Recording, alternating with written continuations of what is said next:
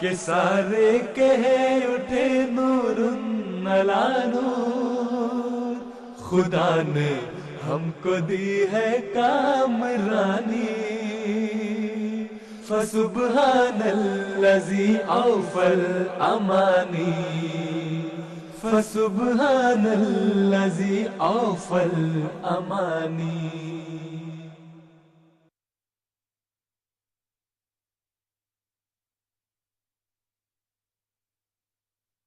ہماری رات بھی ہے نور افشاں، ہماری صبح خوش ہے شام مسرور، ملے ہم کو وہ استاد و خلیفہ کہ سارے کہے اٹھے نور علی نور، خدا نے ہم کو دی ہے کامرانی، فسبحان الذی اوفى الامانی، فسبحان الذی اوفى الامانی۔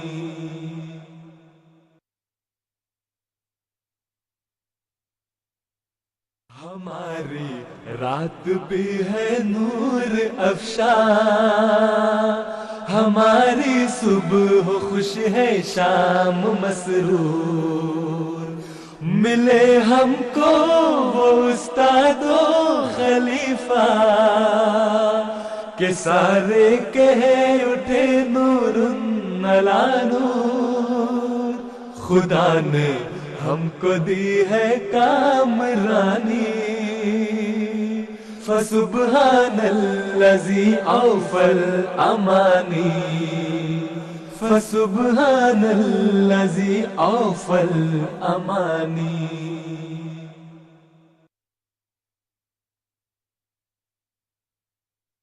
ہماری رات بھی ہے نور افشاں، ہماری صبح خوش ہے شام مسرور، ملے ہم کو وہ استاد و خلیفہ کہ سارے کہے اٹھے نور علی نور، خدا نے ہم کو دی ہے کامرانی، فسبحان الذی اوفى الامانی، فسبحان الذی اوفى الامانی۔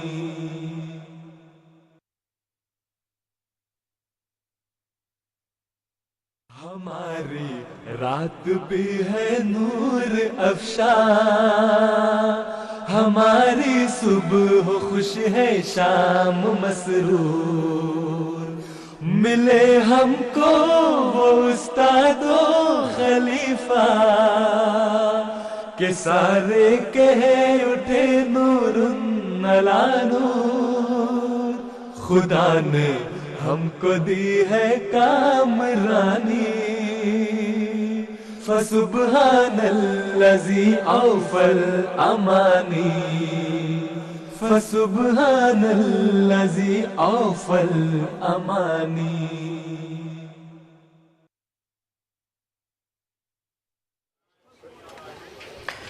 اعوذ باللہ من الشیطان الرجیم، بسم اللہ الرحمن الرحیم۔ It is a pleasure to be with you on this broadcast via live stream, in which we will be discussing and talking about this immense blessing, which is the blessing of Khilafat. The system of Khilafat is a boundless blessing which Allah the Almighty graces the believers with, and Allah the Almighty states in the Holy Quran that after the demise of the Prophet, He establishes a system of Khilafat. And that man who is appointed by God is our source of guidance and is the means through which we develop a closer relationship with Allah the Almighty. And in this day and age, it is only the Ahmadiyya Muslim community that is fortunate to be blessed with this immense blessing of Allah the Almighty. It is that blessing of Allah the Almighty which strengthens the belief of the believers. It is that blessing of Allah the Almighty which rejuvenates and revives the faith of the believers. It is that blessing of Khilafat which transforms peace, transforms fear into peace and security. So today we are here with you in this program in which we will be discussing this beautiful system of Khilafat, and we are with you with this program Khilafat, a divine sanctuary of peace. This live stream is available on mka.uk/live. We will be linking to various hubs throughout the UK. It is a national event. We will have a host of programs here from Islamabad in which we will be going to the stage and then returning to the studio for various studio discussions as well. So it's going to be a wonderful program in which we are all going to strengthen our faith in Khilafat. There's always new ways and avenues that MKA improves, and MKA brings that relationship that we're supposed to have with Khilafat to the Khuddam at home. As you said, there's different hubs set up across the country. So a total of 9 hubs I have in front of me, all the way from Scotland. Actually, Scotland is here with their Khuddam. Muqami, Bashir, and Scotland East and Southwest are going to be joining us here live on site. But then you have the West Midlands, Bet al-Futu, you have North, East and Yorkshire, you have South and Bet al-Subhan, you have Bet al-Nur, Bet al-Hassan and Sharif, and we're also going to link to these different hubs in the country, inshallah. With us here, we're joined by Sayyid al-Majlis Khuddam al-Anbiya, Abdul Qudus Arif Sahib. Sayyid Sahib, Jazakumullah Asnazah, first of all, for your time, and welcome to this wonderful, unique, and I think it's the first event of that nature. Bismillah. Yeah, I think so. I think this is the first time post-COVID where we've had such an event of this magnitude within Islamabad. We've had other smaller events, but if you can see the scale of this event, inshallah, we'll have almost 500 Khuddam and Atfal present in Islamabad and benefiting from, most importantly, doing namaz behind Hazrat Amir al-Mu'mineen ayyadahu Allah ta'ala bin as-Aziz. I think that's what the mission was, especially for further regions, especially Scotland and Wales, who don't get this opportunity to come and travel to Markaz, to come and travel to Islamabad. They've been given this opportunity. You need excuses to come here, and this is a brilliant excuse, and what better way than to celebrate Khilafat Ahmadiyya. No, I've seen it when we came when we went to Zohar Namaz. So many, I've spoken to some Khuddam as well, they said that there are some Khuddam and Atfal who have come for the first time. The excitement in their eyes. They came for Fajr even this morning after a very long journey, and all that tiredness just goes out the window as soon as you see Hazur and you're able to do namaz behind Hazur.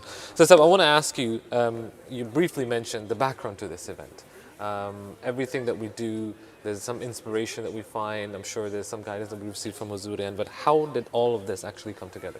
I think you hit the nail on the head. The inspiration is always Hazur, and Hazur's guidance always, makes the majlis progress and advance forward. And it was just once I was in a mulaqat with Hazur Akhtar Sayyidah Allah Ta'ala bin Aziz. We were talking about various tarbiyat initiatives that the majlis was doing, and Talim initiatives, and Hazur was like, why haven't you done a program on Khilafat yet? And I, in my utter, I would say, naivety, I said, Hazur, we've done something. But I thought, you know what, we haven't done something as what Hazur wants, right? Something upscale and something which truly, we can never reflect the beauty and bounty of Khilafat, but something which is befitting enough for us to all come together in unison, in unity, and hold an event across the country, like you said, in 9 different places. And that was the inspiration. Hazur said, do an event on Khilafat. And subsequently, it wasn't just Hazur just said, do an event. Hazur then went on to even guide us on about the speakers, like who to call. And not just tell me, have you called such and such person? Then he confirmed with the individual that, have you been told about this event? And then on top of that, Hazur then asked me again a few days back that, oh, have you given that invitation already or not? So, I mean, definitely, Hazur Akhtar's guidance is there. There's so much vested interest of Hazrat Amir al-Mu'mineen ayyadahu Allah ta'ala bin as-Aziz. As Yas Sahib and yourself have been mentioning, that whatever we do, whatever progress that Islam can make and will make and is making, it's all associated with Khilafat Ahmadiyya. And I think we need to ensure that this greatness, this bounty is not just left within amongst ourselves, but we pass that on to our future progeny and generations. And I think that's the biggest challenge for us. And inshallah, hopefully, this event will serve one of the purposes of that. So this, of course, as you mentioned, Khilafat is a subject which you can never speak enough about. So it's relevant in all times. But why is it important in the current time as well that we should speak about this important topic? I think, especially when you see leaders of different types, whether they're worldly leaders or even so-called, spiritual leaders, right? There's always something missing, and sometimes a leader is often associated with something very negative, that he doesn't do what he says, or he's not as loving and caring to the people that, are under him, his subjects. Whereas Khilafat is completely different, right? And we have to show to the world and showcase the world, Khilafat actually truly serves its community, serves the Muslims, and they give everything for this cause. They give everything. They give their life, wealth, time, honor, sweat, everything in ensuring that Jamaat, that community, that was the seed that was planted by the Prophet of Allah, that flourishes, and not just flourishes but spreads so wide and far that everyone can reap its benefit and everyone can come under its shade and become a divine sanctuary of peace for everyone, not just the believers but for the entire world actually. So lastly, from my side, what are we trying to get out of this at the end of the day? So it's going to be 6 hours Qudam, as you said, almost 500 Qudam and Atfal are going to be gathered here. And how do you determine if an event is successful? Because we have to progress. That's how we measure certain events, isn't it? Yeah, definitely. I think the measuring way will be that if people take away this one message, that this is a huge blessing and we should cherish it and treat it as a treasure. And often or not, people sometimes in the West, especially Muslims, they have this inferiority complex. But there's nothing to be inferior. You shouldn't have this inferiority complex about, in any matter, with regards to your religion, with regards to Islam. But in particular, with regards to Khilafat Ahmadiyya, right? And I think that's the message that we want to, hone in on. That look, this is a great divine blessing, and take full benefit from it, and build a living, exactly, and build a relationship with Khilafat. And if you build that relationship with Khilafat, then of course naturally you'll build a relationship with Allah Ta'ala, which is the maqsad, which is the purpose of our very creation. So Raza, I think we're going to continue with our live stream, and we have a host of programs also in which we will be moving on to the stage as well. Exactly. So as I said, we are going to switch between the stage here. We're going to show you some behind the scenes footage and some videos that we have already recorded beforehand, but do make sure that you do stay tuned. And if you have any comments for us, there's a live chat on the YouTube stream as well, so please let them write them on that chat, and we will make sure that we include that into the program, or at least get your feedback on board. We're going to take a short break here. Don't go anywhere, stay with us.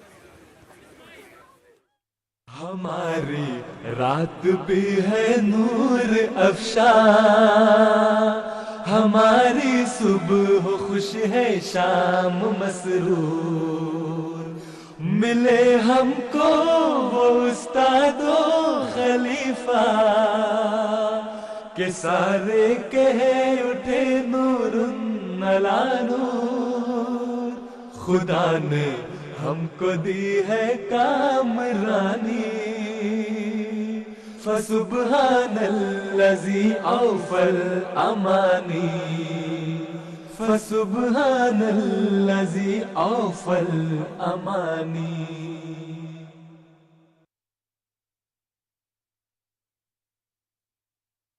Assalamu alaikum. My name is Atikur Rahman. I am currently serving as Multimam Tarbiyat within Majlis Khudam al-Ahmadiyya. So what is this event all about? This event essentially is a place for Khudam to come during a time when they've all got these questions in their heads, right? So it's been a very tough past couple of months, or maybe even a year or so. And there's been a lot of challenges, a lot of questions, a lot of kind of doubts that have appeared in a lot of Khudam's minds. So ultimately our focus here is to get them in one place where we can answer those questions, answer those challenges, and hopefully get them to walk away rejuvenated, refreshed, and excited for the year ahead. So today, the way it's going to run is we've got 4 main kind of talks, 4 main sessions, but they're very different to how we normally run these type of sessions. They're going to be kind of interactive, where we're going to get the audiences to kind of get involved. We're going to be asking questions from the audiences as well. We'll have the main session after that, which will be a discussion panel with 3 absolute legends of the game, Yusuf Tab Saab, Dr. Aziz and Dr. Anasab. And that's going to be where we really kind of go in and talk about the questions that sometimes may be seen as, a bit controversial and a bit taboo. After that, we've got got a discussion with Amir Saab, where Amir Saab will be talking about his experiences, and I can guarantee you guys that will be really interesting because he has some amazing stories. And then to finish off, we're then going to have a final session with National Amla. We're going to have 4 National Amla on the stage, an unplugged session where they're going to talk about basically everything and anything to do with Masjid Khadam al-Ahmadiyya. So we've got obviously the stalls, and we've got obviously kind of exhibitions taking place as well. But the main thing here is to get the Khadam to understand and reflect on their own relationship with Khilafat. Right, and the reality for me is that if I can get every single Khadim to walk away thinking, you know what, actually my relationship with Khilafat has changed after this event in a positive way, for me that's been a success. So inshallah, we have 8 hubs across the country.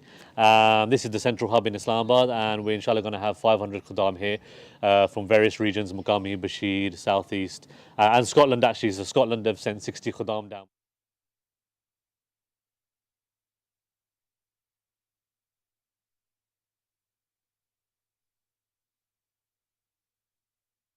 इस्लाम की तारीख़ ने हर मैदान में एक नया बाब खोलना था। सो कुदरत सानिया का 5वां दौर भी अल्लाह ताला के वादों के मुताबिक एक नया बाब है। दुश्मन पर एक ताज़ियाना है, दुश्मन की खुशियों को खाक में मिलाने का एक ज़रिया है। आज दुश्मन की आँख पहले से बढ़कर हसद की नज़र से जमात की तरक्कियात को देख रही है। इस्लाम अहमदियत, खिलाफत अहमदिया। क्योंकि ये ख़ुद इस बात को हसरत से देखते हैं कि तमाम तर मुखालफतों के बावजूद जमात अहमदिया खिलाफत के साए तले तरक्की करती चली जा रही है।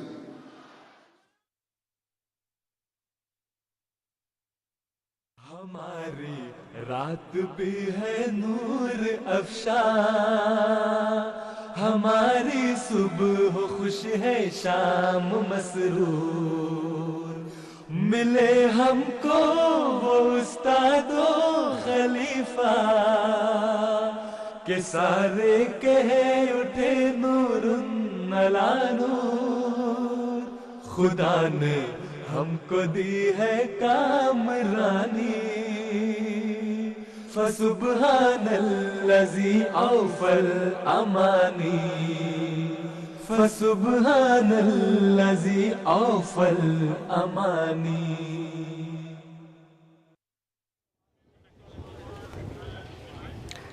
Assalamu alaikum wa rahmatullahi wa barakatuhu. Welcome back to our outdoor studio, in which we will be continuing this discussion on the blessings of Khilafat.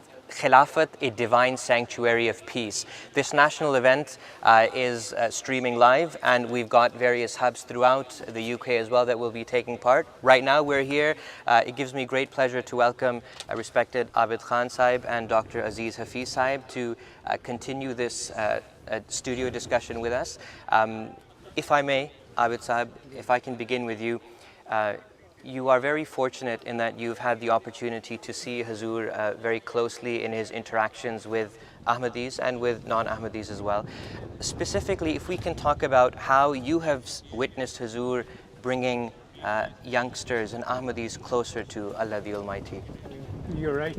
It's a great blessing of Allah Ta'ala that I've had this opportunity to observe Hazur from close for several years.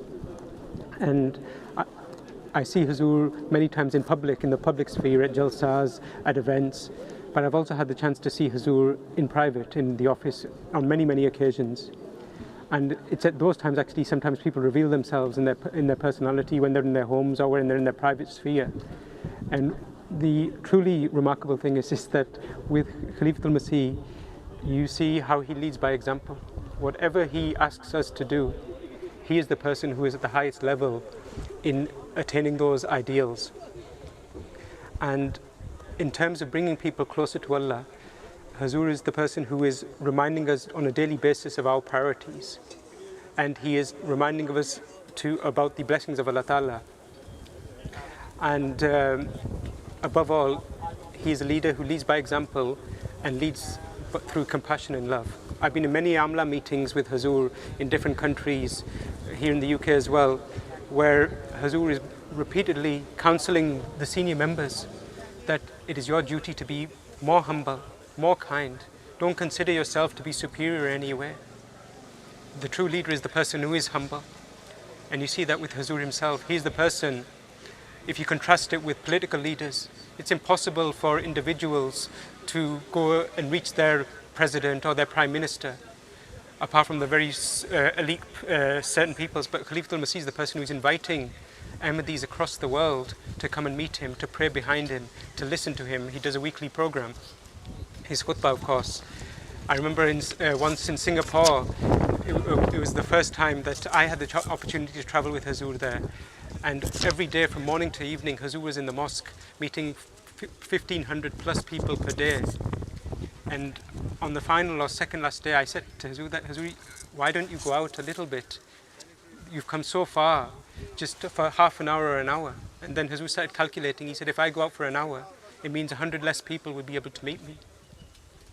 And so that is the person who he's sacrificing his own ideals, his own time, his own comforts for the sake of others. And just one last point on is that also Huzur reminds us of the blessings of Allah on a daily basis. People talk a lot about mental health in the world today, about keeping positive. In that perspective as well, Huzur is guiding us to remember Allah Ta'ala. I remember there was a few years ago, I met an MD who had just met Huzur. And normally when people meet Huzur, they have their nicest clothes on. They look formal and dressed. But he had very rough and simple clothes that day. And for me as well, it was surprising that he'd come in this attire. And when I talked to him, he said that what happened was that the night before, he'd been burgled. And he said the burglar had taken all his best clothes, his things, and it had been such a hectic day, he hadn't been able to go and get any nice or new clothes. And he'd lost a lot of money as well. And he said that when he went in for mulaqat, the first thing he did was he apologized to Huzur, that Huzur, I'm sorry this has happened, and that's why I've come a bit rougher than I intended.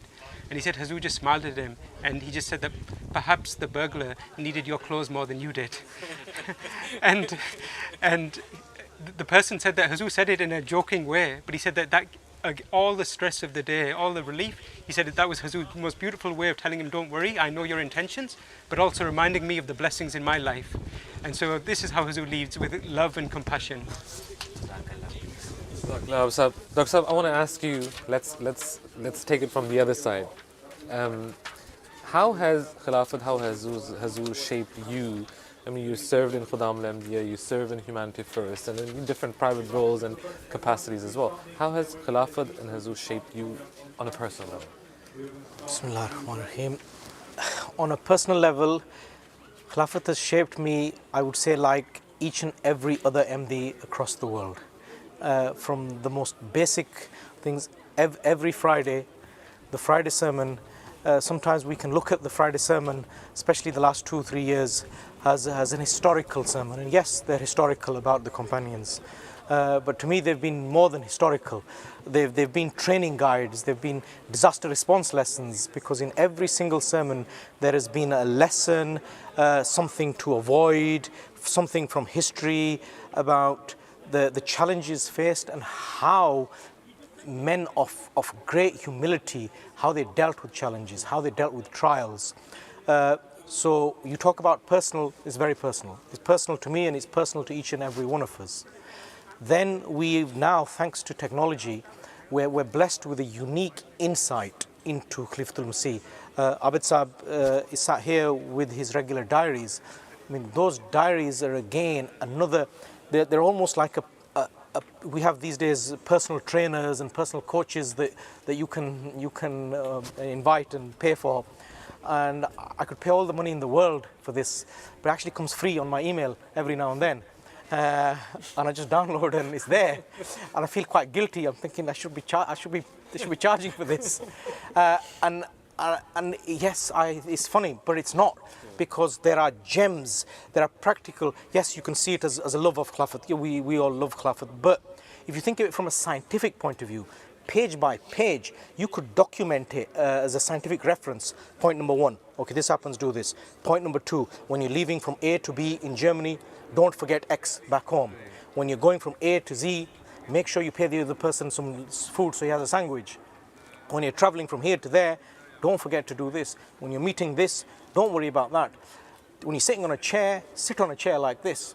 When you're walking with your wife, walk with your wife like this. Every single thing, and it's actually hard work reading the diary. We have a competition in the north, who reads it first, and I sadly always lose because these guys are far faster than me, and I try to be, but obviously I'm not. But I read it initially, and then it's actually taking the point number 1, point number 2, point number 3, point number 4. You stick it on the fridge because it's practical shaping your life. I have a bad habit of walking fast. It's been in my Khudam Lamdia days and sadly in my personal life as well. Abid Saab wrote in his diary, and I think he was talking about himself, and Hazur guided, and my missus said, see, you do exactly the same. Well, I said, not anymore, I don't. Oh, not. And it's hard work because I'm not doing it out of any disrespect. I just can't walk slow. And so these things, they shape your life. Okay, the way Hazur walks. Okay, you may think this is very not appropriate, but to me it is very appropriate. The demeanor of walking also, I wish I could scientifically explain it. I am a doctor really, but I'm sure somebody more intelligent than me can explain it. Yeah. There is a humility and yet a confidence as well, and just watching that. It's that aspect of how Hazrat Khalifatul Masih is an example in every aspect of our lives, whether it's spiritual, whether it's worldly, absolutely every aspect. And then on a professional level, in Humanity First, there are so many pieces of specific guidance that are probably I'm unable to share in this program. That have saved my life and saved other people's. We're going to come back to that. One thing which I really want to get in especially is, Abid Saab, Khilafat is an immense source of blessing in so many different respects, in every way that you can think. But if we can specifically talk about how Khilafat and how Hazrat Khalifatul Masih has an impact on the ordinary lives of Ahmadis. Yeah. I mean, it's not exaggeration to say that Hazur's presence, his prayers can revolutionize the lives of so many people. Just to give a couple of examples, there was one Khadim I met a few years ago, and this is around the time when Daesh, that terrorist group, was at its peak, extremist group, and terrorism was all over the news that Muslims are involved in such heinous activities. And he told me that he was in his early 20s. He was from an Arab country, but he'd grown up in Europe. He said that he had grown up an Ahmadi, but he said that he'd come into contact with non-Ahmadis, particularly two non-Ahmadi young friends who had told him all the things against the Jamaat. These aren't true Muslims. And he said, I started to believe what they were saying to me, that these aren't true Muslims. He said, I stopped coming to the Jamaat mosque, stopped coming to, basically cut off all contact. And he said, I started going to their mosque. I started getting involved with them. And he said that one day, one of those friends contacted him in the middle of the night. And he said that when he was talking on the phone, he was completely out of his mind, drunk. He'd obviously been taking drugs, alcohol. He said he was speaking completely senseless. And he said, I was completely disheartened that this is the person who was telling me about what Islam is, and this is how he's living his life now. He said, my other friend, my good friend, he said, I lost contact with him. He just wouldn't return my calls. And so he said that I became very, very worried for him. So he went and visited his mother. And he said, when I mentioned that, where is he? The mother broke down in tears. And she said that don't you know, he's run off. He's gone to Syria or Iraq. And he's joined that terrorist group, Daesh. And I don't know what he's doing there. And he said that 3 or 4 weeks later, they found out that he'd been killed as he'd been brainwashed and he'd gone there. And he said, at that point, I realized that these two people who were telling me that they are not Muslims, how they had lived their lives and what their ends were. And he came back to the mosque and he thought he might be criticized or embarrassed or humiliated, but he said everybody was so welcoming. And then he met Hazur and he told Hazur his story. And he said that there was no judgment, no anger in Hazur's. It was just pure love and compassion. And a similar story that another person I met, again, he told me that he drifted away from the Jamaat and he was worried and he became bitter and he became twisted, but he lost interest. But he said that somebody said to him that before you cut all ties with Ahmadiyyat, just one time go and meet Hazur in London. And after that, if you still want to cut ties, we will not stop you. And he said that he came to London just on the advice of that friend. And he said that when I entered Huzur's office and I saw Huzur, he said, just that look in his face, I knew that whatever he says is true. And he said, Huzur met me with such love and kindness that any doubts I had about Islam were vanished. And he went back and he said that his wife and his children were saying to him that you are now the husband we wanted, you are now the father we wanted, whereas before we didn't recognize you. So that's how Huzur is reforming the world step by step, brick by brick, individual by individual. Jazakallah. Jazakallah Abid Sahib. Zisa, one last question for you. In your role as the chairman of Humanity First, Hazuri Anwar Eidullah Ta'ala ibn Aziz, he gives so much guidance to you and your team as well. I want to ask you on that can you explain that guidance, that influence that Khilafat has in your role from that perspective? So in that professional capacity, the guidance that Hazrat Khalifatul Masih gives is very, very specific, particularly in the humanitarian setting. There's an overarching theme that is constantly there, and it's that one of not having self-interest. Self-interest not only on a personal level but on an organizational level. And one of the first things he mentioned was, it's humanity first, not self-interest first. And in that, he's alluded to that when you're doing projects, yes, there's a marketing aspect that's important. The marketing is important so people know that the good work. But that is not the ultimate. If there is a challenge with you're providing 1,000 tents and the logo is, never mind that. The other organization, they can have what they want. We want to serve. And the other key that he stated time and time again, not only to ourselves but to others, is maximum utility and minimum resource. Get the most out of every penny, and to reach rural areas time and time again, every single project. And sometimes the guidance is very specific in an area that at that time it may not make sense to you, and you ask, and maybe most definitely my own lack of understanding and intellect has not grasped it. But then when you're on the ground, everything suddenly lights up and you think, it all makes sense. I mean, we had the opportunity to serve in Iraq and in Gaza and in parts of Africa, and there are certain risks associated with that, with any humanitarian. You're aware of those risks. Despite preparing for those risks, you receive an instruction that actually goes against the grain. So, okay, this don't make sense. But when you see with your own eyes that by following that instruction, you physically have saved your life. Literally, you would have reached a situation where a fatality would have occurred. And when you see that, the gratitude to God Almighty is immense. Prophet Messiah says that these are the days of seeing the face of my beloved. And at a time like that, believe you me, you see the face of your beloved, because you think, if I'd used my brain, I would not be existing on this earth. The fact I obeyed, even though I didn't understand, it just didn't make. But that logic of accepting that Khalifatul Masih is guided by God, and it literally has saved our lives in many occasions. And there's so many stories about that, I'm sure. Dr. Saab, Jazakumullah Abid Saab, Jazakumullah to you as well. To the Khuddam watching from across the globe as well as here, specifically from the UK and the different hubs that have been set up in the UK, we want to say Jazakallah for joining us today. We'll take you to the main stage in just a little bit, where the official program is going to start with the recitation of the Holy Quran.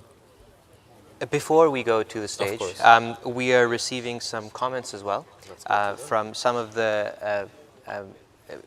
our guests that are with us through our live stream.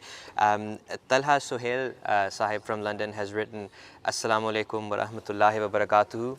Really excited for this event. Everyone at home gathered and eagerly waiting for the start. May Allah continue showering His blessings on the Jamaat. Ameen. Thumma Ameen. there is no doubt whatsoever that indeed Khilafat is a divine sanctuary of peace, whether that be in our professional settings, whether that be in our ordinary lives, whether it be in our spirituality and developing a closer relationship with Allah the Almighty. And this is precisely the reason why programs and events like this are so important. Hazrat Khalifatul Masih al-Awwal radiyallahu anhu used to give a very beautiful metaphor, and he said that when believers come together, just as a knife is sharpened on a stone, so too our spiritual knives are sharpened, and our belief in Allah the Almighty increases when we come together and we learn from each other and we share with each other. And that ability to understand the real blessings that Allah the Almighty has given us, that is a very important part of the life of a believer, because when we are thankful, when we are grateful, when we talk about these things, that enables us to derive more blessings from Allah the Almighty through thankfulness. So I think we will continue now to the stage, and we will continue rejuvenating and reviving our faith as this program continues with other studio discussions. But before that, Abid Sahib, Aziz Sahib, thank you very much for joining us. Now let's head over to the stage.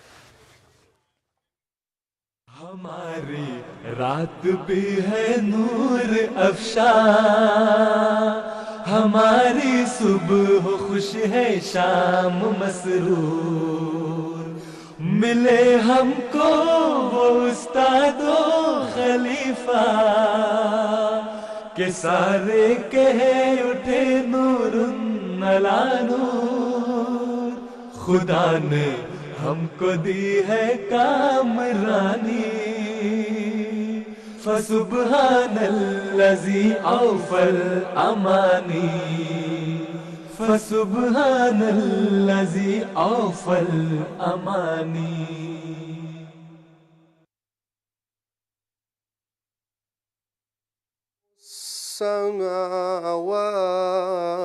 السماوات والأرض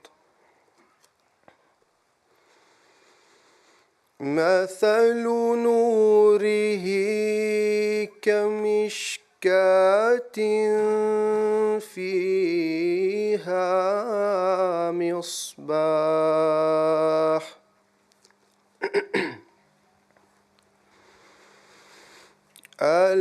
المصباح في زجاجة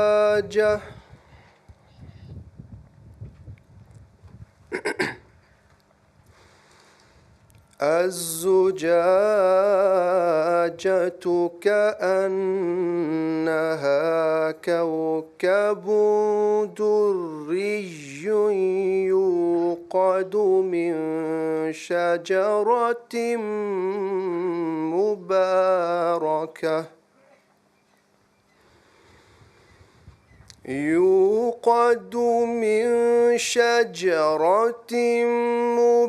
مباركة زيتونة لا شرقية ولا غربية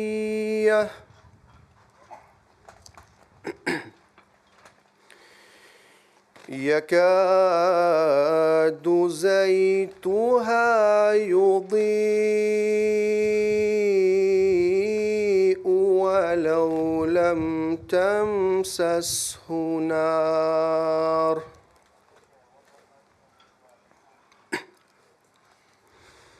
نور على نور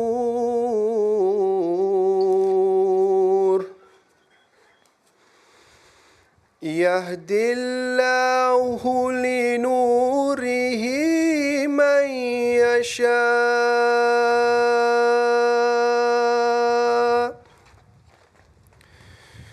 ويضرب الله الأمثال للناس والله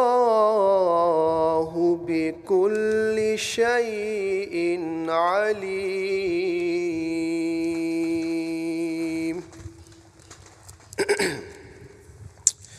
The verse just recited before you is taken from chapter 24, Surah Al-Nur, verse number 36. The translation is as follows. I seek refuge with Allah from Satan the accursed. In the name of Allah, the Gracious, the Merciful. Allah is the light of the heavens and the earth. The similitude of His light is as a lustrous niche, wherein is a lamp. The lamp is in a glass. The glass is as it were a glittering star.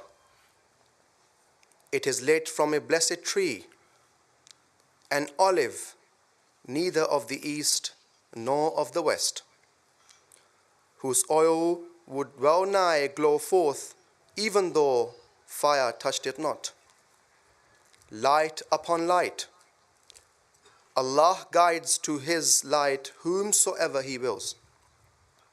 And Allah sets forth parables to men, and Allah knows all things full well.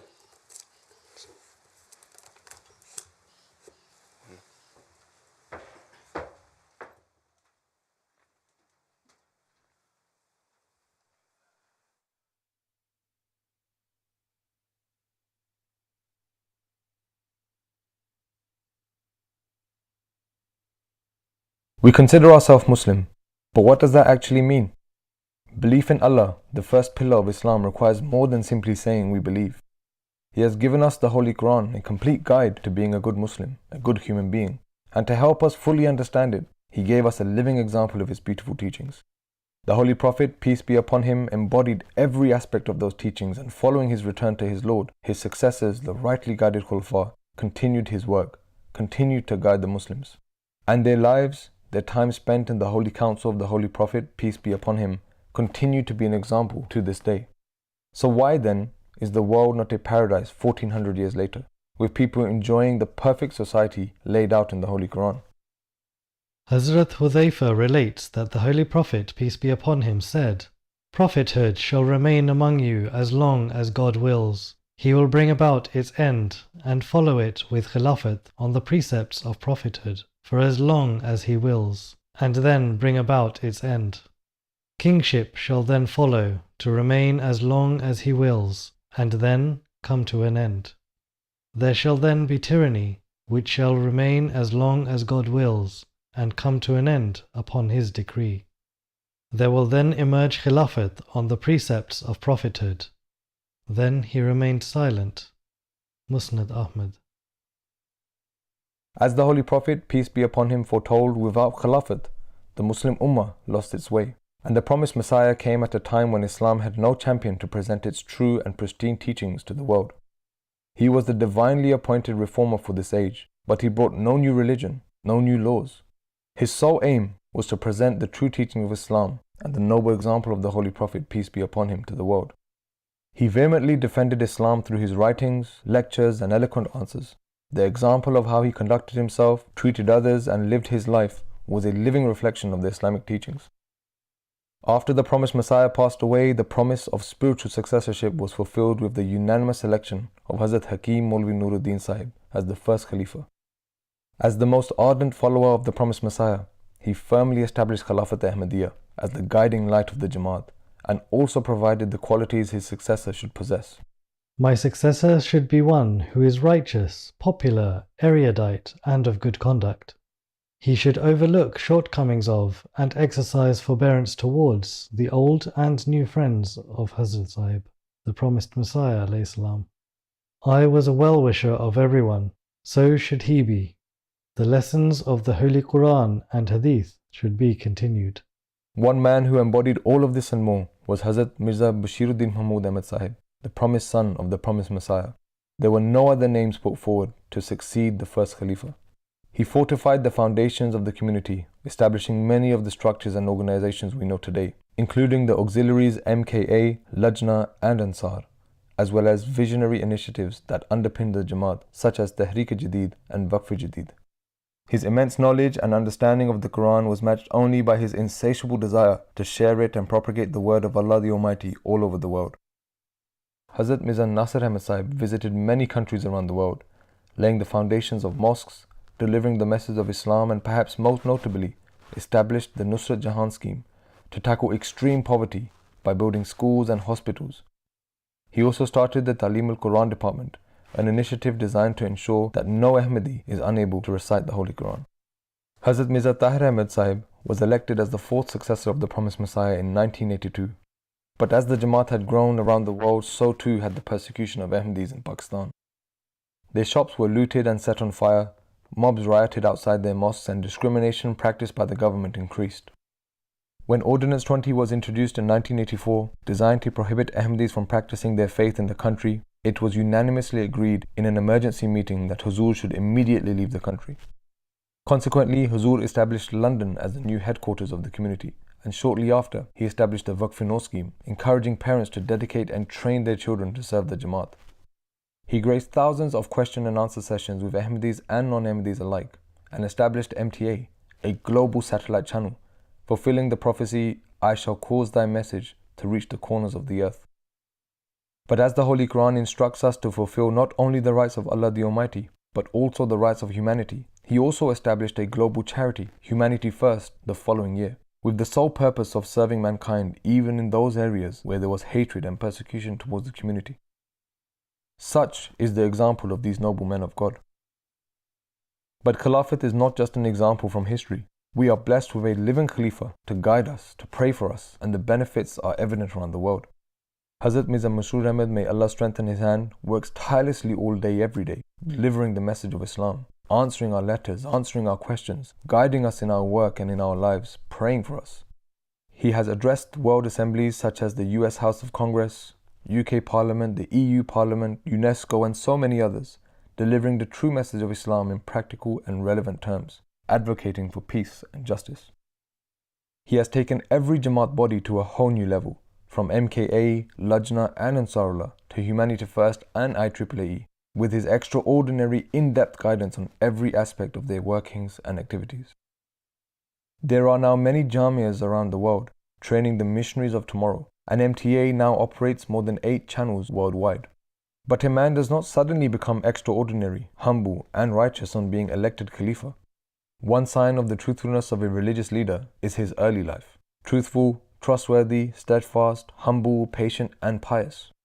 Describing the character of Hazur Aqdas before Khilafat, you will see the same qualities present in all prophets throughout history. I only knew that I have to obey whatever the Khalifa says, and I have to love him. And I prayed for it even.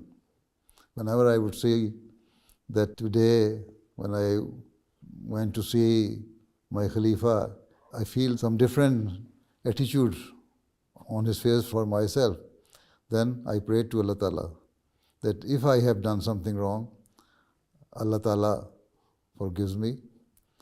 And if he has any doubt in his mind for me, Allah Ta'ala removes it.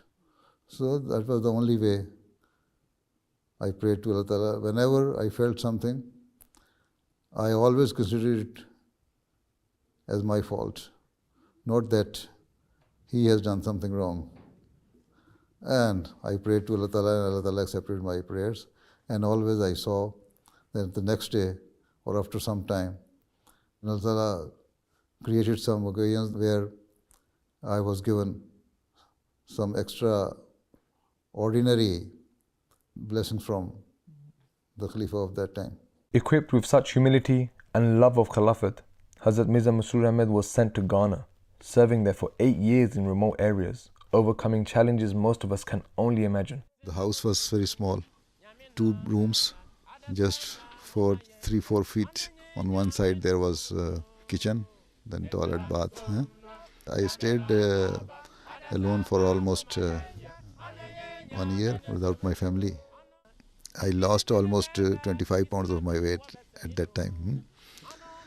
Later on it was okay. So I enjoyed that adventure also. That was an adventure. Wonderful thing about him is he never complained. Never, ever. For all the 8 years that he lived here, did we see anything of the kind. But I can tell you that it was not easy to live in Salaga.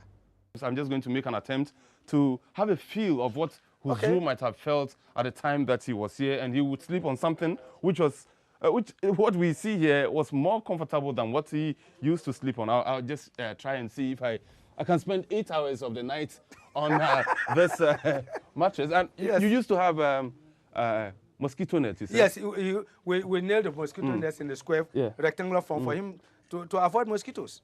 Oh, this is very much unlike my bed. I'm just wondering if I can survive this for 8 hours, you know. I have slept many nights in the bush, and whenever I would wake up in the night, I would see around, see if there is any scorpion or something, because there were so many scorpions there, snakes or scorpion around you or not. After 8 years of serving in Ghana, Hazrat Mirza Masroor Ahmad returned to the centre in Pakistan, where he was appointed Nazir-e-Ala, the chief executive of the central administration. During his 5-year tenure, he was arrested on a false charge of blasphemy amid the growing wave of persecution. He was sent to jail before any investigation was conducted and wasn't released for 10 days. You see the true character of a man when he is put in circumstances of extreme hardship, and a Pakistani prison certainly isn't an easy place to be for even one night. Despite this, he remained calm, patient, and steadfast throughout this ordeal. If everyone followed leaders of such character, the world would be a harmonious paradise. When people meet Huzur Aqdas or hear him speak, they witness a man of peace, tolerance, and justice. He prays for us day and night and works tirelessly for nothing more than the pleasure of Allah the Almighty and the benefit of humanity. Persecuted for your beliefs, jailed for your faith, and exiled from your homeland, but you refuse to turn to bitterness or vengeance. Instead, His Holiness has emerged as a leader of wisdom and compassion, a champion of nonviolence among nations. No society can truly succeed unless it guarantees the rights of all of its peoples, including religious minorities, whether they're Ahmadiyya, Muslims in Pakistan, or Baha'i in Iran, or Coptic Christians in Egypt. I would like very much to confirm my support for the work that His Holiness and the Ahmadi Muslim community are doing, particularly in London. Even I didn't know when I was elected, then my name even will be proposed. The election is the same as the Pope is elected, but without smoke.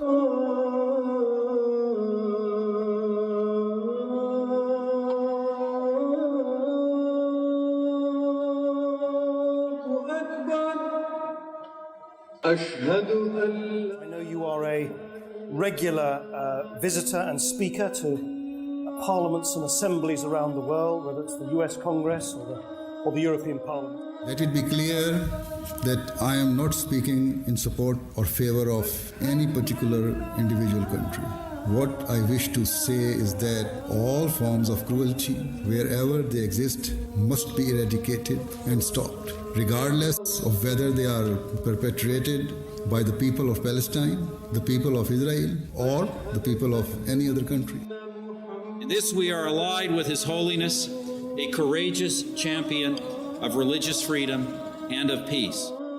I'm very glad that the movement like yours will do something to correct this image. Islam means peace. I should thank Your Holiness for your highly enlightened sermon, not only for the Ahmadis, but I would say for all mankind.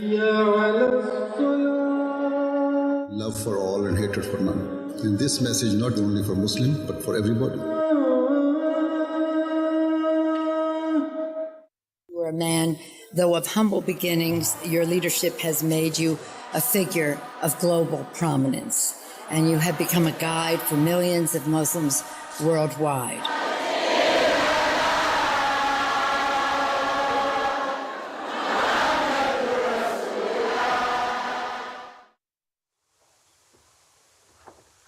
That last clip that we just saw, such an amazing clip.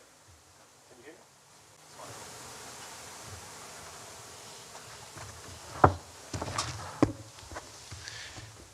Can you hear me now? Okay, that's better. That last clip that we just saw is such an amazing clip. And I always get goosebumps when I watch it. But it reminds me of two things every time I see that clip. One, how much love Khalifatul Masih has for all his Jamaat members. And two, how selfless he is. If you read Abid Khan Saab's diaries, you get a better insight of what it's like when Hazur goes on tour. And you can only imagine when you read those diaries, Hazur's number one priority is always to spend time with the Ahmadis, to be there for the local members, to serve the members. And you can only imagine if Hazur comes to your country, you want to host Hazur. You want to take him sightseeing, you want to arrange different activities for him, but Hazur always reminds the Jamaat members that number one priority is to serve the local members. I'll give you an example. In 2016, when Hazur went to Canada, he was there for 6 weeks. In those 6 weeks, Hazur managed to meet over 1,300 families. To give you a bit more of a breakdown, that's families, if you just calculate what the average is in terms of how many members he met, it tallies up to more than 6,000 Ahmadi members that Hazur met. So that's an average of 1,000 members a week. And that's not all that he did.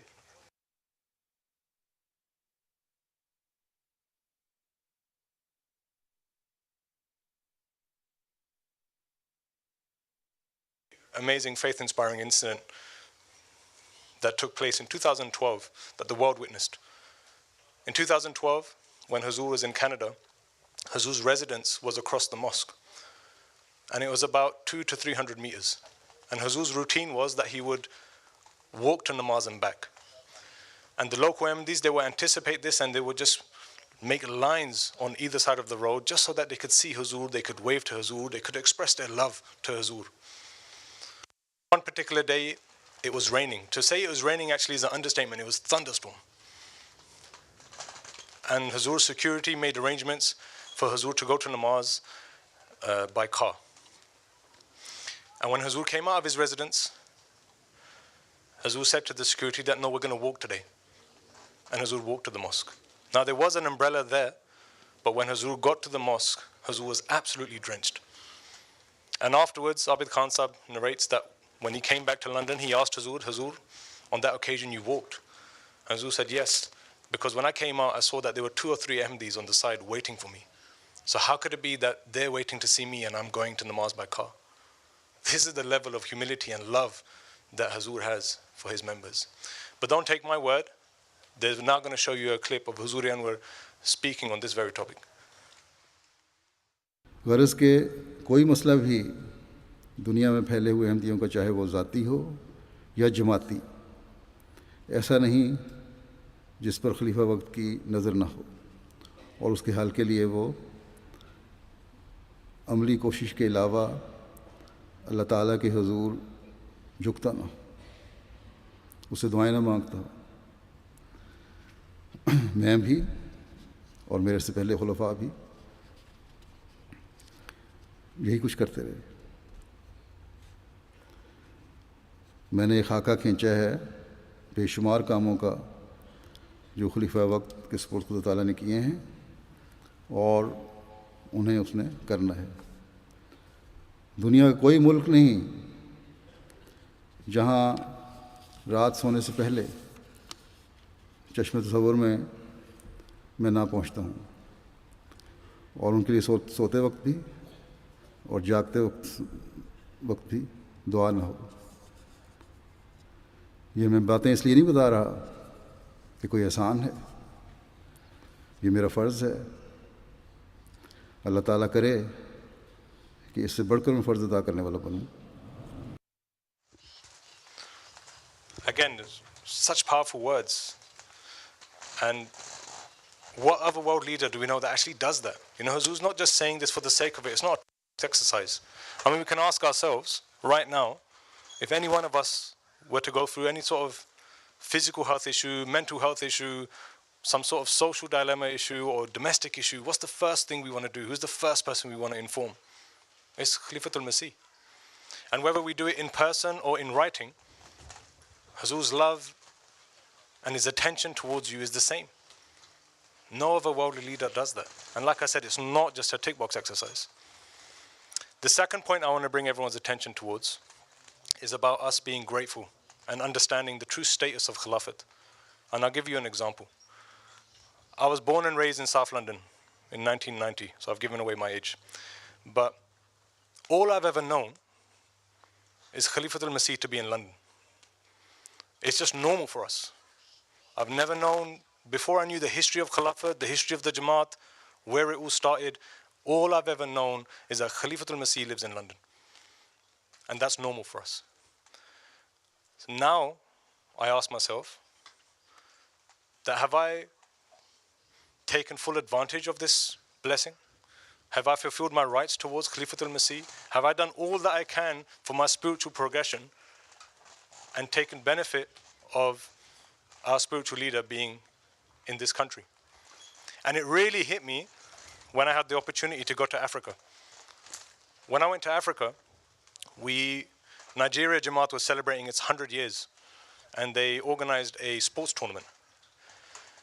Now, the trip was coming to an end, and the Jamaat actually requested us to go to a local radio station so that we could just preach the message of Islam. And obviously, the local community, whether they're Ahmadi or not, they recognize that, you know, there's people here from abroad. So if you could just go preach for us, it would mean a lot. So we went to this local station, we started speaking, started spreading the message of Islam and Ahmadiyyat. At the end, one of our guys, he just made an announcement. It wasn't even an Ahmadi radio station, by the way, but he made this announcement. He said, we're going back to London in 2 days. If any Ahmadi Muslim is listening to this and they wish to send Huzur a letter, then we live at this address. We'll be more than happy to take your letter and drop it off to Huzur's office. Now, honestly, when he made this announcement, I didn't know what to expect. I mean, we're there, we see it. We don't have the basic necessities. There's no light, there's no water, running water, there's no electricity. In my heart, I was thinking, I don't even know if there is the availability of a pen and paper. How are these people going to write a letter? We've just made this announcement. Lo and behold, next morning, we received over 300 letters. 300 letters. We were taken back. That's when it hit me, that we've met people who have never seen Khalifatul Masih. They've never met Huzur, they've never prayed behind him. The reality for them is that they've accepted the promised Messiah ﷺ, and they know that through this acceptance, one of the blessings is that we have this divine leadership of Khilafat. And they've accepted. They never met and they understand his status. And that then really hit home with me, that do we understand the value and the status of Khalifatul Masih? And are we shouldn't fall under that banner of being ungrateful. That's the second point I wanted to make. And lastly, what I want to bring everyone's attention towards, sometimes we're very fortunate that we get to witness some historic events in our Jamaat. And I, again, just give you my own example. When I was 18 years old, I was fortunate enough to see the Khilafat Centenary event. And most of you here probably remember it as well, whether you're in this country or another. It was a huge international event. But we all got ready, we went to the Excel Center, and Huzur delivered this amazing address. Now, even in preparation for this talk that I'm giving before you, I watched that Huzur's address again. And honestly, you know, we see Huzur deliver a sermon every Friday. Every Friday we're in anticipation for this week with Huzur. But something about that address was special. I've never seen Huzur speak like that before. Of course, every time we see Huzur, we're in awe. And we see the level of Noor is amazing, we're taken aback. But that day, something was special. And then amongst that day, during Huzur's address, Huzur then took a pledge from us. How amazing was that? I watched it back and it was so surreal. It was such a historic moment. But that then leads to my next point. Sometimes, like I said, we do things so often that it just becomes second nature to us. We don't appreciate the value of it. And a pledge is one of those things. Sometimes we're so used to doing a pledge. We do it at our local events, local ijtima, regional ijtima, national ijtima, general meeting, any program that we have, Amla meeting, we start with the pledge. And sometimes we then lose the value and importance and understandings of actually why we do this. And I just want to present one incident before you. Again, this is when it hit me, how important a pledge is for us. Jalsa Salana, many years ago, or about 5-6 years ago, I was serving in the scanning department. And at Hadiq al-Mahdi, there's a public road that technically we can't stop anyone. If they come and say that we want to just walk across this road, we have to let them.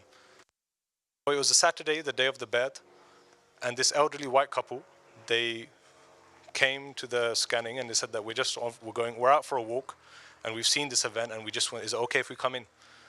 So then I was assigned the duty to walk with them and just take them around and serve them a cup of tea, introduce them to what's happening. So I did that. I took him for a cup of tea, sat down, we spoke. Now, as we're walking, it's now time for the bet. So I tried to explain to them that, this is a pledge of allegiance. You can, by all means, just stand to one side. As soon as this finished, I'll take you for some lunch. They were very respectful. They said, okay, no problem. So as is routine, I put my hand on someone's shoulder. I don't know who that was. Someone put their hand on my shoulder, and we started the bet. Now, of course, bet and pledge, ultimately, they're two different things, but the fundamentals are the same. Now, when the bet finished, just before you go to sajda, there's that moment where you try to find space. And I noticed the man that put his hand on my shoulder was this elderly white gentleman. And I looked at him, and he looked at me. We were both just in tears. And I told him as best as I could that we're going to now do sajda. You don't have to, but this is what we're going to do. He didn't do it. He was quite elderly. But after we did the sajda and we got up, we both embraced each other. And we're both in tears. I know why I'm in tears. I understood exactly what happened. That gentleman then said to me, he goes, I can't explain why I'm emotional. He said, I can't tell you why I'm crying. But when I witnessed this, I've never seen this level of unity. Because this emotion, this wave of emotion just hit me, and I had to be part of it. That's why I just saw everyone I saw you put your hand on someone's shoulder, so I put my hand on yours. That's when it hit me. That the power of doing a pledge, honestly, is so effective, and it serves as a reminder to us that what are our responsibilities.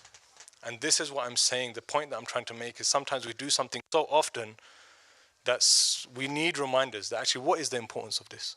And the pledge is no different. So that's why we should honestly, wholeheartedly, next time we do the pledge, reflect on these things, that why are we actually doing it. But we're now going to show you a clip of that historic moment where Hazur took that pledge. آپ سے بھی عہد لیتا ہوں تاکہ ہمارے عمل زمانے کی دوری کے باوجود ہمیں حضرت مسیح موعود علیہ الصلوۃ والسلام کی تعلیم اور اللہ تعالیٰ کے حکموں اور اسوے سے دور لے جانے والے نہ ہوں. تعلیم اور اللہ اور اس کے رسول صلی اللہ علیہ وسلم کے حکموں اور اسوے سے دور لے جانے والے نہ ہوں، بلکہ ہر دن ہمیں اللہ تعالیٰ کے وعدے کی قدر کرنے والا بنائے. بس اس حوالے سے اب میں عہد لوں گا. آپ سے میری درخواست ہے کہ آپ بھی یہاں جو میرے سامنے موجود ہیں کھڑے ہو جائیں، خواتین بھی کھڑی ہو جائیں، دنیا میں موجود جو لوگ جمع ہیں وہ بھی سب کھڑے ہو کر یہ عہد دہرائیں.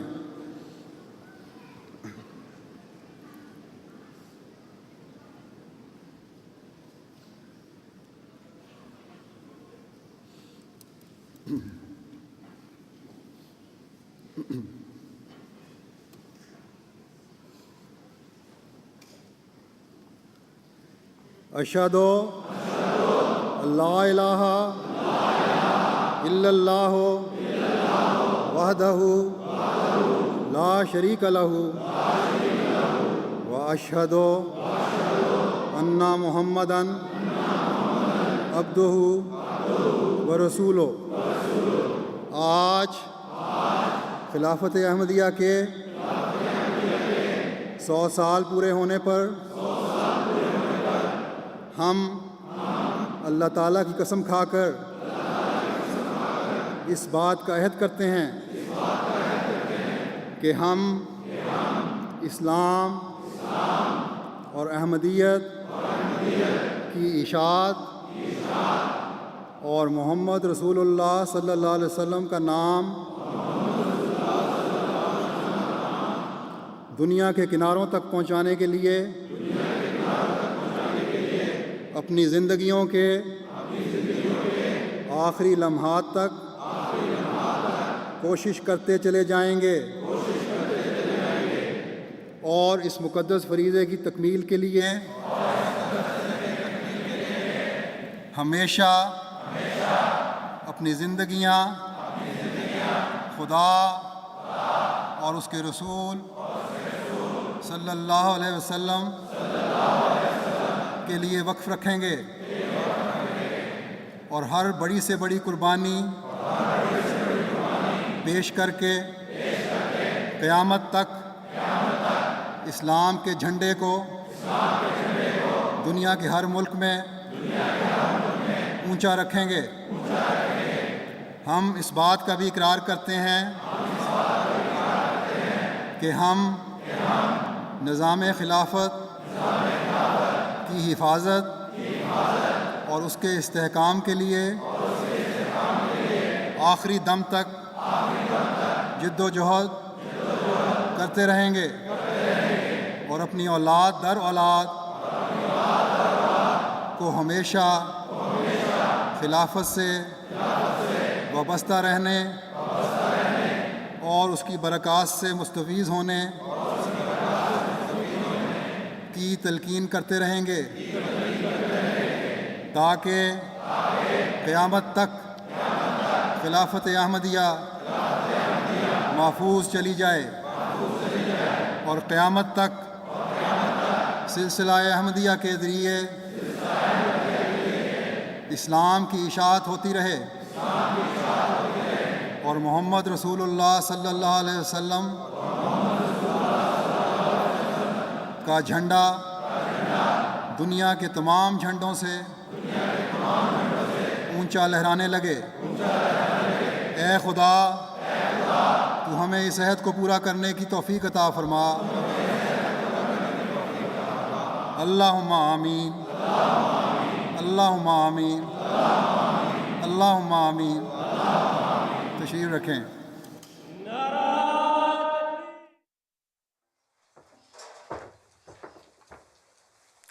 Assalamu alaikum wa rahmatullah. Bismillahirrahmanirrahim. Your Holiness, pray us freedom from the clutches of the world, that we can fly far from its iron shackles, for the desire to sit with Allah burns brighter than all else. Your Holiness, pray that we become blinded by the light of Allah, that our eyes will never open to the joys of the world, for the sight of spirituality is all the eye ever needs to see. Your Holiness, drown us in the love of our Master sallallahu alaihi wasallam, that the glad tiding of death reaches the Satan within us, for his prophetic wisdom enters those who open their hearts thus. Millions live for your every letter. You ask a room to sit and thousands crumble to their ground. You command to shun and millions will shun for you. You instruct to pray and the world prays with your vision. For your words breathe life into the dead, and your heart beats compassionately over the white angelic house. A beat so fervent, the world resonates with your outlook for humanity. But many are oblivious to the earthquake that is your very presence. You live in a humble dwelling, a palace in the eyes of God. An abode so blessed, it expanded beyond the imagination of those who devoted their life to a man who called the world to God, from a village which is now replete with divine presence. The vision of our Messiah has reached heights only perceivable by God, and the beacon of truth is being carried forth by the righteous one sat on the throne with us today, who now calls the world to God this day. When will the world take heed? When will the world open their eyes and see that divine light emanates from your every word and liberates souls lost to the paths of Satan? When will they see that only you are holding the ropes that can pull our world away from the fire that threatens the very fabric of our society? The stitches that maintain the existence of our world are still hanging from their very last threads, but only due to the supplications that your heart nurtures for us. You have instructed world leaders to act with peace, but their eyes remain blind to the divinity of your message. They must listen, lest they lead their people into a scorching punishment. The books of history pay testimony to your stature. Even if entire nations banded together against you, they would not succeed to even lay eyes upon your godly countenance.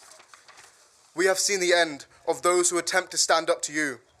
They war with nobody except with the Creator of the heavens and the earth. So who are we to distance ourselves from your protection? What chance of survival do we have if we were to forego even a moment under your shelter? For if God's hand protects you like a pearl, then your hand protects anyone who pledges allegiance to you. So we must drink at this fountain from God, lest this divine gift is taken away from us, for our progenies will suffer greatly in your absence. This is why we amount to nothing. This is why, if it isn't for your heartfelt anguish for our every sorrow, our shoulders would crumble to the ground. When we cry, you are the one who wipes our tears. When we bleed, you are the one who binds our wounds, and when we fall, you are the one who puts us back to our feet. O your holiness, to be near your flame is to ignite our hearts with the love of Allah, for you offer the only path to finding our Creator. So, Your Holiness, pray that we always remain satiated at the fountain of Khilafat, lest the thirst deprives us and our children of God's grace. For without you, the heart can never be at ease. So the world must hearken to the only man who speaks so fervently of the pathway to peace. Jazakallah.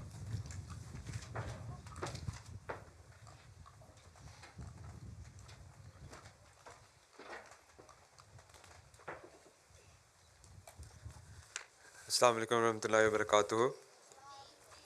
Bismillahir Rahmanir Rahim. This year, as all of you know, that the theme that's given to us by Hazrat Amir al-Mu'mineen, Ayyadahullah Ta'ala bin Aziz, is fulfilling our pledge. And as we've just heard, one pledge that most of us made, those that were fortunate to be alive at the time, was the one that we made at the Khilafat Jubilee. And this pledge was to ensure that we remain most humble servants of Khilafat Ahmadiyya and to instruct our future generations to stay attached to this divine institution. On one occasion, Hazrat Aqdas Sayyidahullah Ta'ala bin Aziz mentioned to me that Hazrat Muslim Maud, the second Khalifa, has said that a pledge of loyalty to Khilafat should be made at all of our jalsas. So for this very purpose, Hazrat Aqdas Sayyidahullah Ta'ala bin Aziz has given us special permission to reaffirm our promise to always remain loyal to Khilafat. And Hazrat Aqdas has approved a slight amendment to the Khilafat Centenary pledge that we will present today. If I can kindly request everyone to stand for the pledge of loyalty to Khilafat.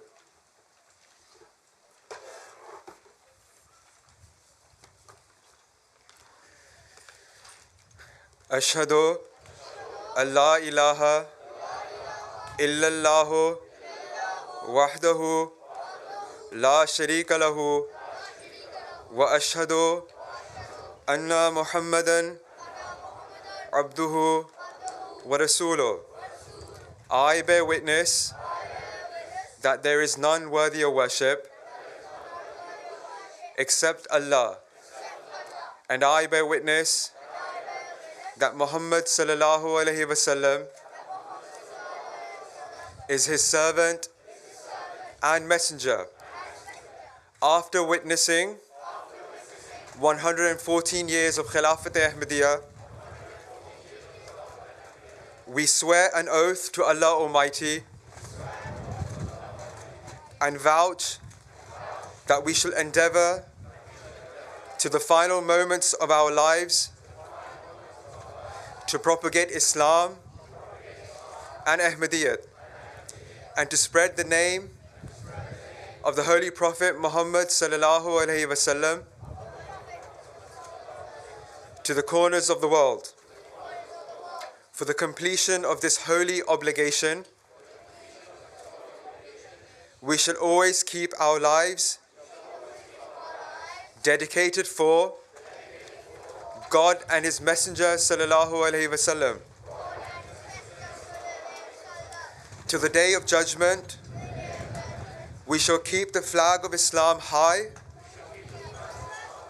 in each country by making every possible sacrifice.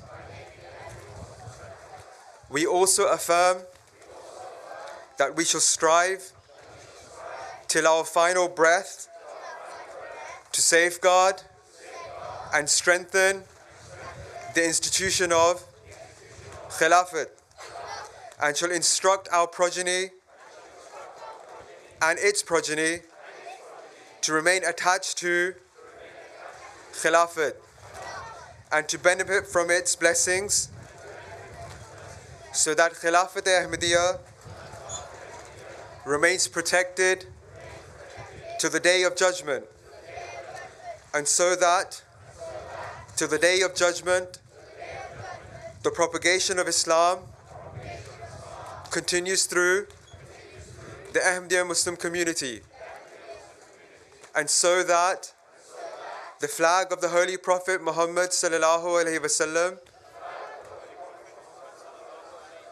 flies higher than all others. O Allah, grant us the ability to fulfill this pledge. O Allah, accept this prayer. O Allah, accept this prayer. O Allah, accept this prayer. Ameen. Jazakumullah. Kindly be seated.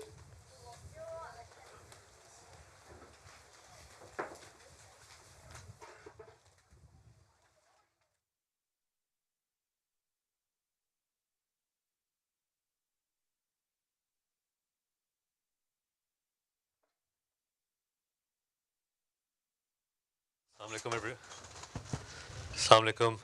Assalamu alaikum, everyone. I hope everyone's well. What an opening session. I think some goosebumps on the back of my neck during that. So hopefully, you guys enjoyed it. Part of a very kind of historical moment. First of all, I want to welcome everyone here. It's been a very, very, very long time. It kind of makes me feel like, when back in the days when we used to have Eid in Islamabad, I'm getting that kind of feeling and buzz. So hopefully you guys are enjoying it as well. A big shout out to Scotland region who have made a massive effort to come down. Hopefully you guys enjoy yourselves and have a really wonderful day.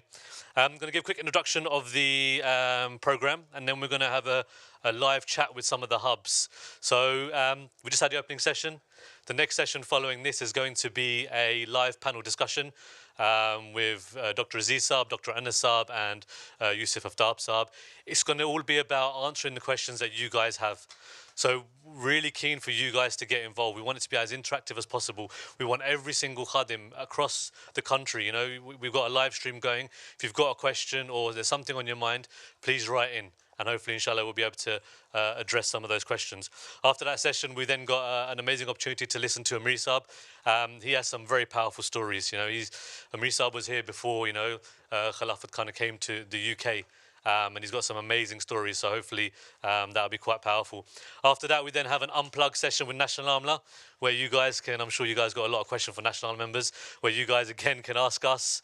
We will open ourselves bare and hopefully, inshallah, give you guys an insight into kind of our day-to-day and why we do what we do, as well as also answer some of the challenges that you guys have been facing on a day-to-day. And then we have the closing session. So as you guys are aware, hopefully, inshallah, we've got this running concurrently across 8 other hubs as well across the UK. So what we're going to do now is actually go to live to Bet al-Futuh. Hopefully we can speak to them and they can hear us and we can speak to each other. Can we go to Bet al-Futuh? No? Assalamu alaikum. Okay, fine. We can't go to Bet al-Futuh. Obviously, there's tech issues. The kids knew that before me. But inshallah, look, we've got hubs all across the country, up in the north, in the Midlands and down south. I've got a few messages from a couple of the hubs I'm going to read out to you guys just to give you guys an idea of what's going on. So Bet al-Saban, they're saying they're having a wonderful hub at the moment. The reason why they feel the hub is kind of impactful for them is because they have Khuddam from all over the country. And it relates very well to in terms of Khilafat. What Khilafat doesn't just serve us in the UK. Huzur is kind of there for every single individual in the entire country, in the world, sorry. So they've got Khuddam from UK, Pakistan, Germany, Canada, Bangladesh, Netherlands, Ghana, Nigeria, India, Sweden, Belgium, and France. Another message from Darul Aman. Again, they're having an amazing hub. Attendance is looking really good. They've got a number of discussion panels that are taking place. Another message from Middlesex Hub. So they have actually got a Love for Khilafat football match. I'd love to see how that one turns out. And then they've got tug of war and stuff. So look, we've got these hubs taking place all over the country. The key aim was to get every single khadim together on one single day to genuinely feel what I feel, the love for Khilafat. And we're all on our individual journeys. We're all kind of going to get there in one way or another. And hopefully, inshallah, after today, my aim and my objective is that you guys all leave today with a rejuvenation of your relationship with Khilafat and Huzur. So now we're going to go to a filler video, and then, well, no, I shouldn't call it a filler video. We're going to go to a video, and then we're going to start the next session. So please bear with us. Jazakallah. Following the Maghrib Isha prayers, which were led by Hazrat Khalifatul Masih, may Allah be his helper, Abid Khan Sahib, the International Secretary for Press and Media, delivered a faith-inspiring address in which he related some of his experiences with Hazrat Khalifatul Masih, giving the Khuddam an insight into the daily routine of the Khalifa. Or I was able to observe a very beautiful lesson, I should say, of the importance of dua when Hazur visited Japan last in 2015. When there was an Amla meeting with Hazur, national Amla meeting, and one of the Amla members, he actually said to Hazur that, Hazur, I'm ashamed to say it, but we have quarrels amongst ourselves. We are not united. Sometimes I think some of the people in the Amla are against me. I'm sure some of them think that I'm against them. We have tried for a long time to try and settle whatever these frictions that exist, but we have not been able to do it. At that point, the person who was presenting this matter to Hazur broke down in tears. He said, Hazur, I feel ashamed, and I seek your guidance about how do we solve this? Hazur said, if you have a problem with somebody, if you have a quarrel with somebody, if you think that some injustice has been done to you, I do not want you to fight back. I do not want you to argue with them. All I want is humility. Your job is to bow down before Allah Ta'ala and weep with true humility. If you are honest, if you are in the right, then I swear by Allah that Allah will speak on your behalf, and He will defend your honor, and He will guide the other people and show the truth. As Hazur said these words, whereas before just that single person was crying, suddenly all of the Amla members began weeping with tears, probably realizing and feeling that same shame that other person felt, and also realizing that whilst they were trying to perhaps get one over each other or trying to prove that they were in the right, all of them had now been given this beautiful lesson from Khilafat al-Masih about how to deal with such issues. That speech, after that, that's just made me feel a lot more love for us all, knowing that it's not just mulaqats, it's tours, it's everything that he does for us. It's actually amazing. It's actually something that one cannot even comprehend. Listening to Huzur's and then his daily routine. But when you hear about Hazur who tours the world, he sees many different countries, and then he comes back, he doesn't take a day's break. And that's something which is remarkable. It's everything that he does for us that increases my faith and makes me realize that Ahmadiyya Jamaat is so much more important than just a normal community.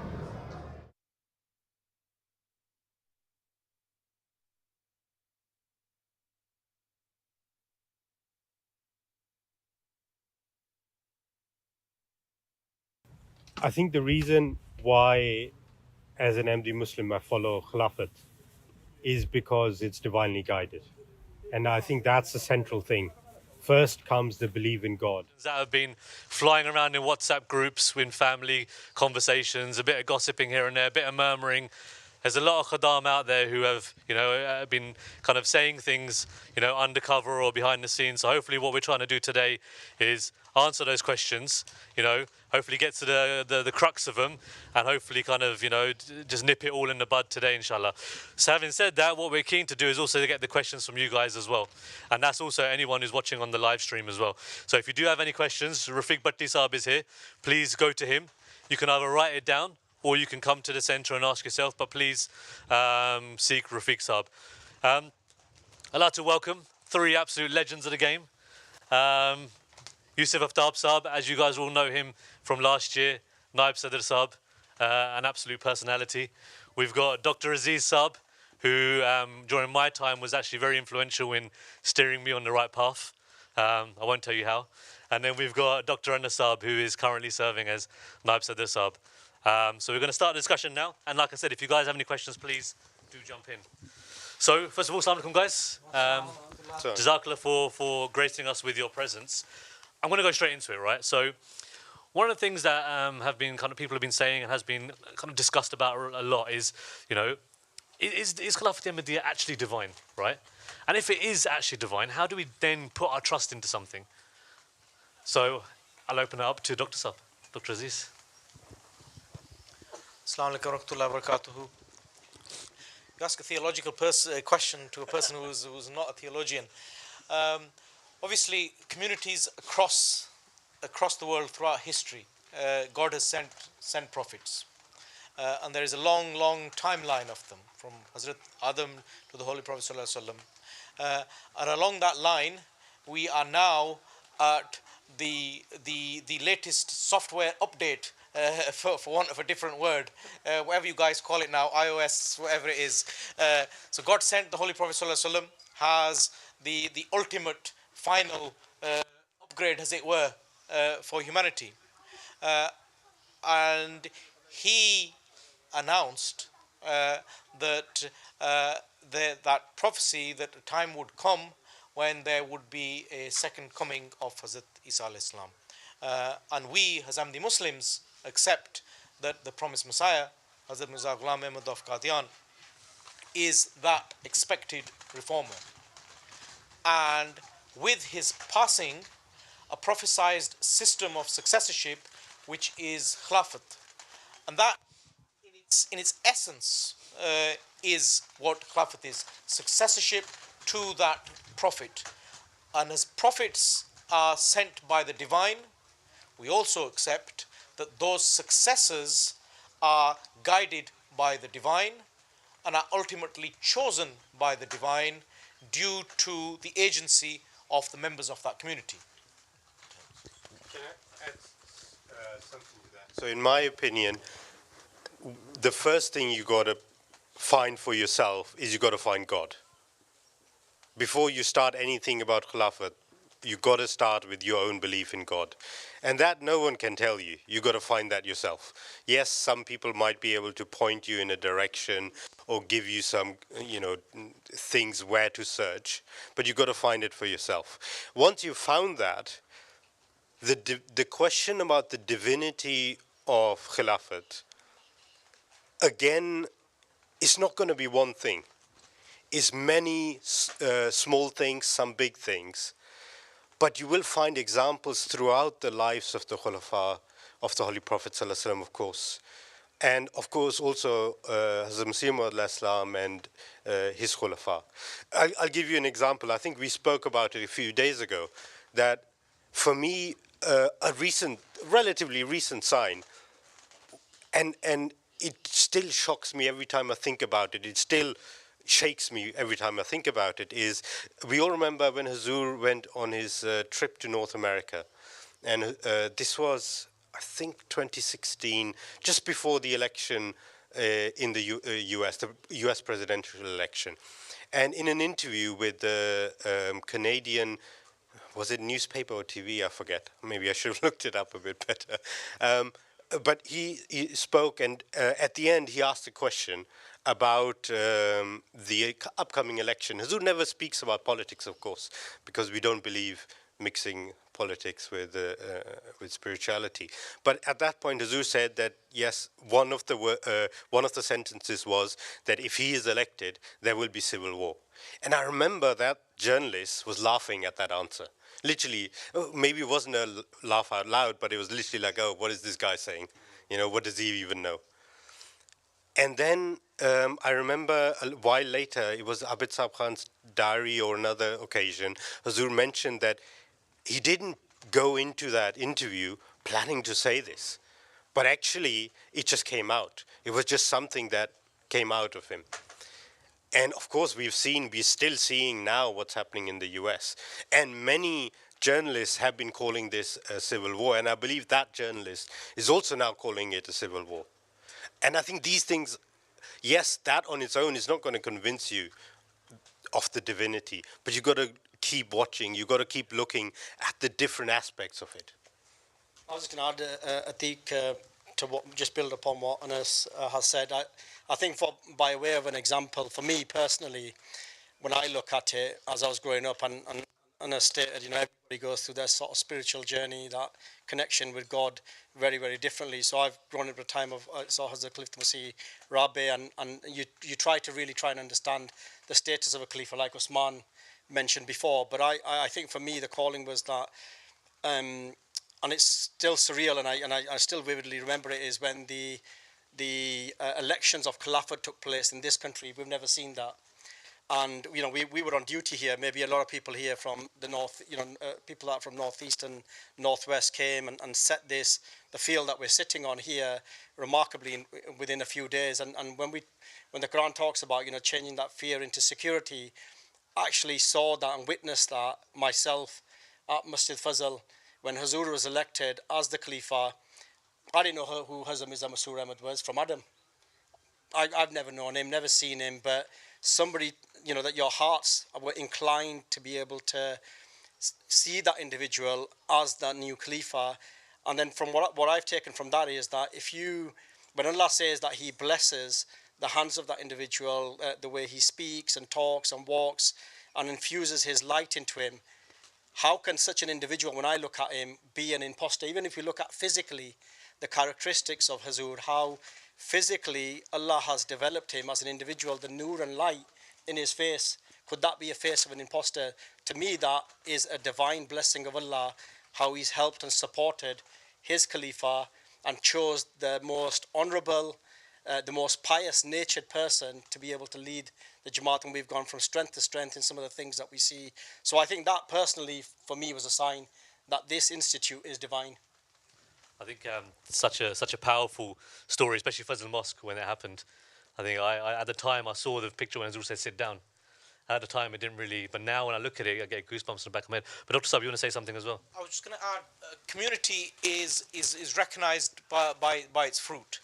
And when you talk about the system of Khilafat being divinely guided, I would ask you to take a step back and look at the community around you.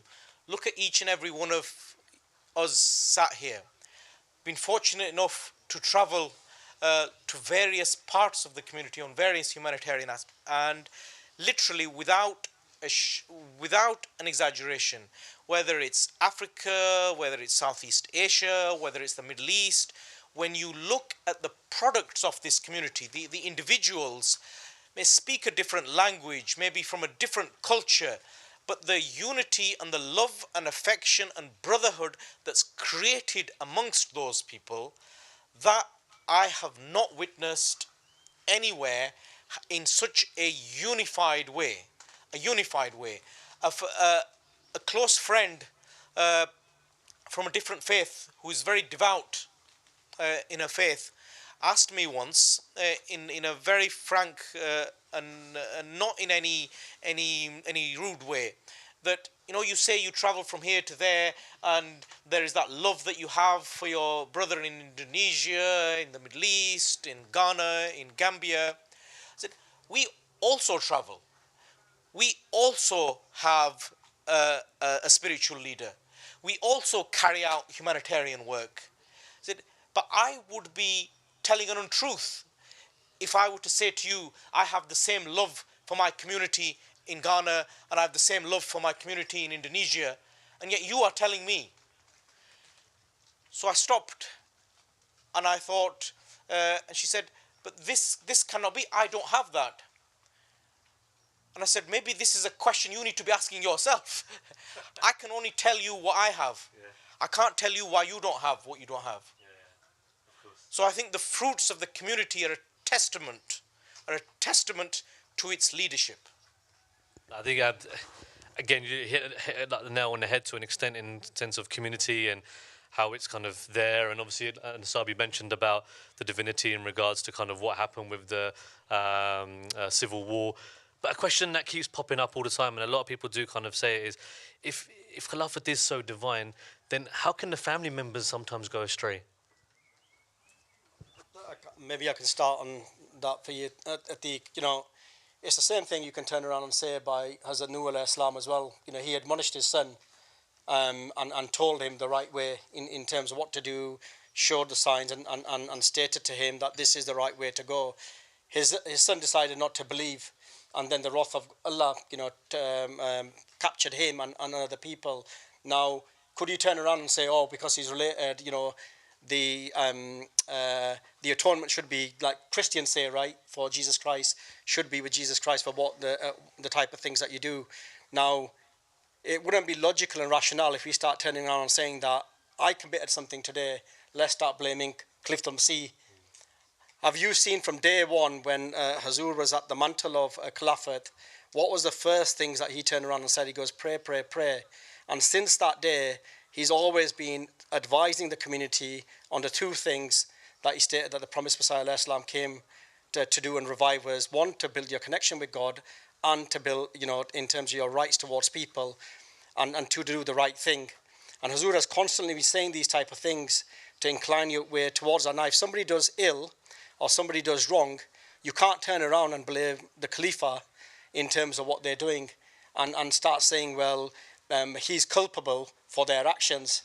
That is absolutely wrong. Today I go and do something and I say, oh, well, Atiq told me to do that. When you haven't told me to do that at all, it's a bit silly and ludicrous. And I think people really need to understand, if you understand the institution of Khilafat and the blessings of Khilafat and what that is, these type of questions don't come in your head. But I can understand why people turn around and say it, because individuals cause the wrongdoings. If they're doing something wrong, naturally people are going to look at Khalifa Masih and say, well, he's the head of the community.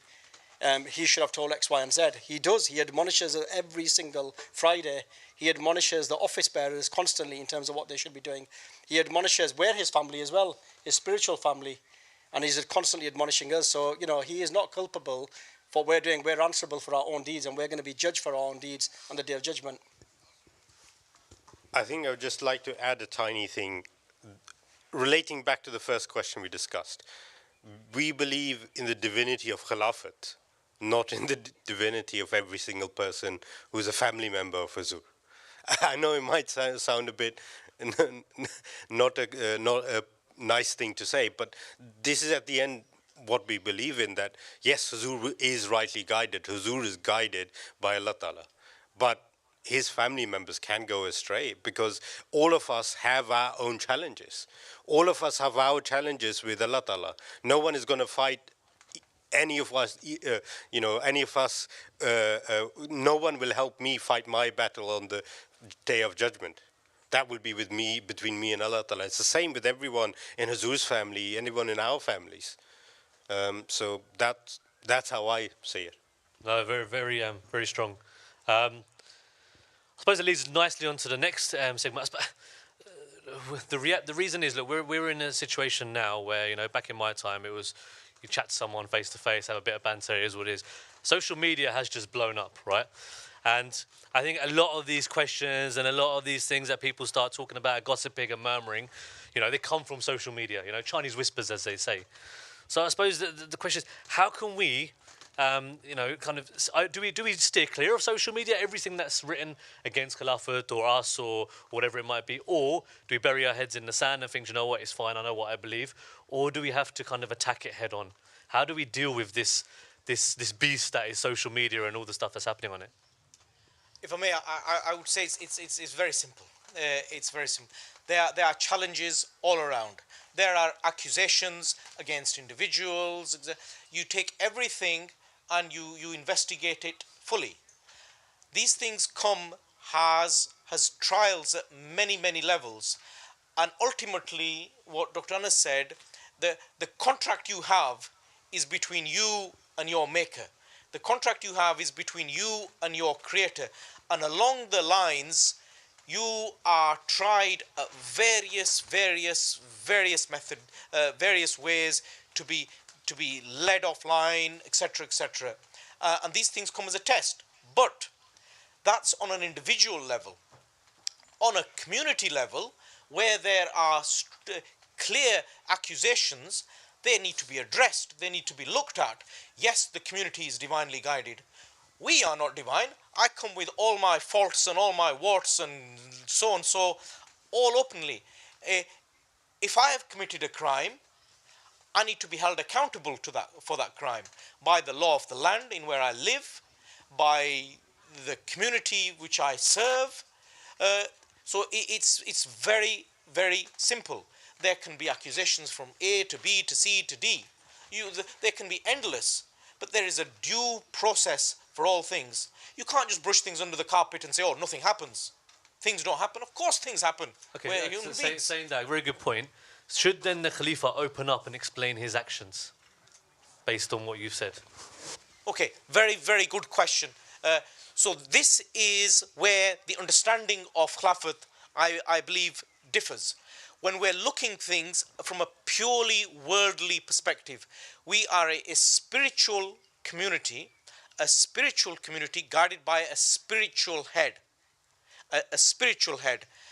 And it boils down to the ultimate question is your understanding. What you understand by Khilafat. Is this a commercial arrangement? And it's then when you realize your contract is not with the Khalifa, your contract is with God Almighty. The deal is with God. The deal is with God, and He's gonna put you through what I would call a washing machine. And the washing machine comes every now and then. The washing machine is an accusation against you. I've just gone through a washing machine on my text a while ago, and Allah protect me from it. The washing machine comes from challenges that you may face. The washing machine comes from accusations. And why are these there? I call it a washing machine because it's there to cleanse your soul. You, again, without being theological, there's two ways of dealing with it.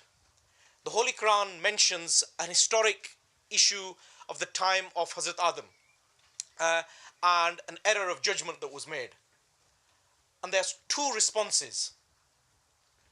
There is the response that Hazrat Adam gave, and there is the response that Iblis gave. Response that Hazrat Adam gave was begging for forgiveness. Response that Iblis gave, well, actually it was this, it was that, it was this, and I was made like this, and you were made like that. One was an excuse, one was bow your head down, because the deal is with God, and the reward is ultimately with Him. So the rough and tumble of what you will face on this earth is purely a trial. And you may get that judgment on earth, or you may get it in the hereafter. Yeah, I think I was just going to build on that and just say that I've never personally seen, Hazur bury his head in the sand and not speak about things openly when it's at Shura, when it's at Ijtimas, when it's at other forums.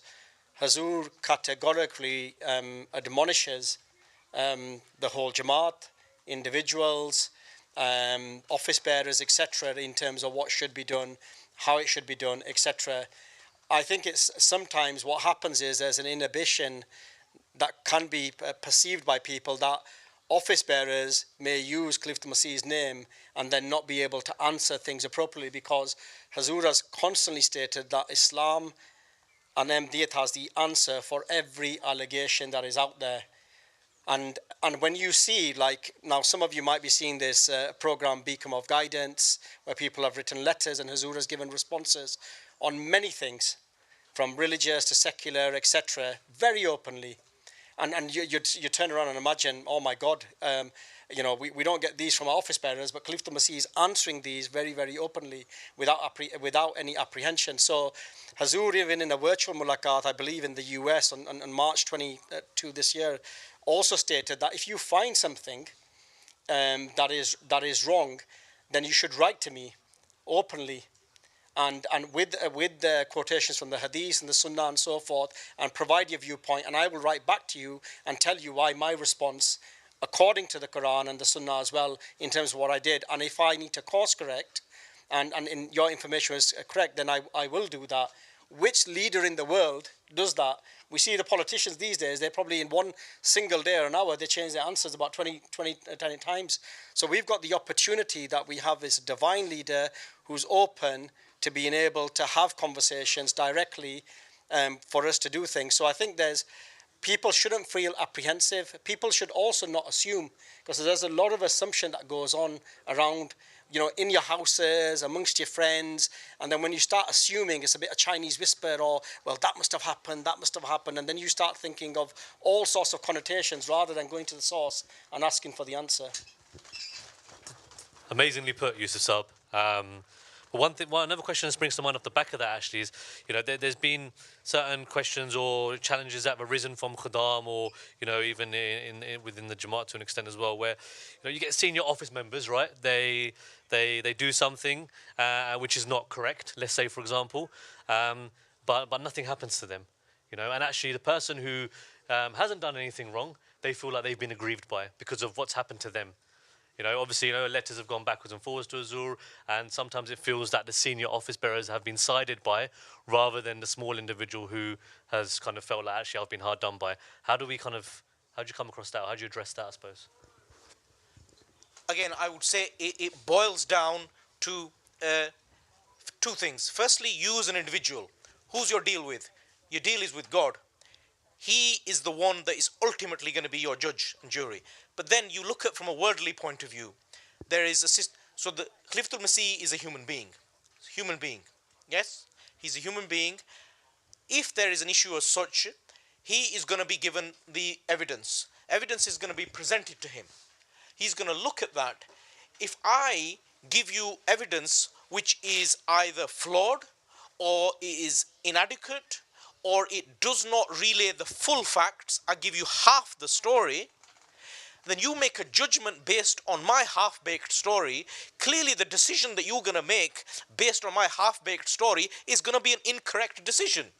And it goes back down to the question of, or can Khalifatul Masih make an incorrect decision? Of course he can make an incorrect decision if you're going to give him duff information to make the decision on. But that then boils down to that there is a God at the end of the day. Your deal is with God. If there is a God, and we believe there is, he is going to fix that error. He's not going to let the Jamaat fall foul of that error. Just one small thing to add. I totally agree with that. For me, the other aspect that I always think about when I see these things, we've all made mistakes. We've all been office bearers for many years now. Anyone here who's been an office bearer can't stand up and say they've not made a mistake at some point. At the end of the day, all of these things that happen to us, if we really believe in God, if we are true Ahmadi Muslims, what is our aim of whatever we are doing in this life? Is to achieve something in the hereafter. So that's the other thing that I think about when, you know, you always have disagreements with people, or you feel aggrieved by another party, whether it be an office bearer or not. But what is your ultimate aim if you believe in God? That's the hereafter. And that's where the justice will actually come. You won't always get justice in this life. I don't think anyone can promise that. And that's, I think, one way that for me personally, think about these things. I'll just add on to that, because I think very practically, again, I would advise people to watch This Week with Hazur as well, or some of the virtual mulaqats. And Hazur in a Lajna member actually asked this question as well, that, you know, if you want to complain about an office bearer or some injustice has happened or injustices are happening, what is the process of doing that? Hazur gave a very loving answer in a very loving way, and was very jovial. You know, I think if we ask any office bearer, they'd probably turn around and, you know, probably scold the individual and so forth. But Hazur, as I said, a spiritual father, he explained to her, he said, look, you can complain, that won't be a problem, but also whilst you're complaining, just remember that the individual you're complaining about and their friends may get together and write to me and start saying all sorts of other things to defend themselves. And then when you're writing the information to me, that decision could go against you, because it's how you individuals are articulating themselves. And back to Dr. R's point, that ultimately, you know, injustice could happen, but that isn't down to the mistake of the individual that is meting out that decision. And Hazur mentioned that, you know, first of all, you should pray for 40 days. And he mentioned that the promised Messiah ﷺ has stated this as well. And you should also tell that individual that I'm going to be writing to Khalifa al-Masih whilst you're doing that, praying for 40 days, because within those 40 days, you might have also thought of other things in terms of whether this is the right thing, wrong thing to do, and whether Allah has reformed those people, because actually the end reformation is through God. But if you have written, and then that justice goes against you, because people could put things together, he stated, and he gave an example of the Holy Prophet ﷺ, that people would come to him and articulate themselves in such a way that if a wrong decision was given, that the fire of hell would be in the belly of that individual that's created that wrong decision to be given, and they will be culpable at the day of resurrection.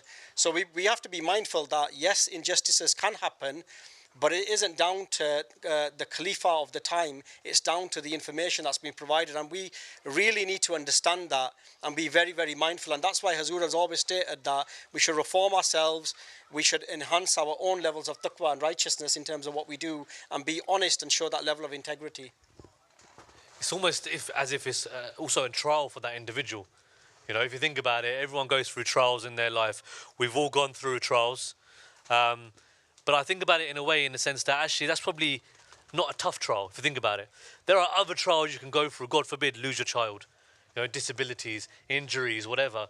To have a trial where actually, you're basically wrongly accused, and you've got to stay close and stay faith and stay firm to Khilafat and God based on what's going on. It is a tough trial, but is it compared to other stuff? So I think it also is their own individual trials as well. Dr. Saab, I know you want to... And back on this issue of trials, which I call a washing machine. You love a trial, don't you? Is if you are sincerely discussing with your Maker, and God is different to you than He is to me, than He is to you. We each have our own personal relationship with Him. And if you are speaking to Him, you are communicating with Him, there is no way on earth that ultimately that will be resolved. Ultimately that will be resolved. There was a senior member of the Jamaat that during the time of the Arab Spring had written something about that period, and it was, Azur did not look upon it very favorably. That individual did not defend themselves, he cried and prayed to God. At that time, the reprimand that he got was all the programs that he had to do were all cancelled at a very senior level of the Jamaat. A time came when everything was absolved. He did not have to respond himself. So how did that happen? He did not go into a court of law. He did not go write letters upon letters upon letters to Khalifa al-Masih. The letters that he wrote, the tears that he shed, were with his Maker, because the contract he has is with God Almighty, and it's Him that is actually going to absolve you from your issue. Why go for second best when you can go scream to the best? Why go to a magistrate's court when you can go to the Supreme Court? So when you go to that Supreme Court, ultimately, there is no way that ultimately that will not be absolved. And this is why it is a trial. Some of us ride the wave very well. We'll cry, whether it's months, years. For some people, it's been decades. Ultimately, the answer is there. Others, sadly, will fall foul. But the reason for not falling foul is trusting in a Maker. So it ultimately just means, do you believe in God is the ultimate question. Not whether you believe Khalifa al-Masih is a fair arbiter of your issue. Dr. Saab was nervous originally when he asked to be on the panel, but that's the reason why we chose him to be on the panel. But look, there's going to be some Khadam out there who are saying, look, ex-Naib Sadr, Naib Sadr, of course you're going to say all this, right? You're trained to say all this. You've gone through the system. How can we show or explain in our own kind of individual experiences how we've all built our own relationship with Khilafat? Because we've all developed it at different times. Dr. Aziz Saab was very instrumental in helping me to actually be where I am today. My history, past was a bit checkered or whatnot. So the reality is actually we're not just all perfect, but I think it'd be interesting for the Khadam to see how each of us have developed our own relationships, and then maybe they can relate to that as well. So we'll start off with Dr. Saab. You've asked a very long question. You've only got a few minutes left. Yeah. It's difficult to say how exactly it sort of happens. I think it comes, for me personally, I would say it came from my mother. When growing up, whenever there were issues, we used to go to Huzur. I'm Waqfino as well, so whenever I had to make a big life decision, we used to go to Huzur.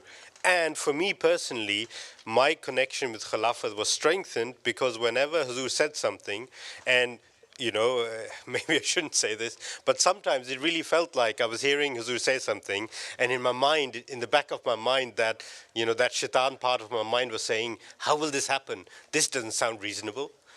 And then in a few years' time, in a few months' time, in a few weeks' time, exactly what Huzur said happened.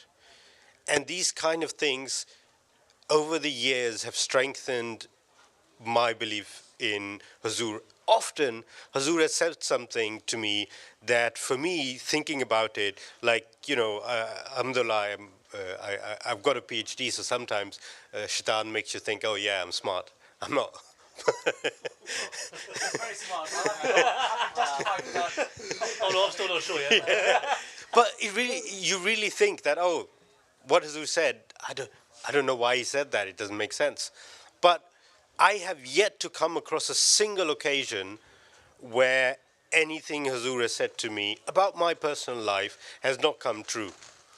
I've seen many other examples. There is mashallah, a really good MD scientist, Dr. Sohail in the US. He's a professor at one of the Ivy Leagues in the US. He gets grants in the multi-million dollars every year. Really, mashallah, very, very successful. He spoke here at our international research conference a few years ago. And one thing that he said was that he did Ba'ath himself. So during his PhD, he did Ba'ath. And one thing he said at that conference was, look, I write to Huzur whenever I have an idea. His ideas come from the Holy Quran for his research. He says that whenever I have an idea that I think this verse needs to be interpreted in that way, I write to Huzur that, Huzur, I think this should work this way, and I want to apply for funding on this. And he said that whenever Huzur tells me, no, this is wrong, I stop. And whenever Huzur encourages me, I apply for that funding. And if you are in research, you know how difficult it is to get funding. And he said that whenever Huzur has encouraged him, he's always received funding for that project. And funding often is, you apply for 100 funding opportunities and you get one. And these kind of small things, as I said earlier as well, it's all these small things, drip, drip, that made me realize the divine inspiration of Khilafat. Powerful, man. Wow. Put your PhD in there as well. Dr. Aziza, what about you? How's your relationship kind of developed? We've only got a few minutes. I can see the guys kind of saying that, but I'm keen to hear this. It's hard to say. I mean, it's throughout all that time, during your student days, Hazrat Khalifatul Masih Rabi, his question answers, how he would give you the freedom to ask and ask and ask, and at times your naivety would ask sometimes some really stupid questions, and sometimes MTA, I don't know why they can't seem to find something new. They keep playing this picture of me in some red shirt asking the most stupidest question ever, and I was told 3 times that gave the answer and should have got the message that, right, okay, it's time to sit down. I said, and I think at the end he said something, because I think you're also a romantic, so you better sit down. But it was that love and affection, and then as time goes on, the practical aspects of your life where you haven't understood it, and being honest, it doesn't make sense. It makes no scientific, logical sense. But then suddenly, it's like, oh, the penny drops, and your life has changed. So I won't go into too many specifics. Yeah, I was just going to say something similar to Dr. Saab. I think, you know, everybody's journey with Khilafat and Allah the Almighty is very different. And, you know, from Khalifa Masih Rabi's time, I think, when I got my first letter that came back and it was signed by Hazur, when I was a tifl, I was just overjoyed in terms of being able to see that, and I think my parents inculcated in all of us as children to have that relationship, and he used to take us to Ishtamas, and when the Majlis Irfan used to happen, and you slowly start building that bond, but you don't really realize it at that time. And then as I grew older and in sort of college and university and so forth, and that attachment sort of grew much more fonder and stronger, and then you had the realization of what that blessing of Khilafat is, but what that individual means to you. Now I think, like Anas stated, from personal things that Hazur has advised on, to marital life decisions, etc., to help and support through marital difficulties, to children, and other types of things in working in the Jamaat, and how to serve and work. I think all these type of things have sort of helped not only cultivate in terms of what you're doing in Jamaat, but also from a worldly perspective, look at it in terms of jobs and progress in terms of how that's happened. And people might think it's cliche that, why go to Hazur? You can make your own sort of judgment. But I think if you realize the blessing of Khilafat and the things that Hazur draws your attention to that you haven't thought of, so many doors open up. And I think that's how my sort of relationship has sort of developed and grown. And you try and develop and inculcate that love for the Khalifa, and you hope that's reciprocated back in terms of that Khalifa loving you as well and remembering you and so forth. So yeah. Oh, I've never seen this side to you before, man. Powerful, man. But no, I think amazing stories by all three panelists. I think just to kind of finish on, I suppose, my relationship, how's that developed? I've always had a relationship with Khilafat, right? My mum instilled it in me. But actually, for me, mine really firmed up during Hazur's European tour, right? And it's weird to say because I was 30-something, serving in National Amla.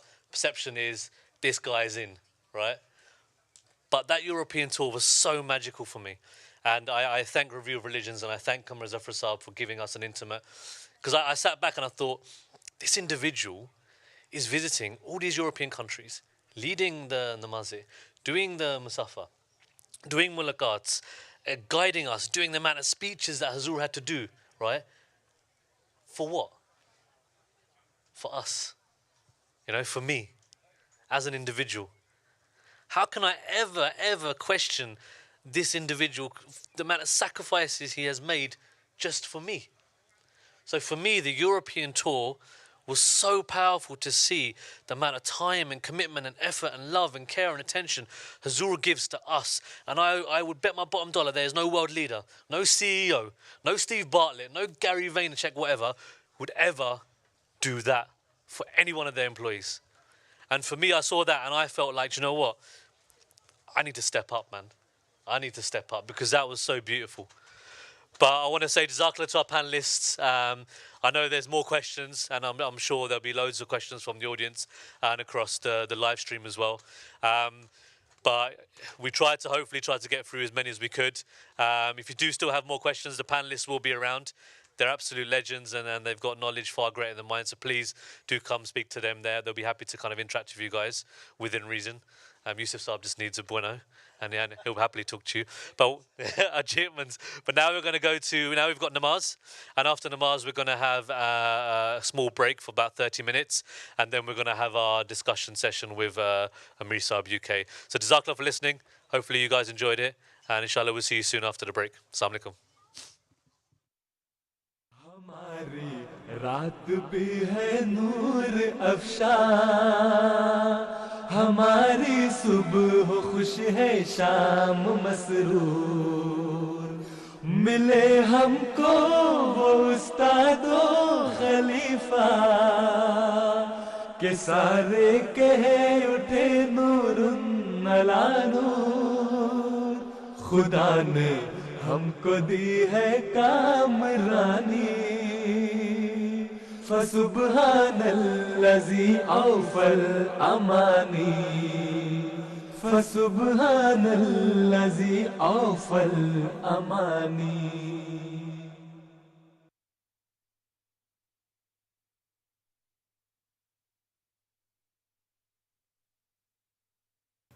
I think the reason why as an Ahmadi Muslim, I follow Khilafat is because it's divinely guided. And I think that's the central thing. First comes the belief in God, and then the belief that He is divinely guiding His representative on earth, and Huzur gives you guidance based on prayers, based on his connection with Allah Ta'ala. And I think that's the most central message for me that, and I'm repeating myself, but I think this is so important that Huzur gets guidance directly from Allah Ta'ala, and that is why we all, as Ahmadi Muslims, follow. So yeah, when I reflect on my experience of Khilafat, I think, as I was growing up in the time of Hazrat Khalifa Masih Rabi, I really understood in terms of what Khilafat meant at the age of, as I was in college and going into university and having that attachment. And I think more so when Khalifa Masih Rabi passed and then the elections took place for the 5th Khalifa, and then knowing Hazrat Mirza Masroor Ahmad and from the early engagement, from mulaqats, and serving in the Jamaat and the advice and admonitions that Hazur gave, that really grew my sort of love and affection for Khilafat and the leadership that was given by Hazur and the direction in terms of what we needed to follow. I think that infused that love and that attachment much more greatly inside me in terms of understanding the position of the Khalifa, what it stands for and what we need to do. And I think, without that guidance and that beacon of light and that knowledge that is provided by that singular point and a person that's guided by Allah the Almighty, I think that is very, very different to any other type of leadership. And I think that is the greatest thing for me. And there's a lot of things in my life where I've been able to get personal guidance, family guidance, spiritual guidance and Jamaati guidance from Hazur, which has sort of helped in my life.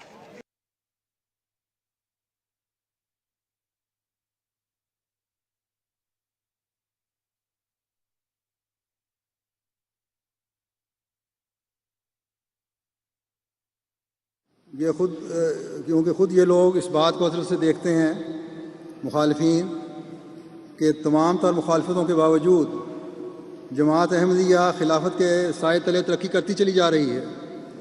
अल्लाह ताला के इस ऐलान की वारिस बनती चली जा रही है कि मैं मोमिनीन में खिलाफत कायम करूँगा। अल्लाह ताला जमात को तमकनत अता करता चला जा रहा है। हर रोज़ उसकी जड़ें मजबूत से मजबूत तर होती चली जा रही हैं। उनके हर खौफ को अल्लाह ताला के फजल से, यानी मोमिनीन के हर खौफ को अल्लाह ताला के फजल से अल्लाह ताला खिलाफत की ढाल की वजह से अपने तहफ़्फ़ुज़ में रखे हुए हैं। बावजूद दुश्मनों की तमाम तर कोशिशों के हज़रत मसीह मौऊद अलैहिस्सलाम का पैगाम दुनिया के कोने कोने में इस हब्लुल्लाह को पकड़ने की वजह से अहमदी पहुंचा रहा है और भूली भटकी इंसानियत को हज़रत सल्लल्लाहु अलैहि वसल्लम के झंडे तले ला रहा है ताकि वो अपने पैदा करने वाले खुदा को पहचाने।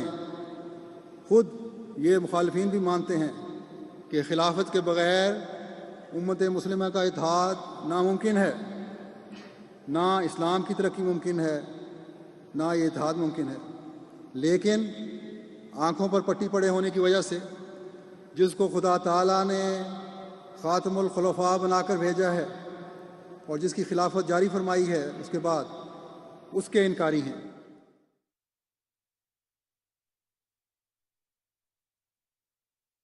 खिलाफत के बिना अपना नहीं कुछ भी गुजारा है। Auzu billahi minash shaitanir rajeem. Bismillahir Rahmanir Rahim. Khilafat means that rope of Allah, whereby the believers are able to achieve nearness to God Almighty. They are able to follow the commandments of God Almighty. They are able to adhere to the practice and the sayings of the Holy Prophet, peace and blessings of Allah be upon him. And we are truly lucky that living in the 21st century, where there is so much materialism, where a person's attention can be divided, we have been given that rope of Allah. So it is our responsibility and it is our great fortune that we have this. It is our responsibility that we should try to attach ourselves to this rope of Allah, hold it fast, and then surely we will be able to gain the pleasure of God Almighty and gain His nearness. One very fond and cherished memory that I have of Khilafat Ahmadiyya was during the time of Hazrat Khalifa Masih IV, Rahimullah Ta'ala, that he paid a visit to my grandmother's home, and all of us were also present there. And being a young child, I remember that I kept on running in and out of the room where Hazur was seated. And there was a moment where I ran into the room and I went close to Hazur, and Hazur took me by the hand and sat me down beside himself. And Hazur said that in Urdu, he said, Ab ye mera hai. In other words, that now he is mine. So I truly believe that for me to become a missionary and go and complete Jamia Ahmadiyya was actually a fulfillment of those words of Hazrat Khalifa Masih Rabi Rahmullah Ta'ala. And of course, it was the grace and mercy of God Almighty as well. हमारी रात भी है नूर अफशा, हमारी सुबह खुश है शाम मसरूर, मिले हमको वो उस्तादो खलीफा के सारे कहे उठे नूरुन अला नूर, खुदा ने हमको दी है कामरानी, फसुब्हानल्लज़ी औफल अमानी, फसुब्हानल्लज़ी औफल अमानी.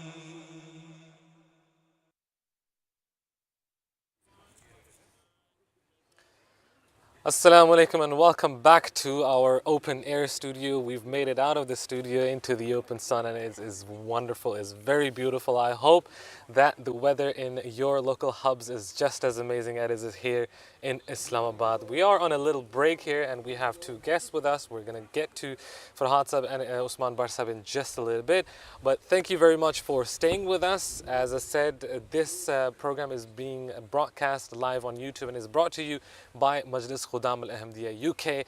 In the first half of the program, we spoke to Sadr Sahib, who explained the reason behind this program, what the idea behind it was, how Hazuri Anwar Eidul Attar ibn Aziz gave this guidance to Majlis Khudam al-Ahmadiyya and how this whole program came together. And as I said, we are live on YouTube, so you can send us your comments, send us your questions, send us your pictures as well if you are gathered in the masjid or if you're watching it at home, and inshallah we'll include this in the stream.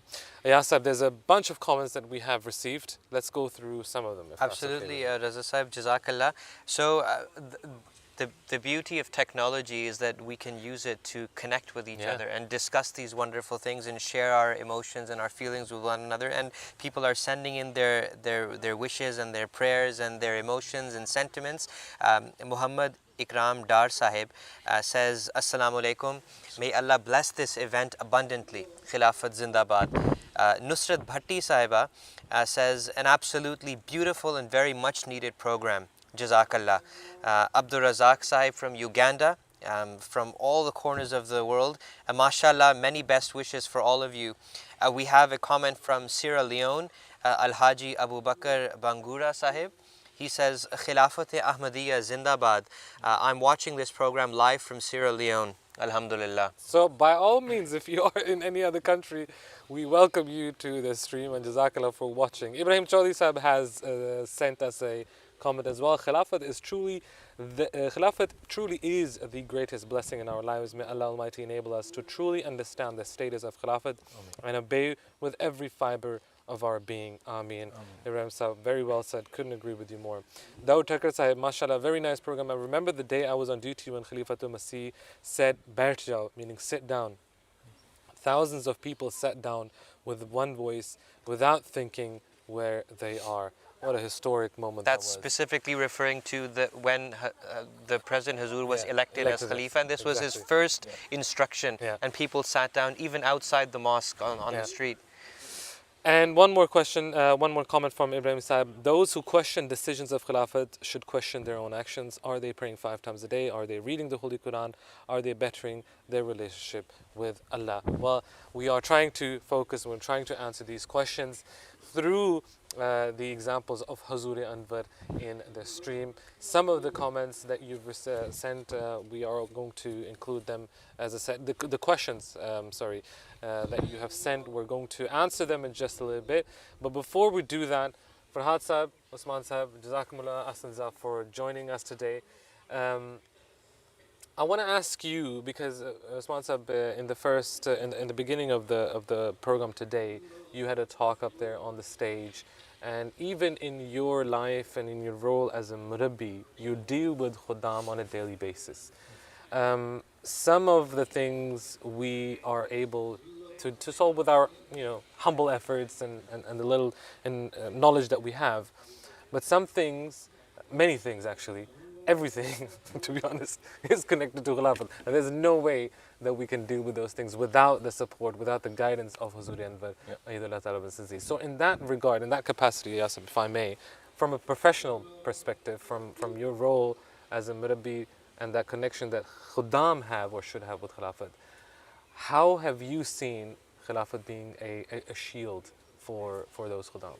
No, you're absolutely right. I think at the hearts, or at the core of all of our program functions and progress is Khilafat. And I'll give you one example of a Khadim in 2016 who he was a bit distant from the Jamaat, and he had his kind of reservations with regards to certain things and certain methods that the Jamaat took.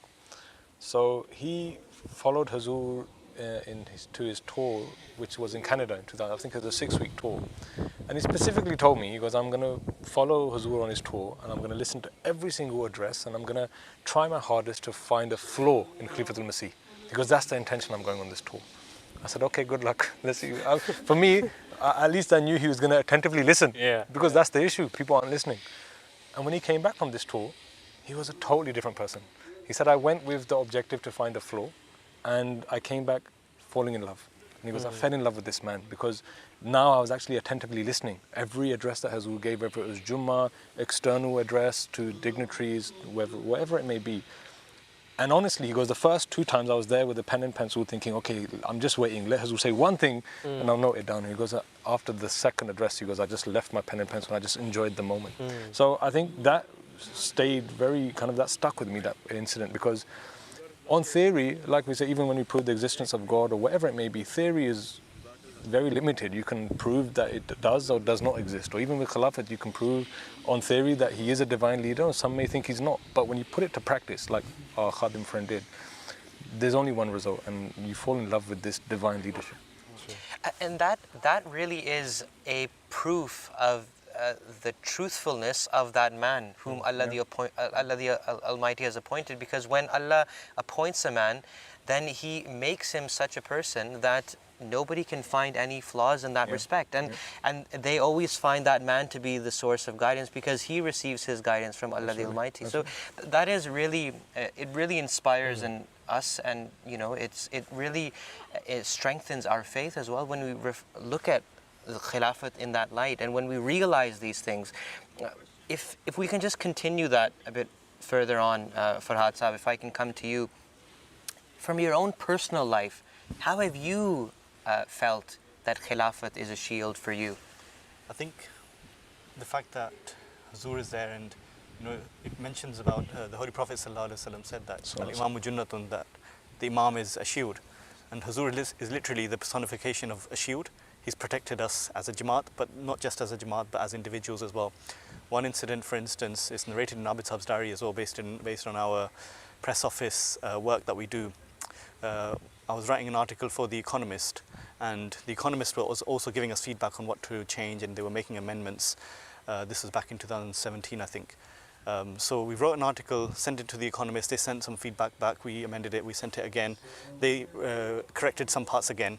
Obviously, they get our advice. But one of the things that they corrected, we didn't notice was actually a mistake. So when we submitted the final version to Hazur, this is just literally a week before Jalsa. So like all of the international guests are there. Hazur's got mulaqats literally from the morning till the evening, and Hazur's if Hazur's busy on normal days, and during Jalsa it's like another whole new level. But we didn't find any, there was two people at least who checked the article before sending it, and Hazur actually checked it and pointed out that mistake in bold, saying that this has been written wrong, and that mistake was such that it was actually misrepresenting the Jamaat's perspective. It wasn't just a normal mistake. So Hazur's not just a shield for us as a Jamaat, but even as individuals, but the fact that Hazur picked out something which was going to be potentially damaging for the Jamaat, like Hazur, even in such a busy schedule, picked that out. And for me, like at that point, I remember discussing it as well with Abid Saab as well, that it's just amazing how like we missed it completely. And at the most busiest of Hazur's time, Hazur picked it out. And it was just an example of how Hazur really is that shield, and Khilafat is that shield. That's amazing that you say that. I remember I once took a book to Hazur which was ready for publication in English translation, and usually Hazur will say, okay, fine, if it's done and you've checked it and it's gone through the process, send it for printing.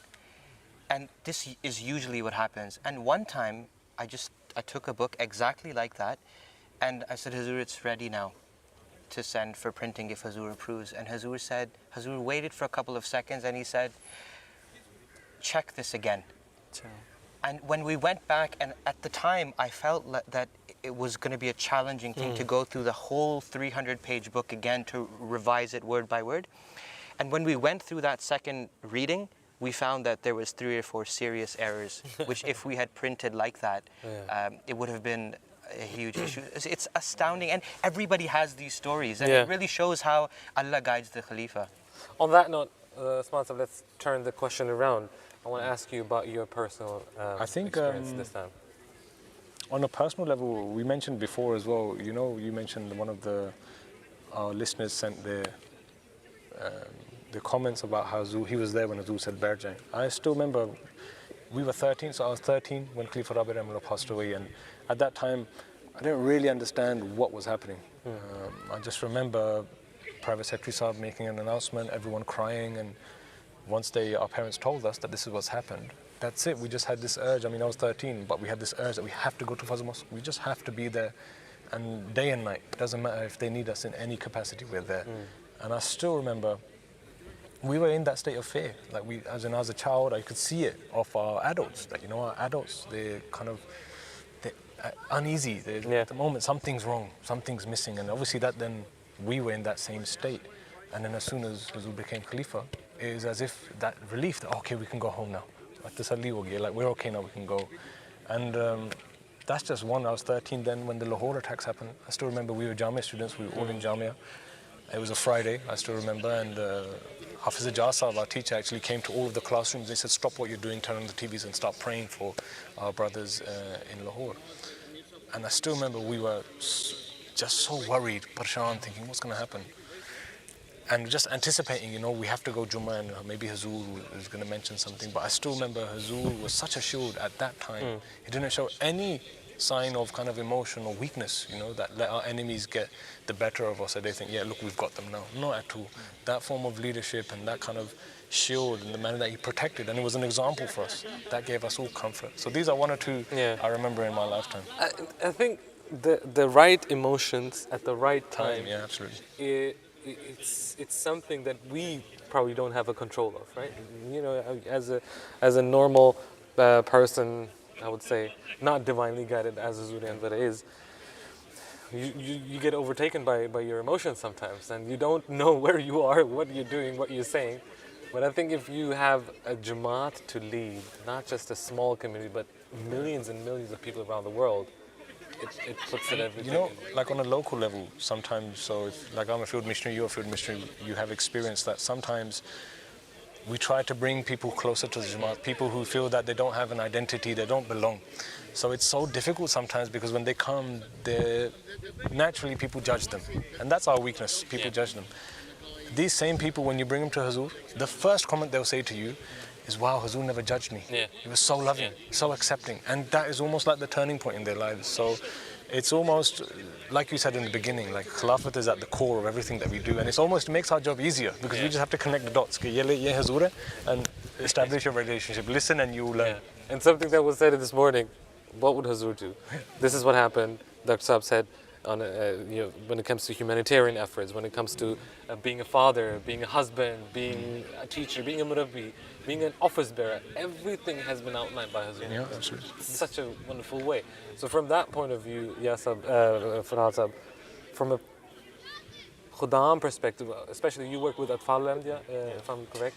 That's right, yeah. And I think what Usman Sahib was earlier mentioning about the Lahore attacks, as Khudam, you know, if anyone's got passion, it's like the Khudam, that's the age where you're super passionate about everything. And you have the zeal, you have start to develop a bit of knowledge.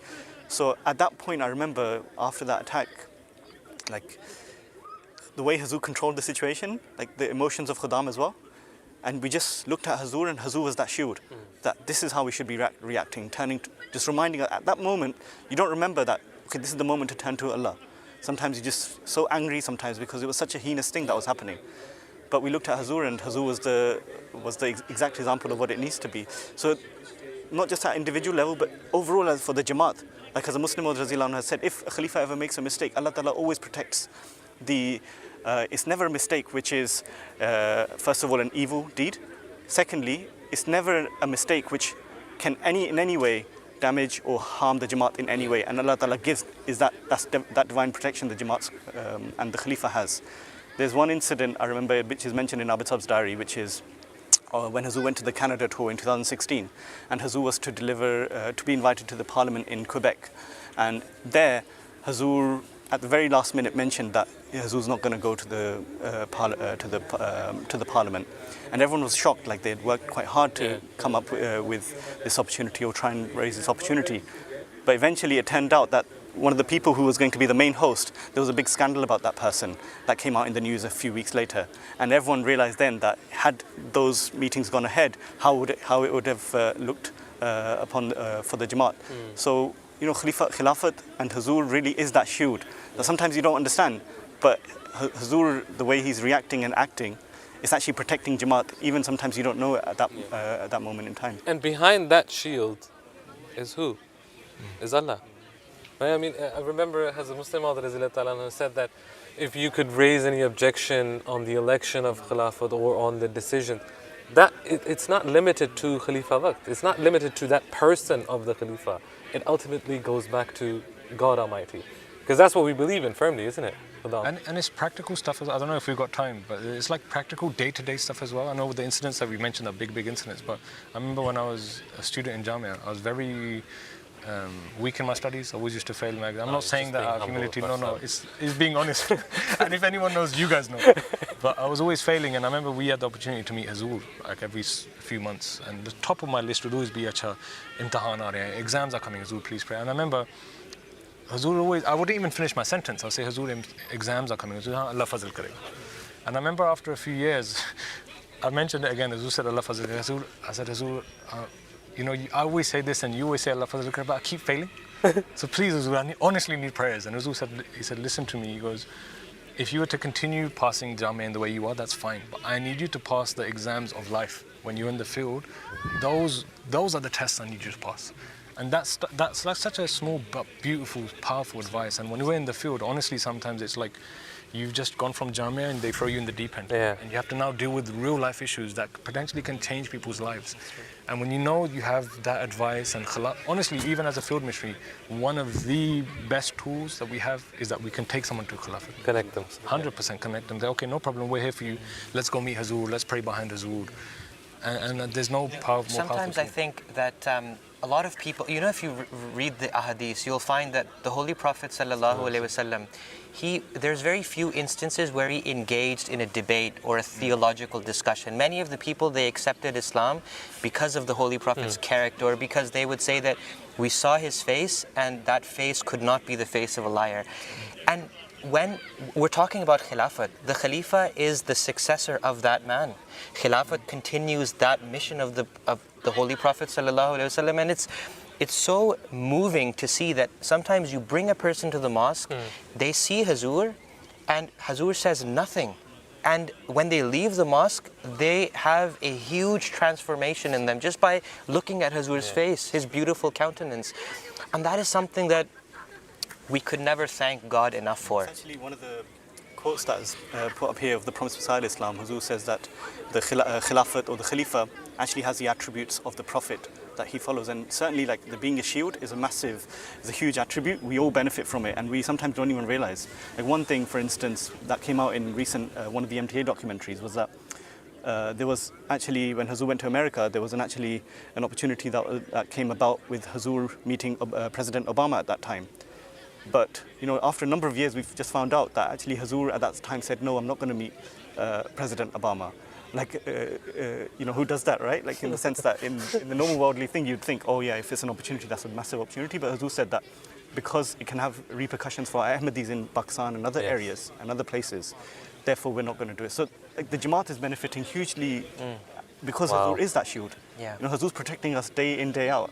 When we talk about this concept of a shield, one question which often comes up is this concept of ma'ruf.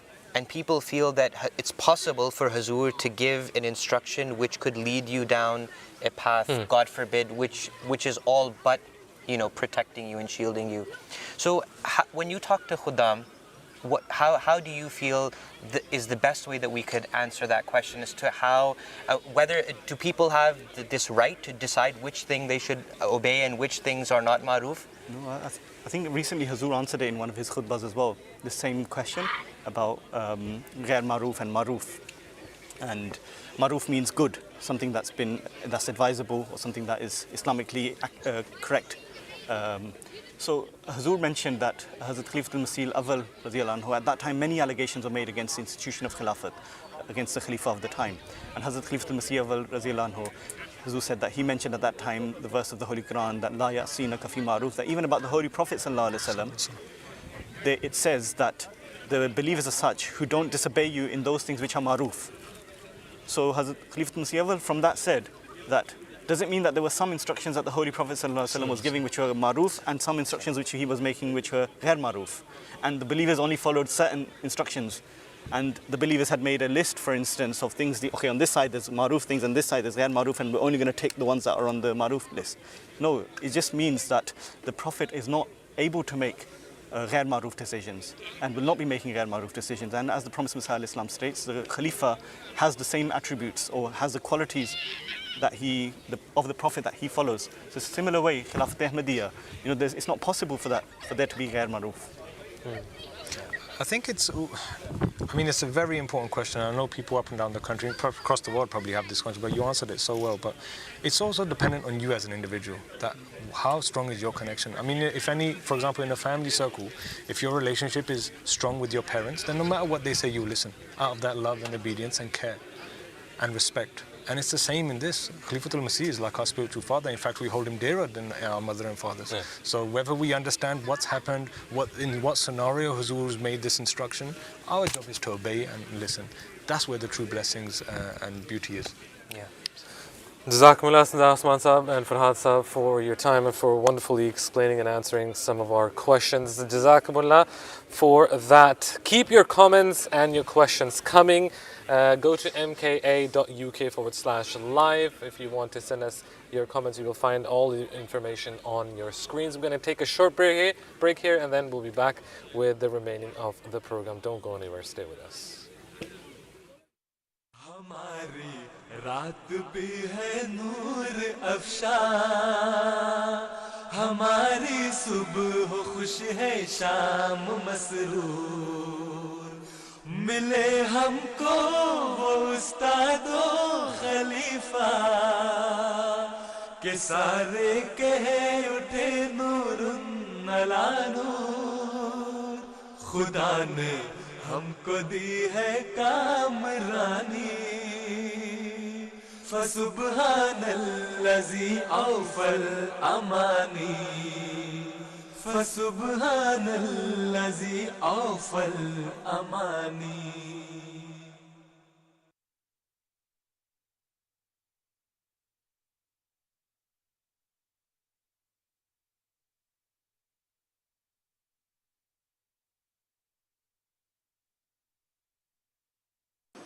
ए दुश्मनाने अहमदियत, मैं तुम्हें दो टोक अल्फाज में कहता हूँ कि अगर तुम खिलाफत के क़याम में नेक नियत हो तो आओ और मसीह मोहम्मदी की ग़ुलामी कबूल करते हुए उसकी खिलाफत के जारी और दायमी निज़ाम का हिस्सा बन जाओ, वरना तुम कोशिशें करते करते मर जाओगे और खिलाफत कायम नहीं कर सकोगे. तुम्हारी नस्लें भी अगर तुम्हारी डिगर पर चलती रहीं तो वो भी किसी खिलाफत को कायम नहीं कर सकेंगी। क़यामत तक तुम्हारी नस्ल दर नस्ल ये कोशिश जारी रखे तब भी कामयाब नहीं हो सकेगी। खुदा का खौफ करो और खुदा से टक्कर न लो और अपनी नस्लों की बका के सामान करने की कोशिश करो।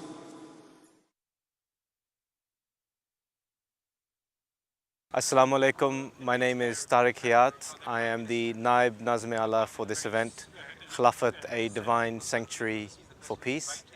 And one of the responsibilities that I have for this event is working with the Ashat department on the marketing and promotion of this event, as well as the live stream that will be happening, inshallah, throughout the day.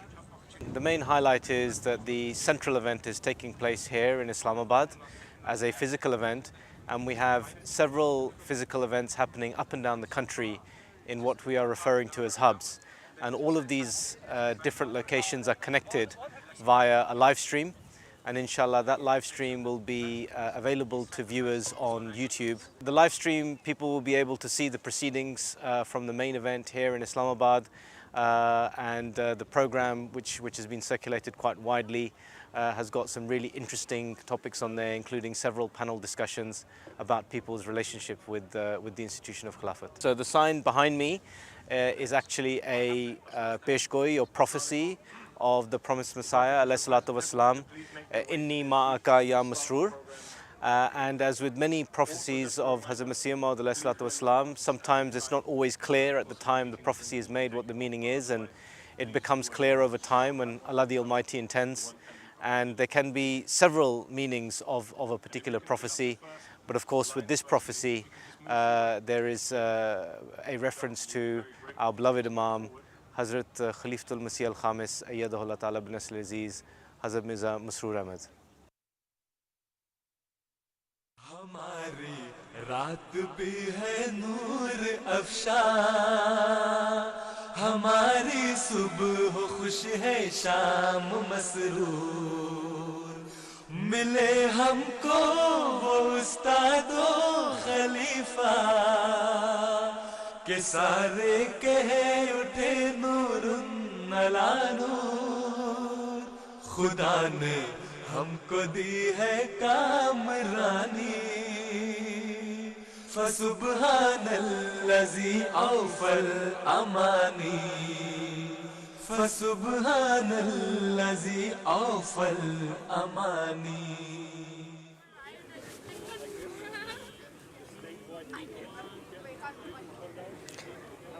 Assalamu alaikum wa rahmatullahi wa barakatuh. Welcome back to our outdoor open air studio. I love saying that again and again because it's such a wonderful atmosphere here in Islamabad on this beautiful field. Reminds you of the old days, isn't it? It does, absolutely. In a typical setting which you would call the British countryside.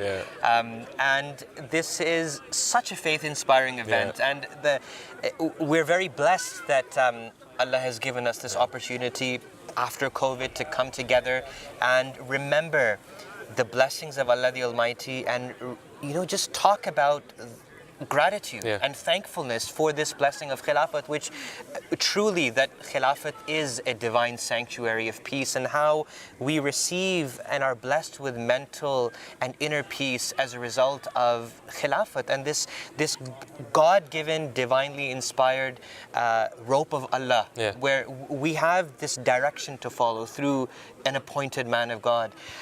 So thank you very much for joining us and for staying with us.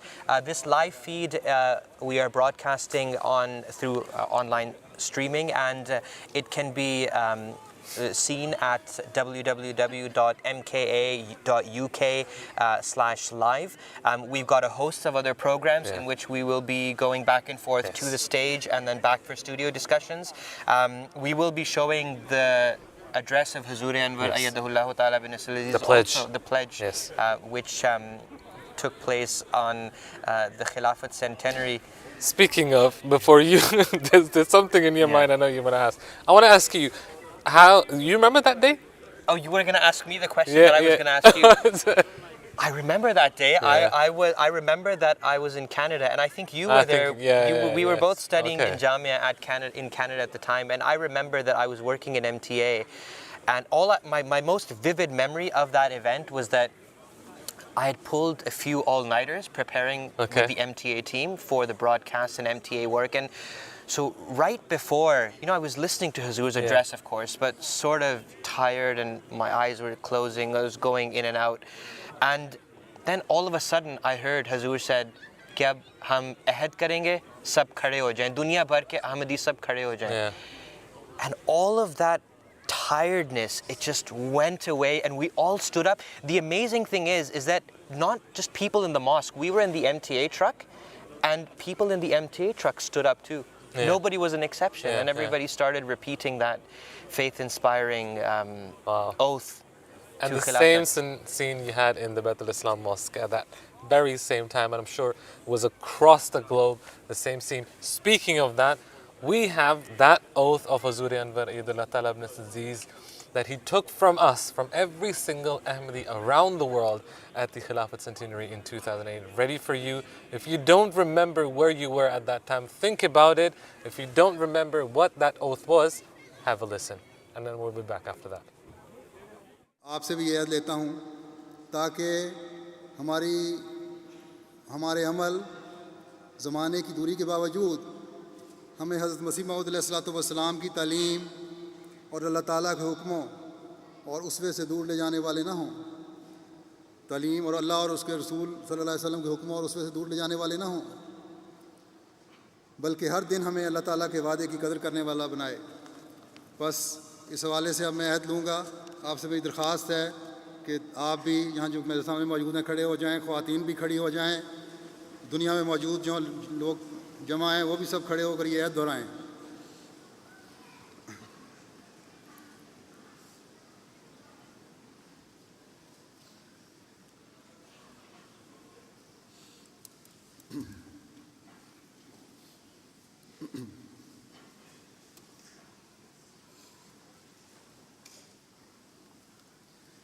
अशहदु Allah इलाहा इल्लल्लाहु वहदहु ला शरीक लहु व अशहदु अन्ना Muhammadan अब्दुहु व रसूलुहु. आज खिलाफत अहमदिया के 100 साल पूरे होने पर हम अल्लाह ताला की कसम खाकर इस बात का अहद करते हैं कि हम इस्लाम और अहमदियत की इशाअत और मोहम्मद रसूलुल्लाह सल्लल्लाहु अलैहि वसल्लम का नाम दुनिया के किनारों तक पहुंचाने के लिए अपनी ज़िंदगियों के आखिरी लम्हात तक कोशिश करते चले जाएंगे और इस मुक़द्दस फ़रीज़े की तकमील के लिए हमेशा अपनी ज़िंदगियाँ खुदा और उसके रसूल सल्लल्लाहु अलैहि वसल्लम के लिए वक्फ रखेंगे और हर बड़ी से बड़ी कुर्बानी पेश करके क़यामत तक इस्लाम के झंडे को दुनिया के हर मुल्क में ऊंचा रखेंगे. हम इस बात का भी इकरार करते हैं कि हम निज़ाम खिलाफत की हिफाजत और उसके इस्तेहकाम के लिए आखिरी दम तक जिद्दोजहद करते रहेंगे और अपनी औलाद दर औलाद को हमेशा खिलाफत से वाबस्ता रहने और उसकी बरक़ात से मुस्तफ़ीज़ होने की तलकीन करते रहेंगे. ताकि क़यामत तक खिलाफत अहमदिया महफूज चली जाए और क़यामत तक सिलसिला अहमदिया के ज़रिए इस्लाम की इशाअत होती रहे और मोहम्मद रसूलुल्लाह सल्लल्लाहु अलैहि वसल्लम का झंडा दुनिया के तमाम झंडों से ऊंचा लहराने लगे। ए खुदा, तू हमें इस अहद को पूरा करने की तौफीक अता फरमा। अल्लाहुम्मा आमीन, अल्लाहुम्मा आमीन, अल्लाहुम्मा आमीन। तशरीफ रखें।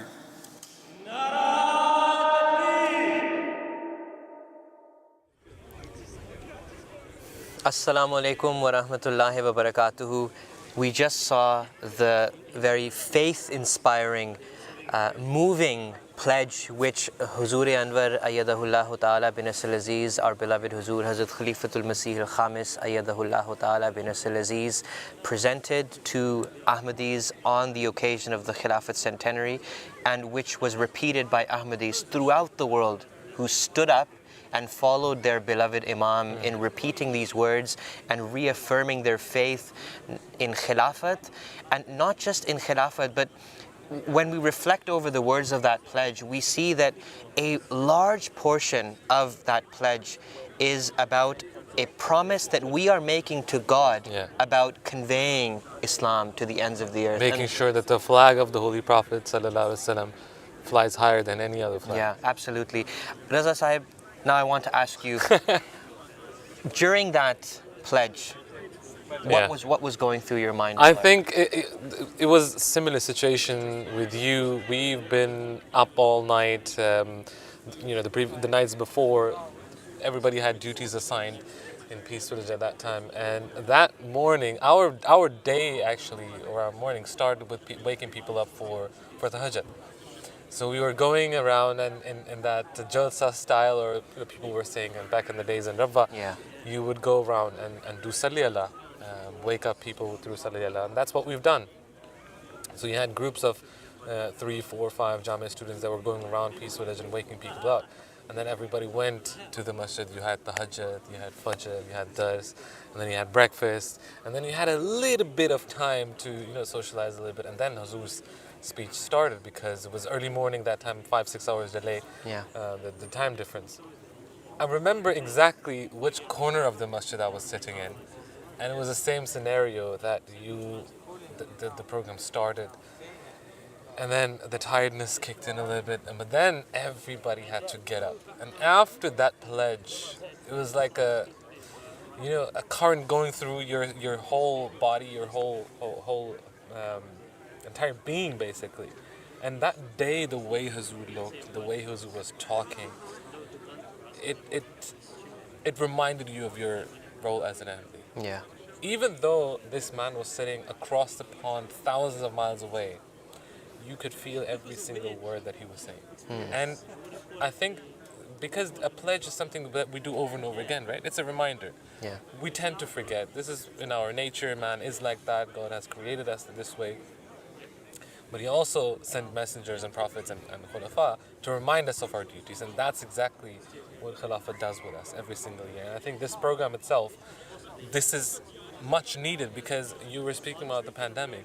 There's so many Ahmadis that I know personally as well that went through the pandemic with the help of Khilafat. Yeah. Had it not been for Hazur Anwar, mentally speaking, I don't know where some of our members and the Khuddam and even other members of the community, how they would have coped.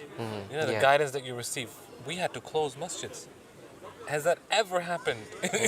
in I don't remember in my 30-odd years. I don't remember ever that a mosque was closed for some reason or another for more than a couple of hours or for more than one namaz. 3 months is a long time. Yeah. And how do you bridge that gap?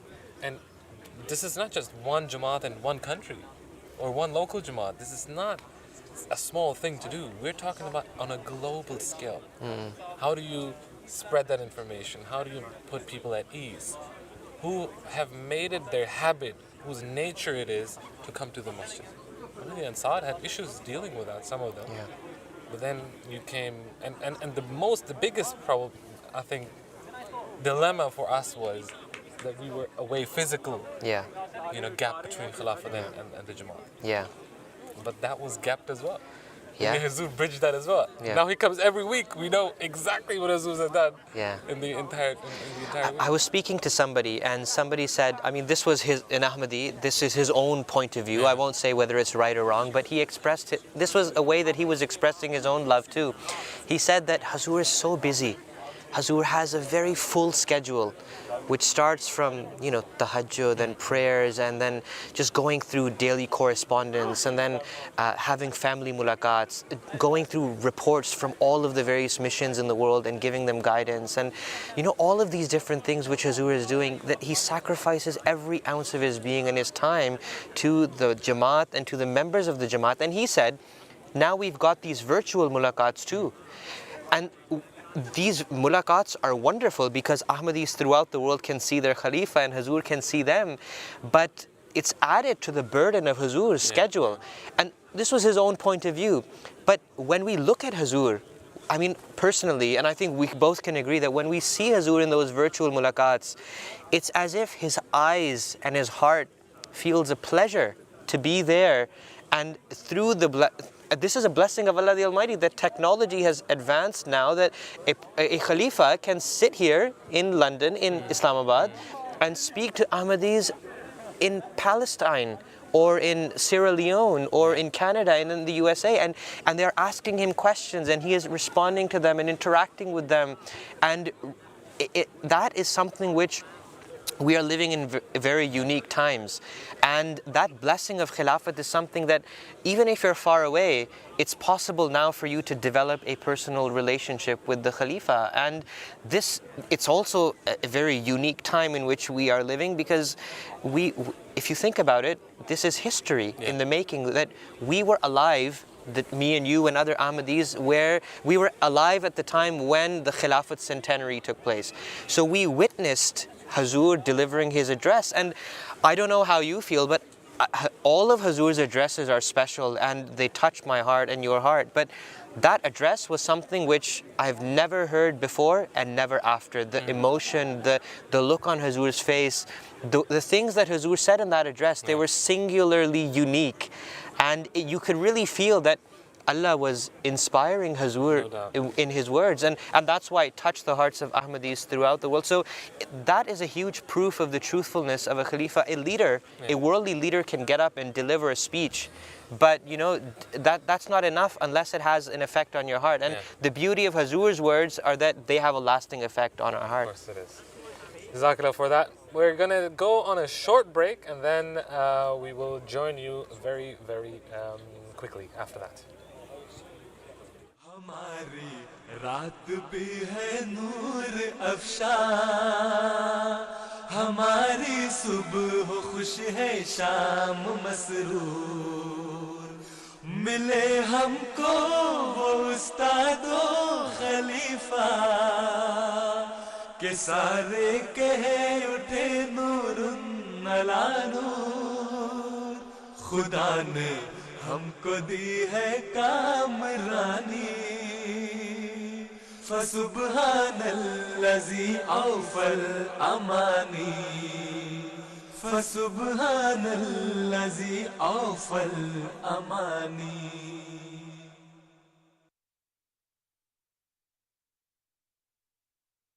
खिलाफत के बिना अपना नहीं कुछ भी. Assalamu alaikum. To me, Khilafat is the guide in life that I feel if you don't have, then you've completely lost your way. Khilafat is the rope that you need to hold on to stay on the right path, to have the right guidance, to gain blessings, to gain nearness to Allah. I think ultimately our purpose in life is to gain Allah's love.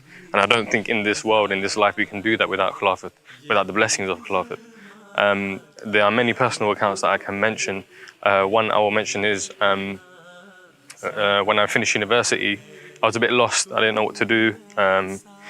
I didn't know what career path to go down, and after mulaqat with Hazur, where Hazur mentioned that everything will be fine, it was literally 2 or 3 days after where I had 2 offers that had come through for work. So alhamdulillah, I don't think that could have happened without the blessings and prayers of Khilafat and without the prayers of beloved Hazur. But for me, Hazur is, and Khilafat especially, is something that I would hold on to for dear life, basically. It's not something that I ever want to let go of, and I hope and pray that I can continue to gain nearness to beloved Hazur and to Khilafat. Originally, I'm from Belgium, and before coming to Jamia, I've seen Huzur on TV, I've seen Huzur on Jalsa Salanas, either be UK or Germany, but I never had a personal connection with Khilafat before coming to Jamia. After being here in the UK, I've met Huzur 2 to 3 times in a personal mulaqat. In the room there were only Huzur, Eidul Talab bin Nasrul Aziz, and me. And I've been writing letters to Huzur on a weekly level. And I've also got the opportunity to do the blessed duty in Markaz, Islamabad, also on a weekly level. After doing all these blessed things, I've realized one thing, that the system of Khilafat is totally different from any worldly system. In this day and age, everyone's looking for happiness. Somebody's going for yoga, somebody's going to the fitness, to the gym. People are going to do much stuff to find happiness, but they can't find it because they don't have a divine leadership who's guiding them. But we got Khilafat who's guiding us, who's praying for us, who's showing love for us.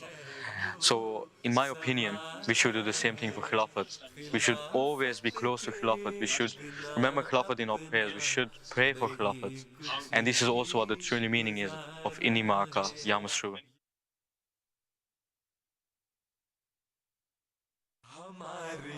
रात भी है नूर अफशा हमारी सुबह खुश है शाम मसरूर मिले हमको वो उस्तादो खलीफा के सारे कहे उठे नूरुन अला नूर खुदा ने हमको दी है कामरानी फसुब्हानल्लज़ी औफल अमानी फसुब्हानल्लज़ी औफल अमानी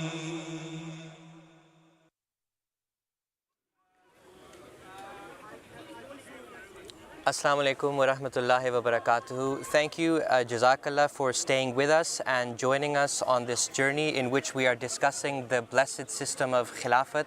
Khilafat, a divine sanctuary of peace. We're very fortunate that we have respected Amir Sahib UK with us to discuss various aspects of Khilafat, particularly in the UK. And this is the problem that we had in Misa, isn't it? 10, 12 minutes. That's right. Only like that's a fraction that you can talk can't about. Say, okay, then daad gili karna. This the daad bhi nahi gili honi is 10 minutes. Chalo, anyway, let's see what But Amir Sahib, you have, the UK Jamaat actually has been blessed, and we are so fortunate that Khilafat lives in this country, that we can say that we are trying to take care of Khilafat. You've seen since Hazuri Anwar Aidullah Ta'ala ibn Aziz was put on this office of Khilafat by Allah Ta'ala, how the UK Jamaat specifically, Jamaat in general, but from our point of view, the UK Jamaat has gone from strength to strength. It's a very short time, I know, sure. But anything that you can tell us about Sure, of course. this. I think if the history starts back slightly, sure, we have to put it in proper context. And the thing is that when Khilafat came to this country in 1984, basically we were a very small Jamaat. Our first Jalsa Salana took place in Mahmood Hall in Masjid Fazal. You can imagine 300-400 people there. And then the final session, Hazur actually spoke at a conference, a Surbiton Recreation Centre. 1,500 men, 1,500 women. So that's where the UK Jamaat kind of history starts with Khilafat, right? And then the following year we bought this site where we're sitting today, by the grace of Allah. And nobody would have known what was going on. At that stage, we thought 25 acres, wow, what a huge amount. What are we going to do with 25 acres? This is like the main area for the ladies' tent, This was the Jalsa Salana site, right? In fact, I was just telling the Archbishop of the Coptic Church was there. I was telling him this is where we used to do Jalsa with up to 12,000 people. And we used to do parking here, langar here, accommodation here, bazaar here, everything. And now you look at it, you think, how did it happen, right? But that is the blessing of Khilafat. And the thing is that, so we saw that the first thing Khilafat did was that to train people like us. We were good, solid Ahmadis, but Hazur knew that we needed to be trained almost from zero in terms of Nizam and how the whole Jamaat works. And all the people of our age group were all trained together. And Khulafa have their own way of training people, right? They know exactly where the weaknesses are and how it should be done. So we were trained almost in a whole range of things. Simple things, right? Like how the Jalsa Salana is supposed to be run, how kitchens are run, how, Maman Nawazi is run. And the whole system of that was taught to us. And Hazur used to do it in a very beautiful way, that he would spend a lot of time with us, talk to us, have barbecues with us, and he was basically preparing us for the time when the Jamaat was going to expand and the whole thing was going to change. So in 2003, when Hazrat Khalifa Rabi Rahimullah passed away and Hazrat Amir Mu'minin Aziz became Khalifa, at that stage we were still relatively small Jamaat.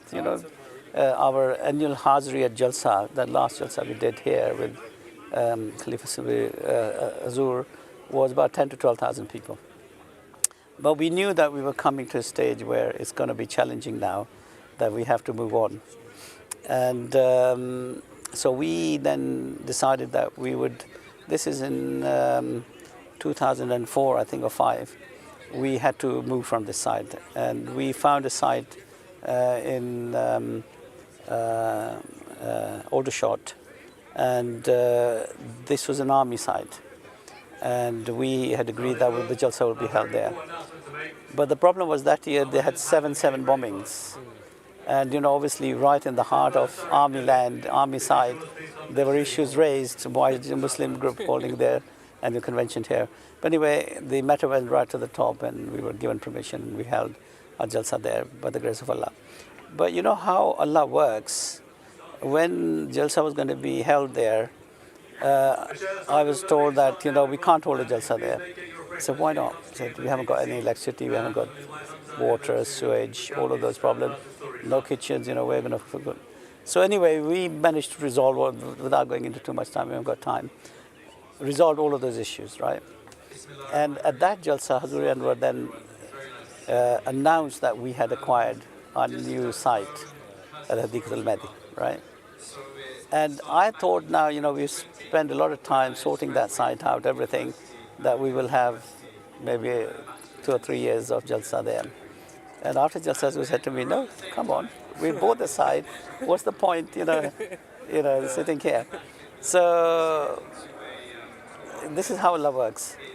We had actually, Allah had prepared us for moving on to the new site by going to that temporary location. So all the sewage, water, electricity, food, all of the things got sorted there.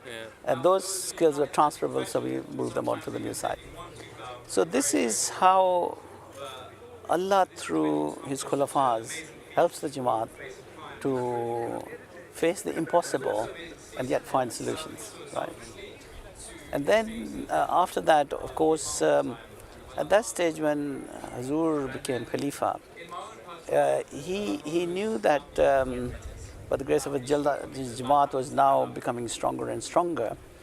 But he realized that in this country, the Jamaat was not very well known in the country. So and this is how Khulafas actually think and come up with a solution. So he asked us to start a leaflet campaigning throughout the country, right? Make it known. Make every household. We chalked out every street in the UK, everything. Leaflets were dropped into every household. through that process, we got media coverage. Media suddenly interested. Who are these people? Why are they doing this? We started putting billboards on the buses. And I remember once journalists coming to me from BBC saying, I was sitting in my first floor flat and I saw this bus go by. It said, love for all, hatred for none. And I thought, hang on a minute, I must find out what this is, right? And she got in touch with me and then gave us a full coverage on BBC. It's almost as Amir said, we try our best to do as best, but Hazur is always so many steps ahead. He's so many steps ahead, you know. So as I mentioned, Jalsa, I had already foreseen, we were still sitting there. But Khilafat said, no, come on, let's move on. You know, we got lots to do, right? And if we hadn't moved there, the big Jalsa that we're having now, you know, we've had 40,000 people Jalsas there. And now it's, even that side, 200 odd acres is becoming too small for us. And we now need to find something even bigger. Can you imagine if we had 100,000 people? Yeah. I mean, last Jalsa in Rabwa was 300,000 people, right? So I keep thinking about it. I thought, wow, what if we had to do that here? So this is the blessings of Khilafat. Hazur is already working many steps ahead of us. Then I think one of the big things that Hazur realizes that this world, the most important thing it needs is peace, right? So he's now known as the man of peace, right? That title has been given to him by many people. And he then instigated the peace conferences and at the peace conferences, I remember when Hazur used to speak, and he spoke very openly, and you know, we had lots of politicians and leaders who started attending these peace conferences. And I remember sitting with these politicians, and when Hazur spoke about nuclear war and you know the disaster that this was, and they would say, oh no, he's overstating the, you know, it's never going to happen, right? Well, today those same leaders must have known that that Khalifa who 10 years ago was warning them of this, that has become a reality. And you said those politicians might not even be they there anymore. Absolutely. And you know, those politicians now, inshallah, when we do the next peace conference, will come. And they will want solutions now. How do we, you know, they will want solutions. One thing which I really wanted to hear from you personally is you've been so fortunate to go through so many years of Khilafat here in this country. How have you witnessed personally Hazur breathing life into the youngsters and their training and their tarbiyat? Khilafat is such a magnetism that, you know, I have seen, when I was in Qadian, I was standing amongst the crowds, and there were people who said that they wished that Hazur would just look in their direction. And if they had eye contact, for them, that was, they'd won the world, right? And this is Allah's blessing, that the person of Khilafat, Allah inspires people. Even just now we had, you know, the Archbishop of the Coptic Church here. And you could see that he was humbled in Hazur's, you know, presence. You know, he didn't know, you know, he just overawed by the whole thing. And Hazur was very natural. He was sitting, he was very loving, he was talking to him and everything. But this is, Allah puts that aura into Khilafat. And the children, they are attracted by that. I know when I had grandchildren, the first thing they learned was Hazur. And every household has happened, right? It somehow almost comes natural that from the very child, you know, that love and the connection with Khilafat, Allah bonds it from very, very early age. And then children want to come and meet Hazur, they want to be under, you know, his, the classes that Hazur did. All my 4 children, I was very blessed that all of my 4 children actually had the good fortune of attending classes with Hazrat Khalifa Tamsi Rabi Ramillah and with the current Hazur. And the amount of things they learned and the confidence that they gained by being in his presence is going to help them for the rest of their lives. They became different people, different individuals. And if they hadn't been with Khilafat, nothing would have happened. They would have just been ordinary people. And to be honest with you, even we in this country, if Khilafat hadn't come here, we would have been totally different people. And Khalifa al-Masih, and I always say that a good qaid,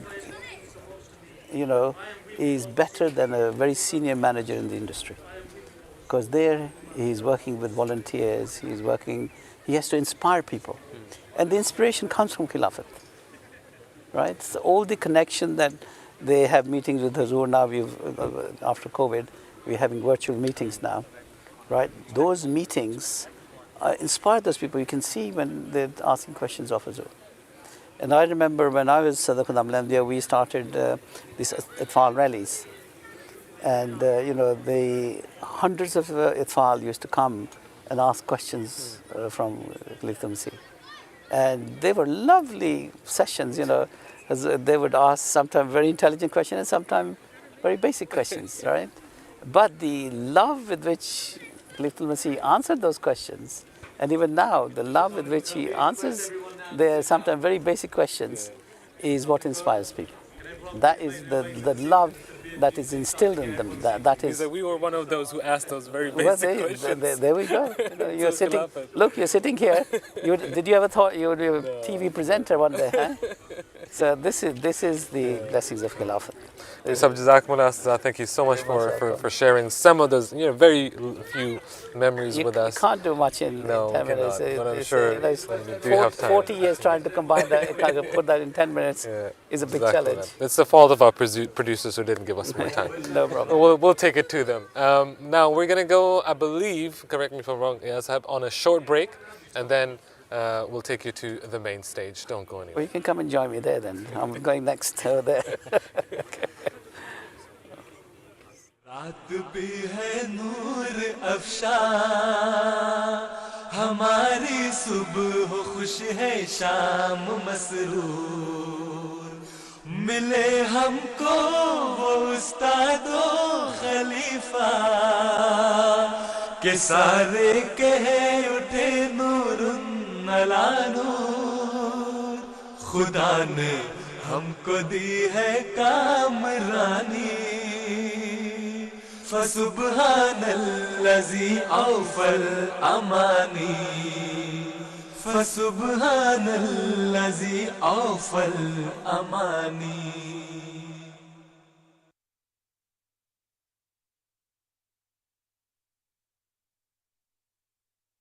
Assalamu alaikum. My name is Luqman Bajwa and I'm serving as Naib Sadr Khudam Lamdia. So this is actually quite a unique event in that we've got 8 hubs connected to the central hub today, and so they're running in parallel with the central hub. They're connected for the opening and closing session, but outside of that they're holding their own activities and their own programs.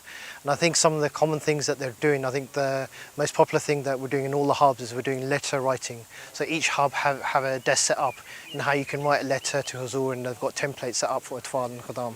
Yes, so we've got 8 hubs in total across the country, and all 24 regions are involved. So we've got some regions who are visiting the central hub here, but in London we've got Bait al-Subhan, we've got Bait al-Futur, we've got Fazl Mosque, we've got Bait al-Subhan, and we've got Middlesex in the sports hall, we've got Darul Barakat, Darul Aman, and Al-Mahdi Mosque. So that's 8 hubs in total. Yeah, so all hubs, like I said, they're connected to the main hub, so they're all tuned in live for the opening and closing sessions. And for some of the hubs, we've got a live interviews with them as well. And throughout the day, we've got interviews and messages that we're playing from the central hub. It really is a national event in one sense, but each hub is also holding their own event.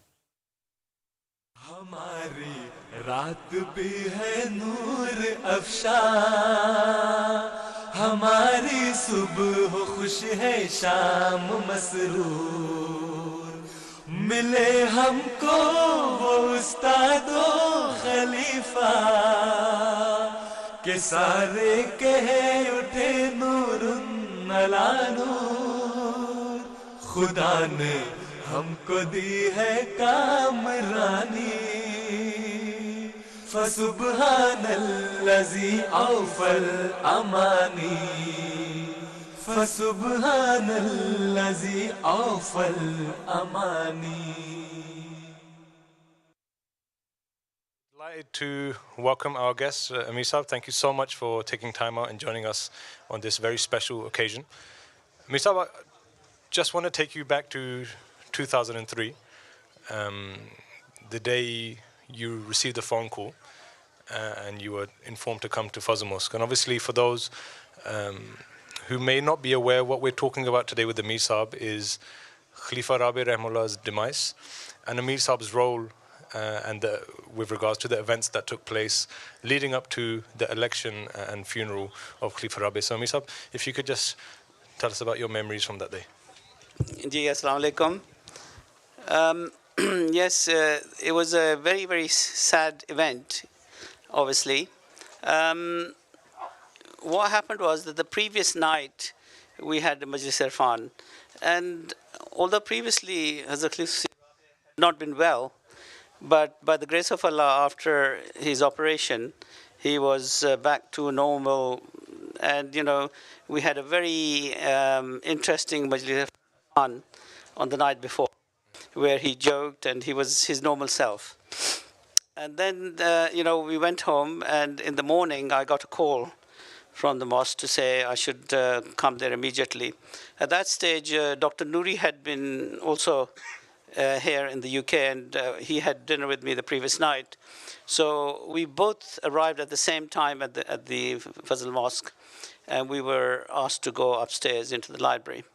So then we were shown to Hazur's room, and Dr. Nouri Saab started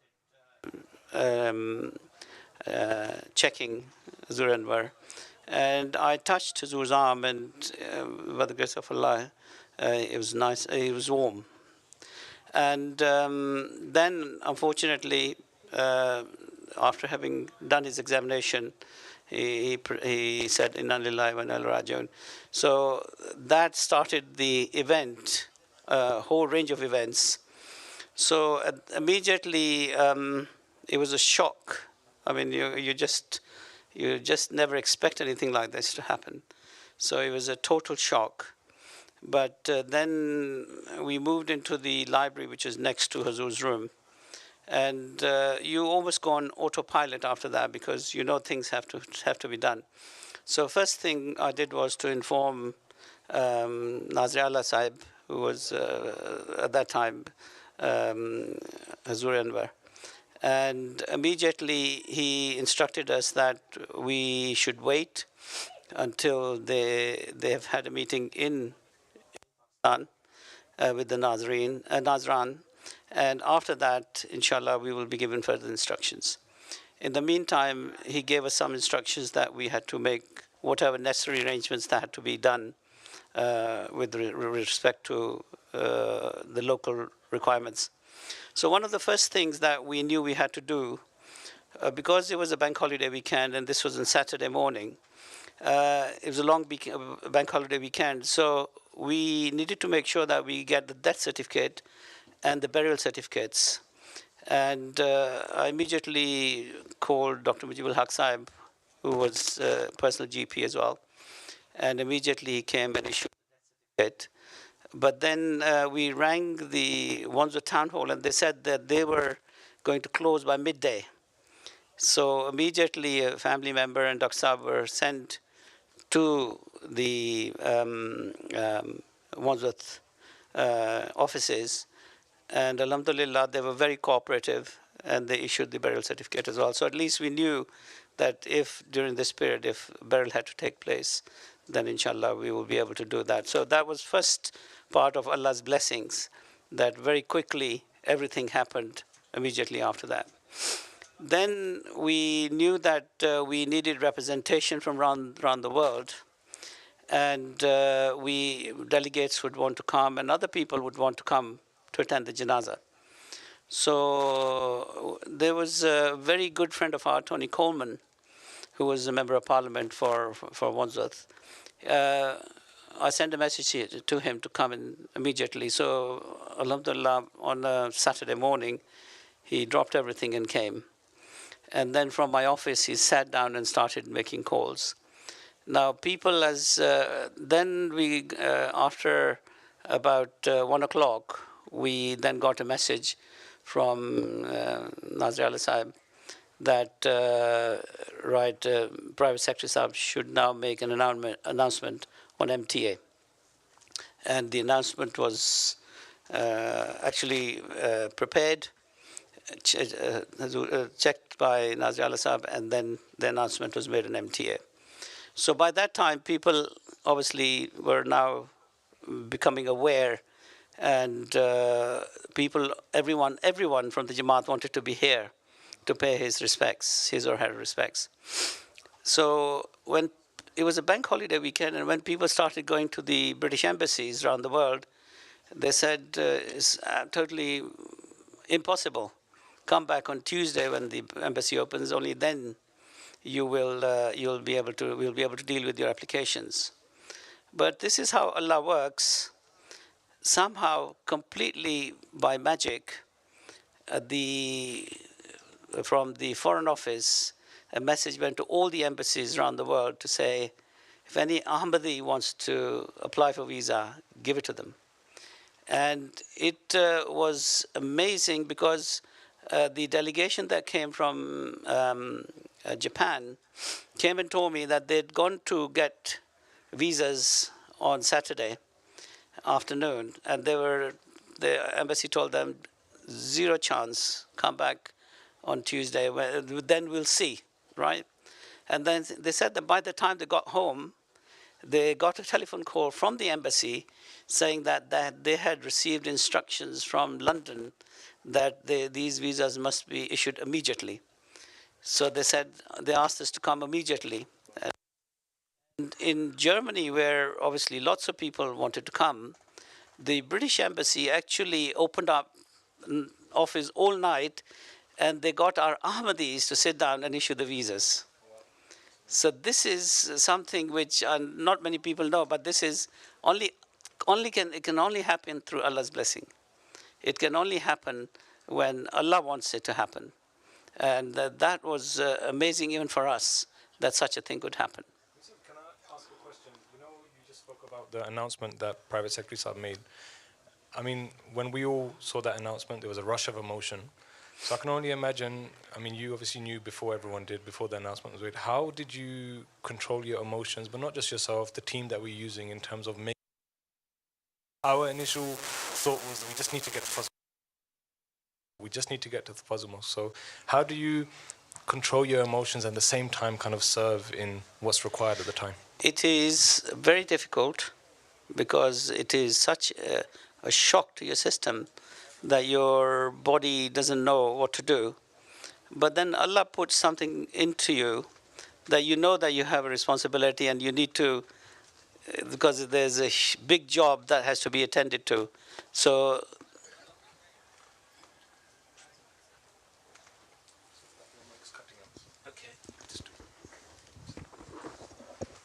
can you hear me now? Yes. Can you hear me now? All right. So it is very, very difficult, but it is only Allah who can give you the strength.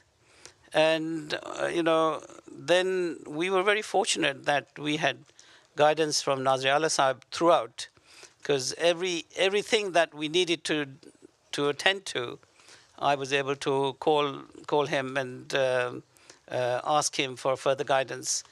Even to the point where we knew that a lot of things had to happen.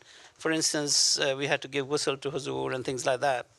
And again, who should give ghusl and things like that. So all of that guidance was coming from Huzur Anwar now, of course. And that gave us a bit of comfort that, there was somebody who was watching over us, who was we were able to go to him and seek his guidance. So after that, of course, lots of people started arriving here. And of course, Nazir Allah Saab and the team from Pakistan also left this, I think, same day or the following day. They arrived here. And Fazl Masjid was completely filled with people. There were literally thousands of people. And now we had to then decide, these people have to eat, they have to sleep. How do we deal with all of this? Because it was, in Jalsa you plan well ahead, but this was just dropped on us without any notice. So immediately we had to organize arrangements. So what we did was we called the Jalsa Salana team and said, right, Jalsa Salana is from today. So you take over from today. So here, if you remember, we had large marquees erected the same day. The langar came into play immediately. Right next door to Masjid Fazal, we had that field school, the St. Michael's Field. We spoke to the school, and very, very kindly they handed over the field to us. So, the parking. And the good thing was that the police were very generous because there were so many people that there was nowhere apart from the roads where people could even stand or sit. So the police cooperated with us fully and blocked all the roads around Masjid Fazal. And I remember just at the Queen's Jubilee, we had a function at Fazal Mosque, and I met a lady who said, yes, I remember that day very well. She said, I decided I would go out for a walk, and as I came out I saw thousands of people. I just could not get onto the road. So she said, I went back into my house, and I then realized that something had happened. So it was obviously a very challenging time because people were coming with huge emotions, very difficult time for the Jamaat. People were obviously very sad at the loss of Khalifa al-Masih. And the Jamaat were going through a great trauma. And we all were feeling it, of course. And then Zuri Anwar and the entourage from Pakistan arrived here. And, you know, one of the things that really impressed me the most was that everyone wanted to come and pay their respects. And of course, the right person to pay the respects was Nazir Allah Sahib as the head of the Jamaat at that stage. And I remember that outside Masjid Fazal, Hazur just standing right in the middle with these thousands and thousands of people. Everyone wanted to come and touch him and speak to him and pay their respects. And he stood there and received, you know, the condolences from all and everyone who. And eventually, you know, I thought that situation might be dangerous, so I managed to take Hazur out of that situation. But he was there for the Jamaat, do anything that the Jamaat wanted. And that was a very touching moment for me. So I think as people, can you hear me? As people may or may not know, at the time you were serving as additional Nazir Allah, you've already mentioned that you were in touch with Nazir Allah Sahib Huzur as soon as the incident occurred. Did you have any personal relationship with Huzur, or was that your first kind of interaction with him? And if so, what was it like, and what was your experience like at that time? I'll share a little story with you. When Khalifa Rabi Rahimullah, I was going to Pakistan, so at that stage he was having his cottages built in near Rabba, his farm. So he said, you must go and visit those and stay there if possible.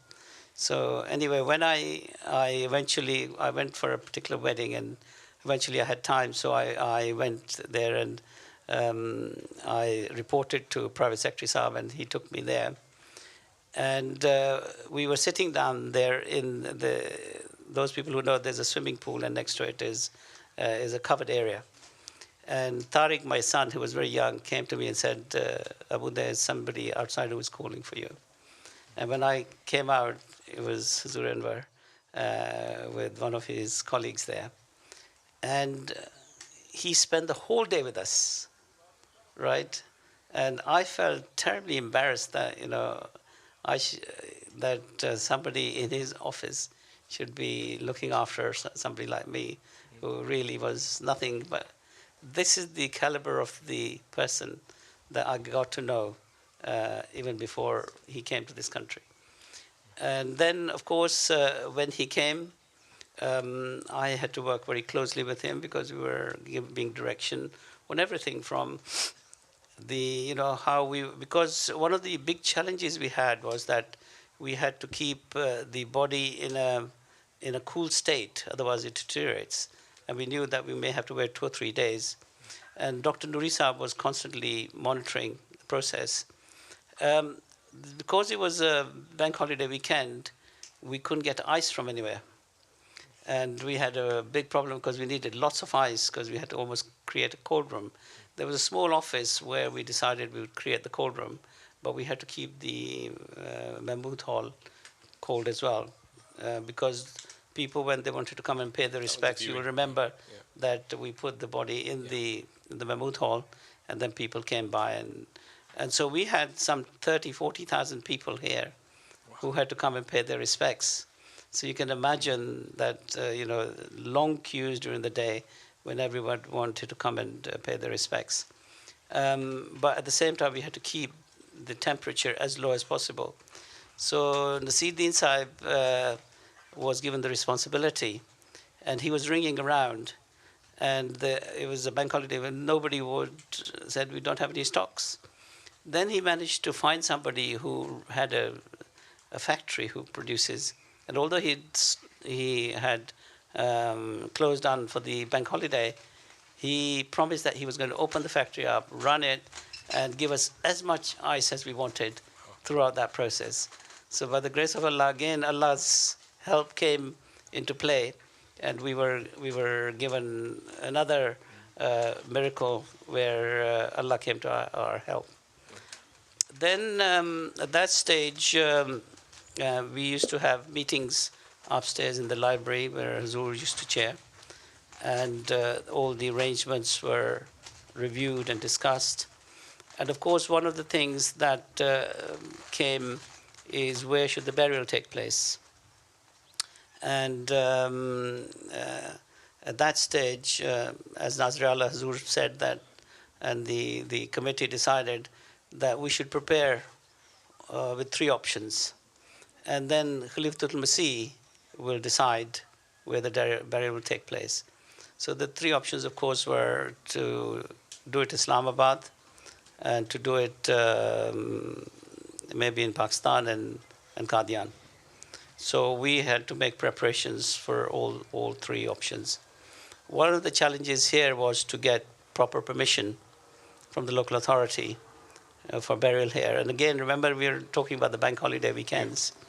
But alhamdulillah, Allah was helping us at every inch of the way. And before the bank holiday weekend, we got written confirmation from the local authority that there would not be a problem if we wanted to do the burial here.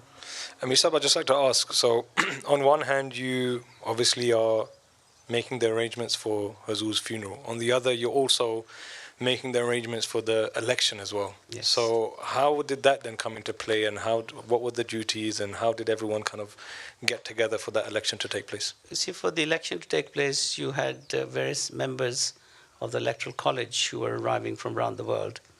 So we had teams who were receiving them at the airports, and we had accommodation arranged for them and things to look after them. And so as they came, they've been collected from the airports and brought to the mosque. And so we then obviously had to start preparation for the election as well. So all the things are running in parallel basically at that stage. It was a very short period of time. There's a lot of things happening. Like I said, that there were lots of people who came, so we had to look after those people. And by the grace of Allah, our Jalsa Salana teams were incredible. You know how they had the marquees up here. They started preparing langar, immediately came into play. And the whole process, I mean, this is the training of Khilafat that showed itself in its most pristine form. How at a moment's notice, how we were able to achieve the impossible. And of course, it's the praise of the Khalifa that helps, Allah's help comes through that. And also the guidance of then Nazir Allah. We were able to, do things with a lot of confidence that, yes, Allah's help will come when we need it. Misab, also I just want to ask, on a personal note for yourself, you were dealing with Hazur as a Nazir Allah, and now he's been elected as the Khalifa. So how was it for you personally? What was the change like? How did it feel for you? Well, when we went in for the election, Hazur and I were the last 2 people to enter the mosque. And of course, I can't talk about the election itself.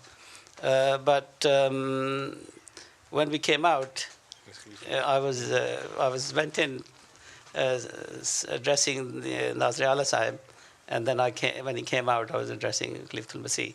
So there's a huge change for him as well. It was a very big change, you know.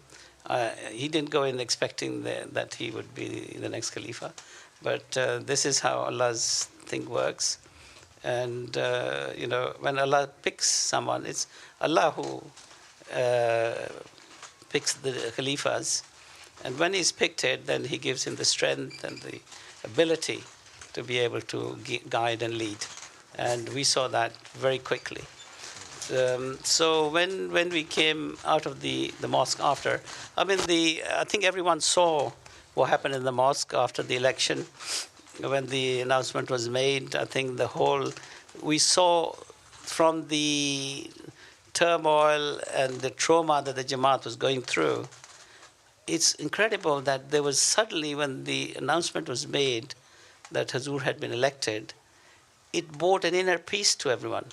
It's an emotion that you can't explain, but everyone felt it. You know, it was just suddenly the whole Jamaat was in a different mindset. And that is an incredible thing that I've never experienced previously, and I don't think we'll ever experience again, is that, you know, changeover when Khalifa is elected, what peace it brings to the members of the Jamaat. One question one of my Khuddam brothers actually asked me to ask you.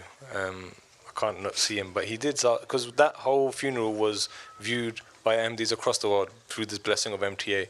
And one of the things we witnessed was the police escort that Hazur got on the A3, and it was such an amazing sight to see. How did that happen? You see, we were very lucky, as I mentioned earlier. We were working with various authorities. We were working with the police. We were working with the Foreign Office. We were working with the local authorities.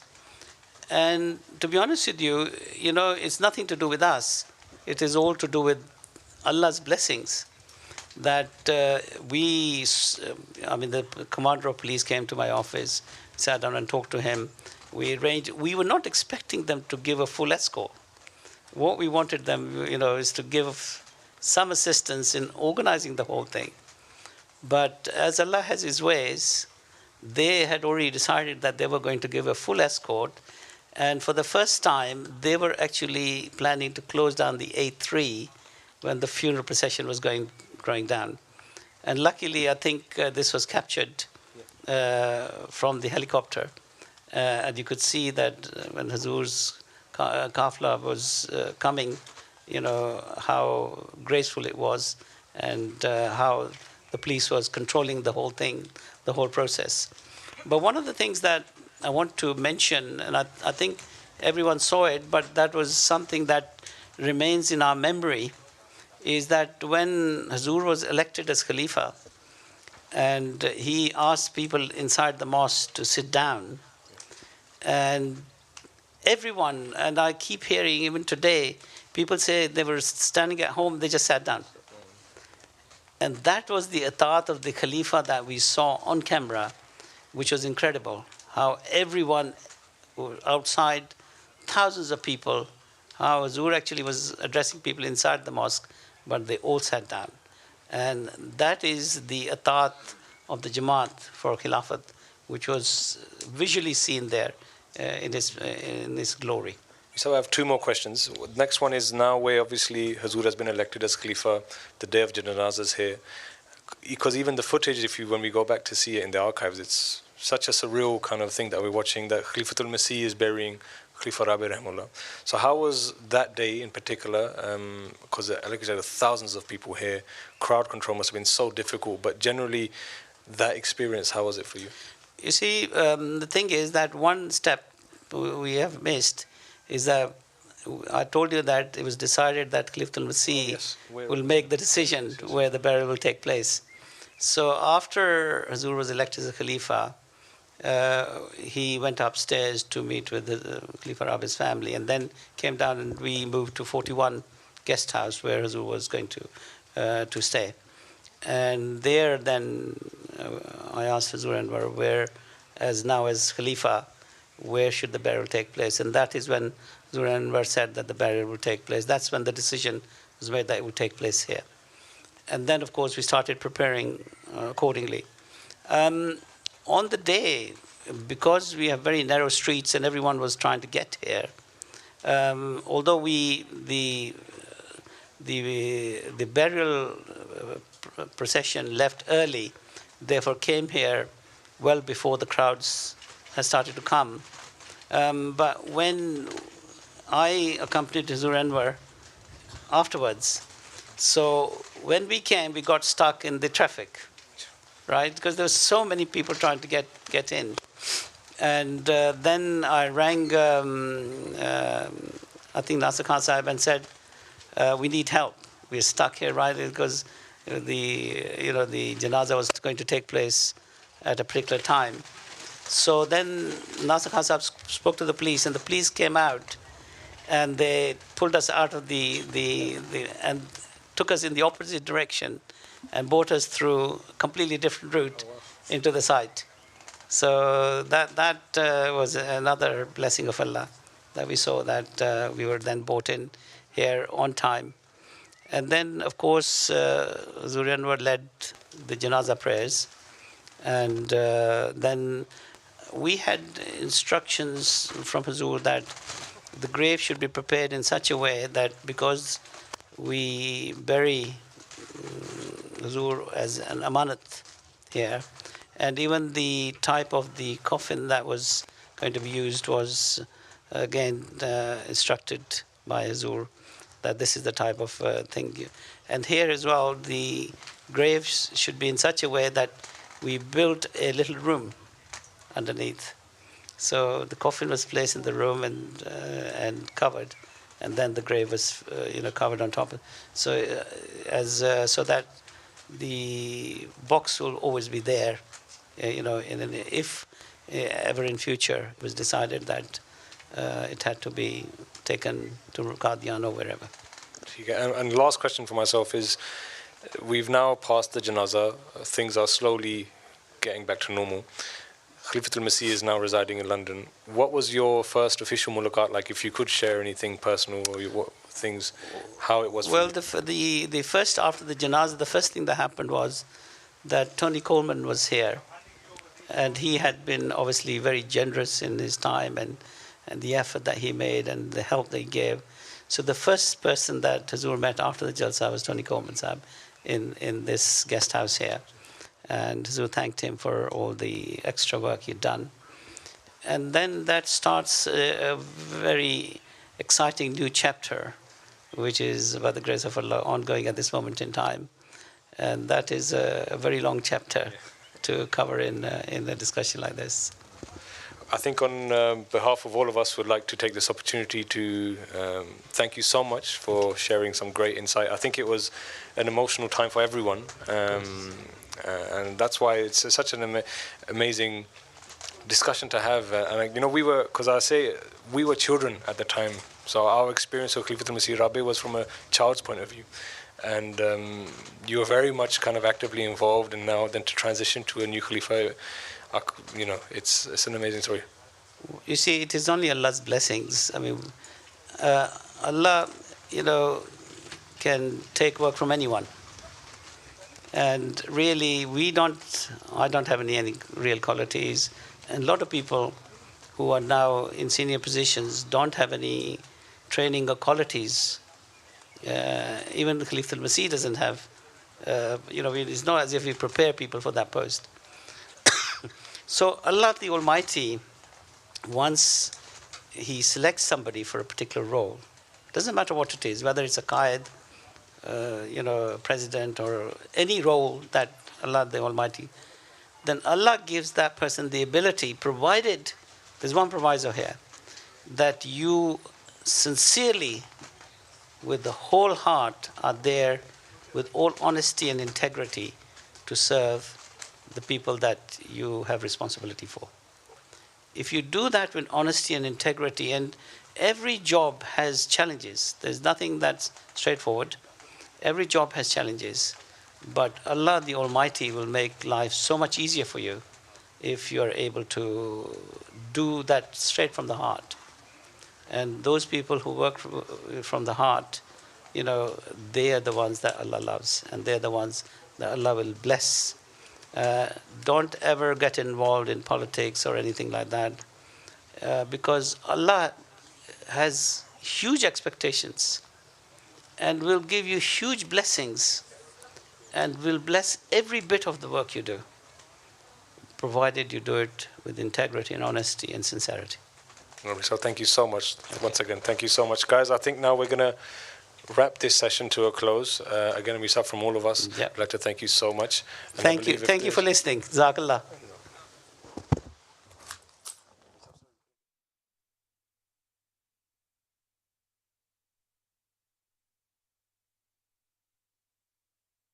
In 2013, Hazur visited Australia. Hazur spent a month in Australia, and throughout the tour, Hazur's schedule was extremely busy. From morning to evening, there would be programs, whether it was mulaqats, whether it was jalse, whether it was meetings with the media, etc., etc. And there was a number of addresses that Hazur made whilst he was in Australia. But one day, when Hazur was in Melbourne, the Jamaat assigned a few hours for Hazur to go outside and to see some of the local landmarks. First they took Hazur to a local mountain, and then later on to one or two other places. There was also a plan to take Hazur to a bird park, but as the time approached, the local Jamaat said that it's too late now and that the bird park will have closed by now. However, a message came from Hazur that let's go anyway. So the Qafla the cars got ready and proceeded to the bird park. And when we went there, the local owners of the bird park were very, very delighted to welcome Hazur. And even though it was past the closing hours, they were happy to keep the park open. As soon as we got there were birds that flocked towards Hazur. Some landed on his shoulder, some on his arm. And Hazur was very much in control and enjoying the situation a great deal. Hazur then took some feed and started feeding the birds, and then he encouraged all of his of those who had accompanied him to also feed the different birds. It was a very, very beautiful scene. There was one bird in particular I remember who ate from Hazur's hand. After she had taken some feed, some of the other khudam tried to feed the same bird, but she just wouldn't take any food from them. When this was communicated to Hazur that this bird is not eating from us, Hazur then put out his hand again, and immediately the same bird came flying and took the feed from Hazur's hand. It was a very, very beautiful and affectionate scene, and one that I certainly will always remember.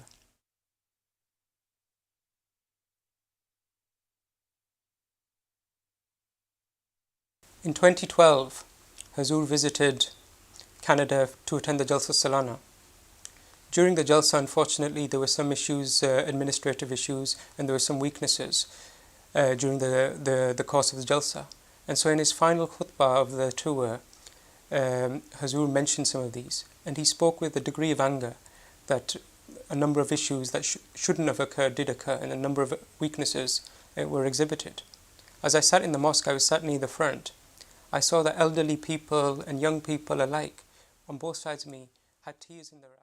We've got Luqman Bajwa Sab, who's serving as Naib Sadr, from South Region. Previously, he's been Regional Qaid Sab as well, so a huge amount of experience. We've got Sarmad Sahil, who is also from South Region as well. He's Mutamim Amur Tuliba, so he's assisting with student affairs. We've got Nadeem Sab, who I'm sure everyone from up north, outside the M25, is fully aware of. He is serving as Marvin Sadr Training and Development, and also has been Regional Qaid Sab of Yorkshire Region. We've got Akbar Bhatt Sab, who's a legend in himself. I'm sure you guys have seen, he's been out in Poland, serving with HF for a while, but he's serving as a Mutamim Khidmat Khalq. And we've also got Farhad Saab, who is serving as Mutamim Atfal, and as I'm sure the parents and the kids here are aware, he's done a sterling job this year in terms of Atfal engagement. So what we're going to do is we've got a couple of questions, and again, I wanted to open up to you guys as well, so if there are any specific questions, there's no judgment. Be as open as you want to be. If you do have a question, then Rafiq Bhatti over here, he will take the questions. Either you can ask it yourself, or you can just let Rafiq know, and he will then give the questions to us and we'll answer them. So if you do have a question, please go speak to Rafiq Bhatti and he'll let you know. But we'll start the session now. So, assalamu alaikum, boys.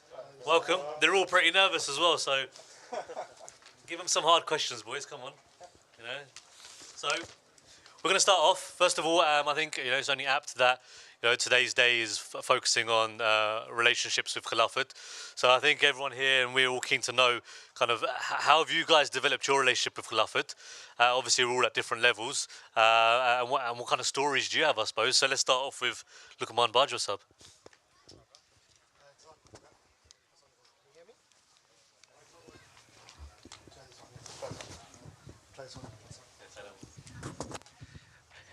Assalamualaikum, can you hear me? Okay, that's better. Sorry, you're going to have to listen to my stories now. I think my relationship with Khilafat is based on it's that stationary person in my life, So when I sort of look to the world leaders, the role models in the world today, I find that they're always lacking something. They unfortunately, when you look at the politicians, a lot of them lack integrity, morality, and when I look to wherever. I ask myself, where do I look to for role models? Where do I look to for leaders? So I look to the politicians, and unfortunately we don't find it there. I look to celebrities, influencers, other people like that, scientists. I don't find it anywhere. But the one sort of stationary thing I've got in my life is Khilafat. And that is my moral compass. And it's that reassuring factor for me that, for any matter, whether it's moral or if it's other matters, there's Khilafat there to guide me at any one moment in time. And for me, I think that's been my, when I ask myself about Khilafat, that's been my stationary thing throughout. And it's not just been one Khalifa. I've seen it, manifest in two Khalifa separately, in different people, but in a very similar way. And when I look to that person, it gives me warmth in my heart and it gives me purpose in my life, and I know what I stand for in my life. And I ask myself, if I didn't have that, I don't know what I would do. I hope that answers your question. No, I did. Very good. Jazakallah, Luqman Sab. Sarma Sab, over to you. Okay, assalamu alaikum. So it was about my relationship with Khilafat. How was your relationship with Khilafat developed? Yeah. And it doesn't have to be it could be a personal story, it could be an experience, it could be anything. I mean, I think my relationship with Khilafat was always kind of there. Like, it was strong, sometimes it was less present, sometimes it was more present, but it kind of ebbed and flowed. When I became local guide out of the blue a few years ago, I think that's when it really strengthened a lot further, because suddenly I was given this task that I was feeling very out of my depth for.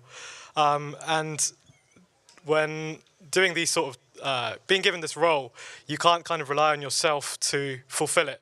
You have to kind of look to something greater. You have to put in more prayer. You have to put in more effort. And that's when the Hazrat Khalifa Masih's words and his advice to us as Qaideen was really, really beneficial. And I think there was one point in 2019 when he actually addressed the Qaideen directly at a forum over here in Islamabad. And it really kind of, I think his words speaking, because I'm always someone who's kind of, I can't listen to Urdu speeches too long because it's just not been my first language. So I always try and listen to Huzur, I have to try harder to listen to Huzur in his first language. So it was very powerful when he obviously spoke to us directly. And it's something that you can't replicate. I hope that kind of answers the question. Jazakallah, So before we come on to Nadeem Sab, I can hear, a bit of restlessness. I can hear you guys thinking, let's get on with it. Let's get into the nitty gritty. So let's get into the first question, right? Let's get these boys warmed up. Let's get you guys warmed up. First question, and these are questions that Khuddam have asked me and asked my Tarbiyat team as we've gone up and down the country over the past kind of 6 months or so. So here's the first one. Some National Army members have never served at a local level. So how can they lead, inspire and make decisions for us all? Who wants to take that one?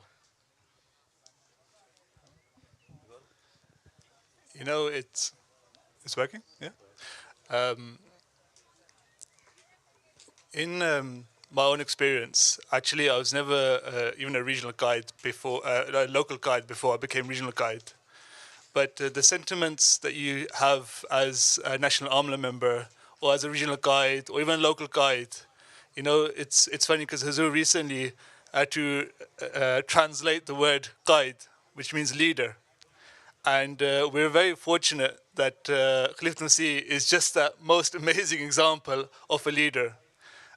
So it actually ends up being the case whereby it doesn't necessarily matter whether you end up having a role within a local, a regional level, or national level, because you as a person, your own character, has to be the same sort of humble way that you see and the same sort of attributes that you see in Khalifa al-Masih.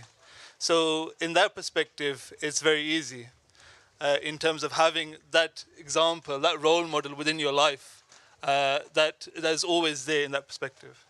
You know, with that as well then comes experience and understanding and always just remaining actually very honest with yourself in terms of where you are as a person and then actually developing your experiences as well.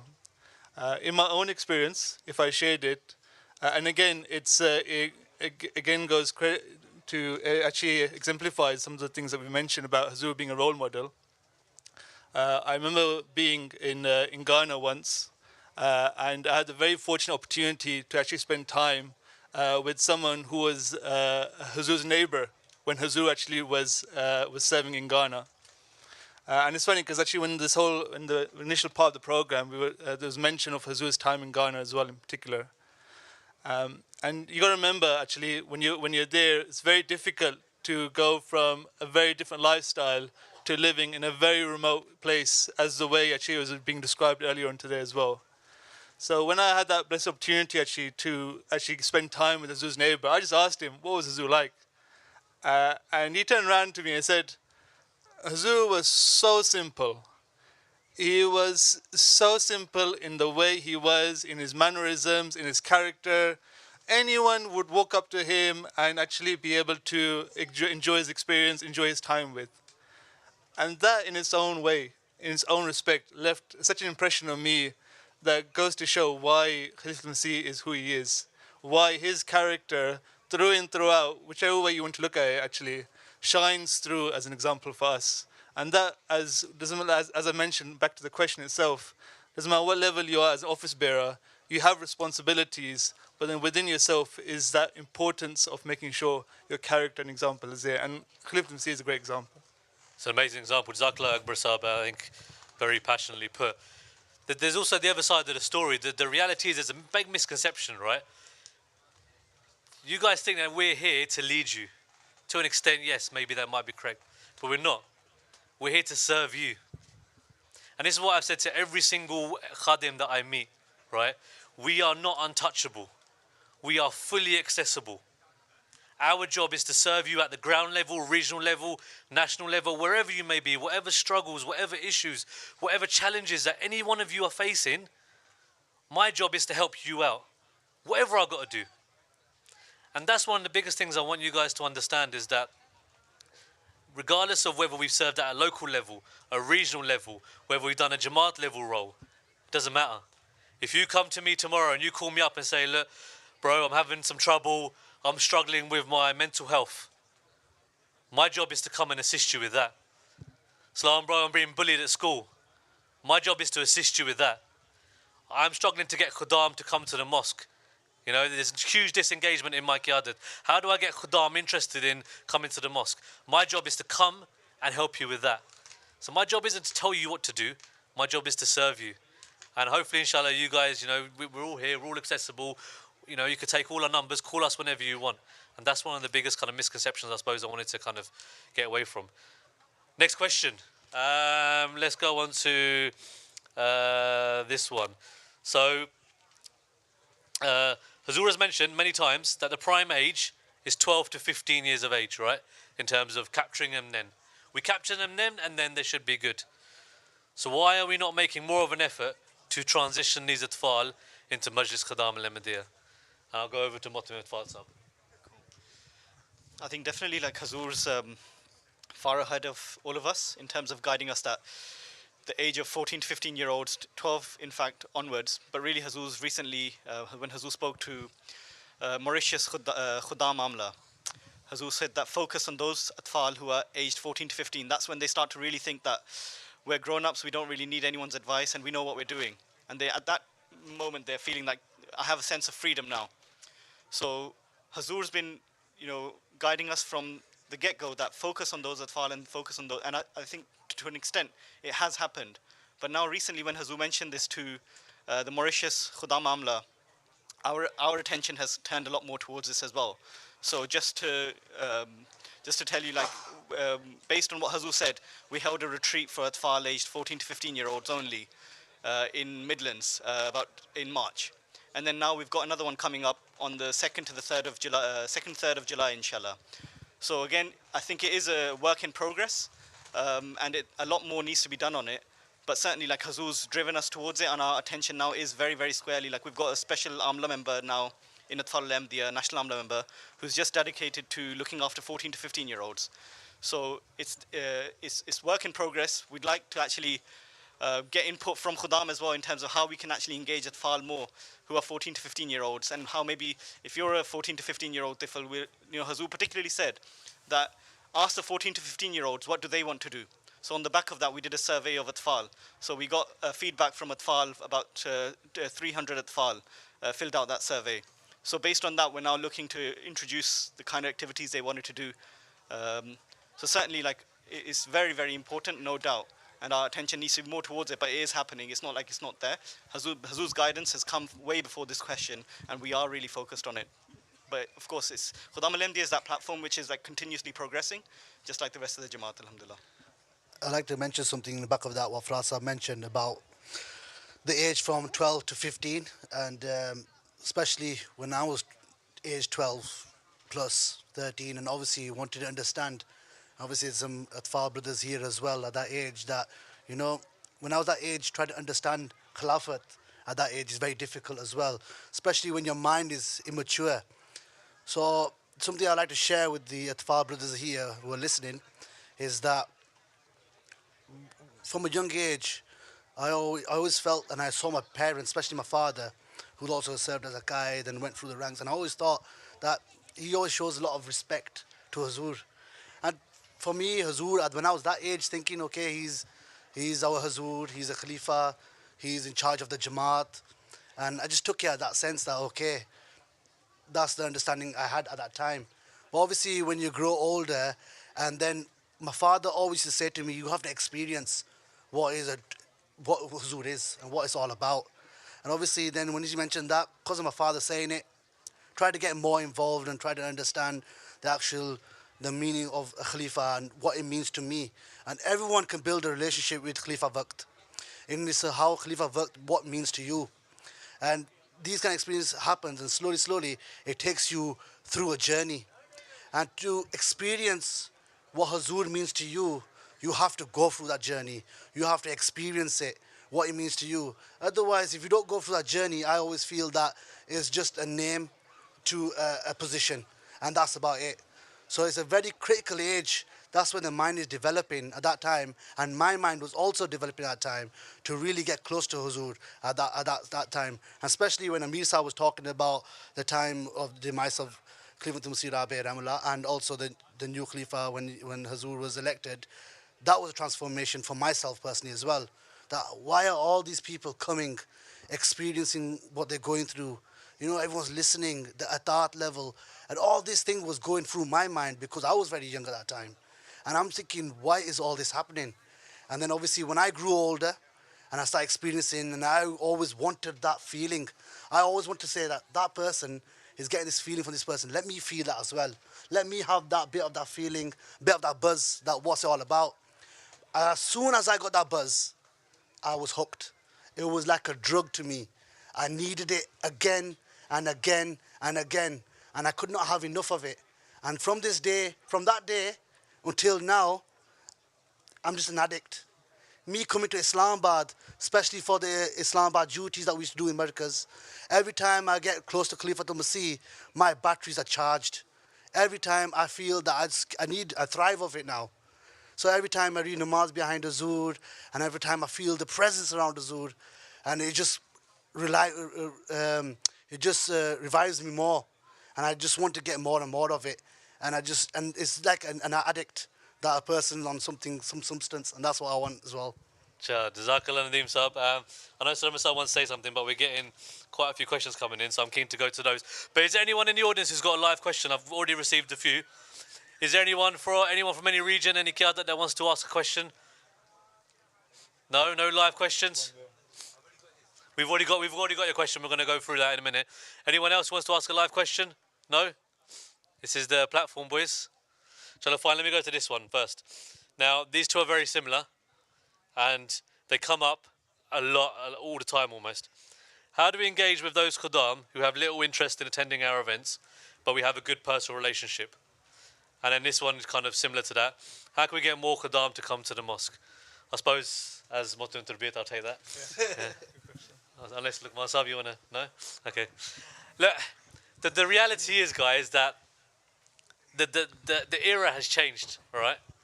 Back in the days, a lot of us went to the mosque because our parents took us to the mosque, right? And that's where that's where it bred into us. I hear it a lot. They always say to me, listen, how do we get more Khuddam to come to the mosque? How do we get them interested in these events? How do we engage these Khuddam? The reality is that, number one, you guys know your regions and your qiyadats far better than me. You know the demographics, you know the personalities, you know what makes people tick, you've got the relationships. So I throw it back to you and I say to you, what would you want to see in your qiyadat or your regional level that would excite you and interest you?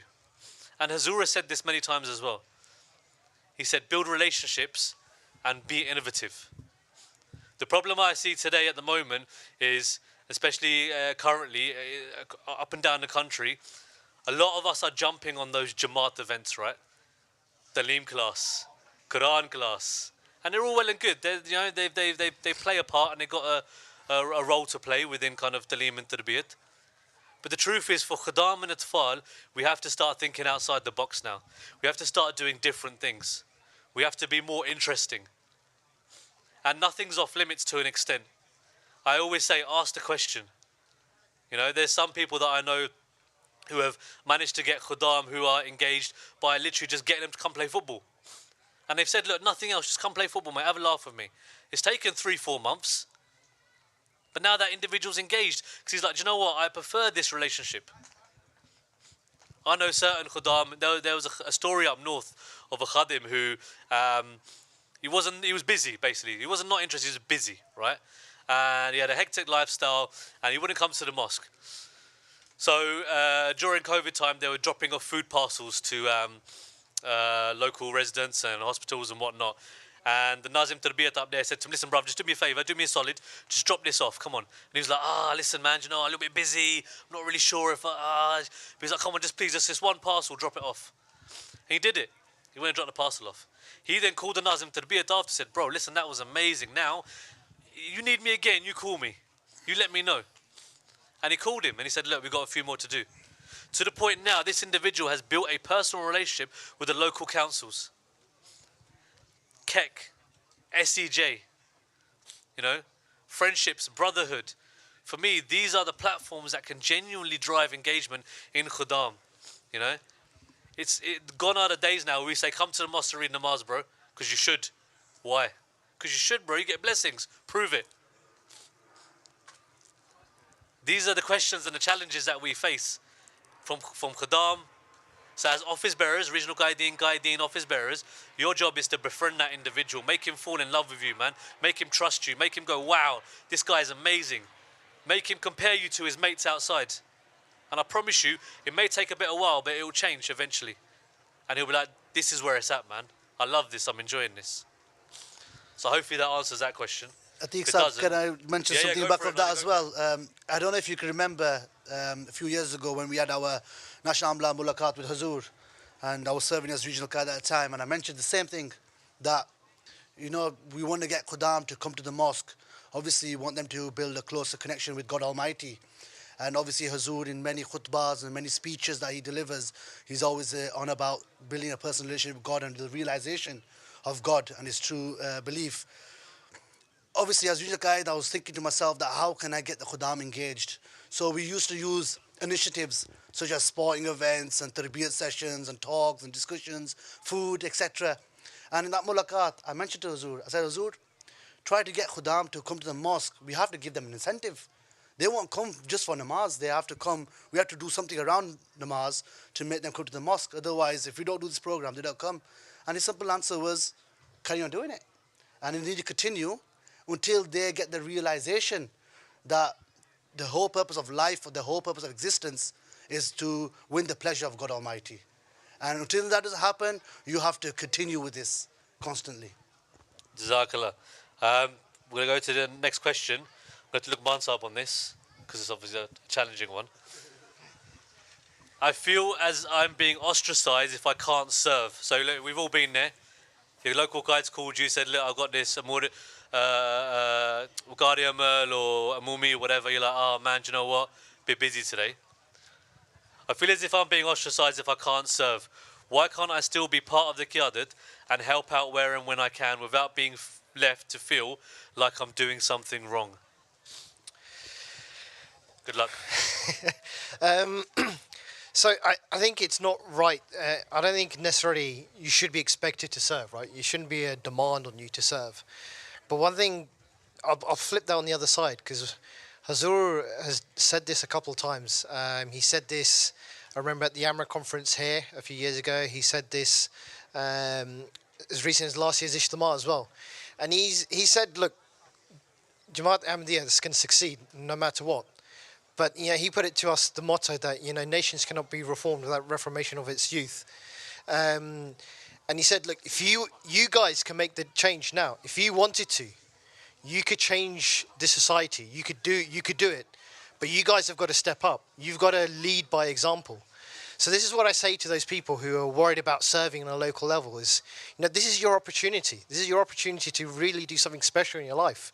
Because if we're not going to do it, then it's going to be left for the next generation or next group of people to do it.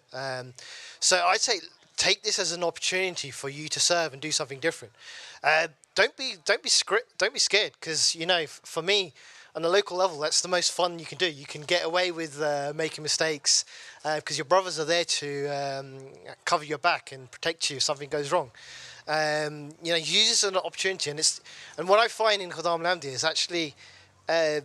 We have a very short memory in Khuddam al-Ahmadiyya. People sometimes get worried about, I haven't done this for my local guide, I haven't done this for my whoever, and they shy away, like how's he going to react to me?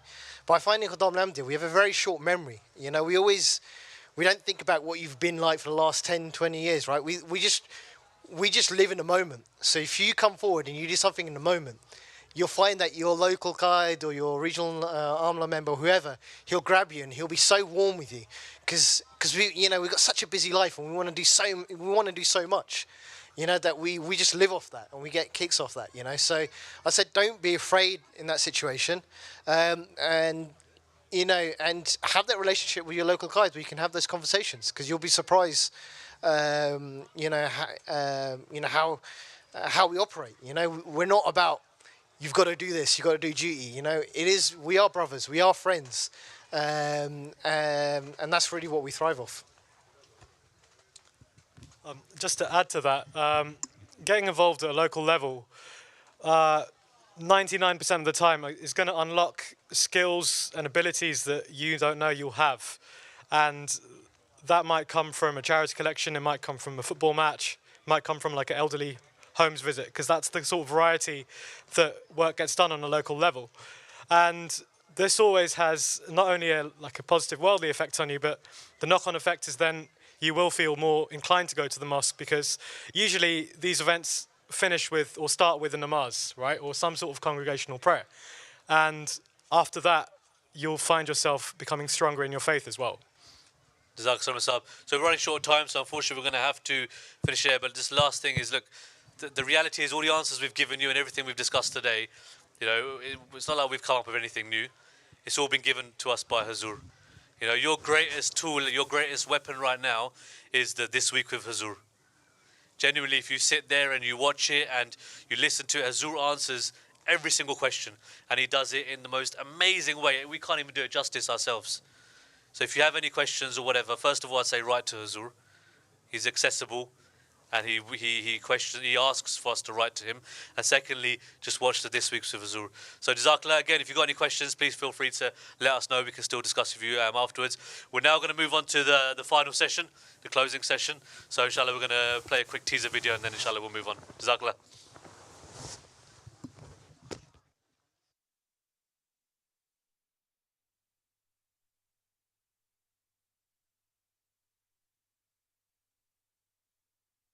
हमारी रात भी है खिलाफत के बिना अपना नहीं कुछ भी गुजारा है यही ज़ुल्मात बहरोबर में एक अपना सहारा है खिलाफत के बिना अपना नहीं कुछ भी गुजारा है यही ज़ुल्मात बहरोबर में एक अपना सहारा है कोई ऐसा भी है जो दूसरों के खिलाफत के बिना अपना नहीं कुछ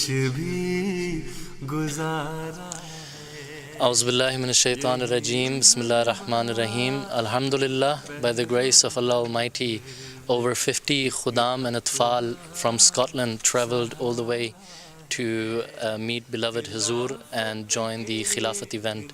We arrived last night after midnight and went straight to the mosque in Feltham, Baitul Wahid Mosque. And we didn't take much rest, but left right away to observe Fajr behind beloved Huzur. And that was an amazing experience, especially for those who came to Islamabad for the first time. And to see such a beautiful environment and see beloved Huzur from so close was really heartwarming. And today, Alhamdulillah, we have joined the Khilafat event where we heard faith-inspiring speeches and also discussions. So we now had a very blessed moment and emotional moment for Scotland region. After a very long time, we've got to see beloved Huzur as a region and speak to him and talk to him. And this was a very emotional and a very blessed moment for us to be so close with Huzur Anwar Ayyadullah Ta'ala bin Nasir Aziz. Assalamu alaikum. By the grace of Allah, as a region, Scotland, we're all here and we just witnessed the most emotional moment with our beloved Huzur. Amazing. That was the day after such a long time. And I think each one of us felt that moment with Huzur when Huzur smiled us and called us and appreciated us as well. So amazing feeling. Jazakumullah.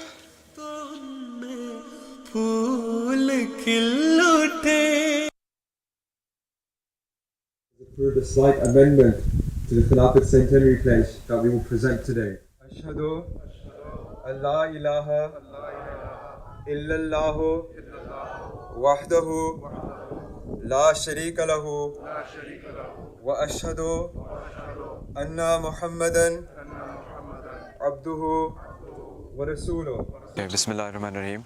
About a week ago, I had the opportunity to have a mulaqat with Huzur Aqdas Sayyidullah Ta'ala bin Aziz, and during this I mustered up the courage to ask that we're holding this unique Khilafat event in according to Huzur's guidance and vision. So if it's possible that if we can do this Khilafat Jubilee pledge, the Huzur Aqdas very lovingly said that yes, of course you should do it. And he said that as a Muslim, Rizdalanhu used to say that this pledge of loyalty to Khilafat should be made at every jalsas. And then Huzur said, but the Khilafat Jubilee pledge, you probably have to amend the 100 years. So I said, Huzur, we'll make a humble suggestion and we'll submit it to you. So we made some humble suggestions to Huzur and then submitted it, which Huzur kindly approved.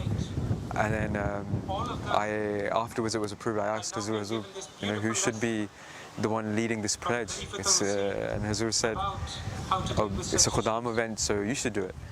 And I said, Hazur, not the Khudam pledge, I'm talking about the Ihtifai Khilafat, the loyalty to Khilafat pledge. And he said, no, it's a Khudam event, you should do it. That's kind of the pretext to how this came about. But it's a very huge opportunity, and it was very faith-inspiring, to hear Hazur say that this sort of pledge should be recited in all of our jalsas. And I think, inshallah, we will try to endeavor to follow those very instructions of Hazur. हमारी रात भी है नूर अफ़शा, हमारी सुबह खुश है शाम मसरूर, मिले हमको वो उस्तादो खलीफा के सारे कहे उठे नूरुन अला नूर, खुदा ने हमको दी है कामरानी, फसुब्हानल्लज़ी औफ़ल अमानी, फसुब्हानल्लज़ी औफ़ल अमानी.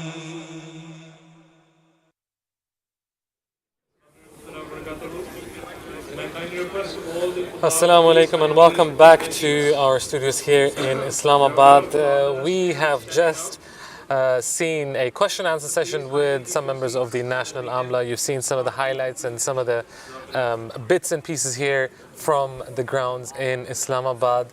And we're fast approaching the concluding session, the final session of today's Khilafat event.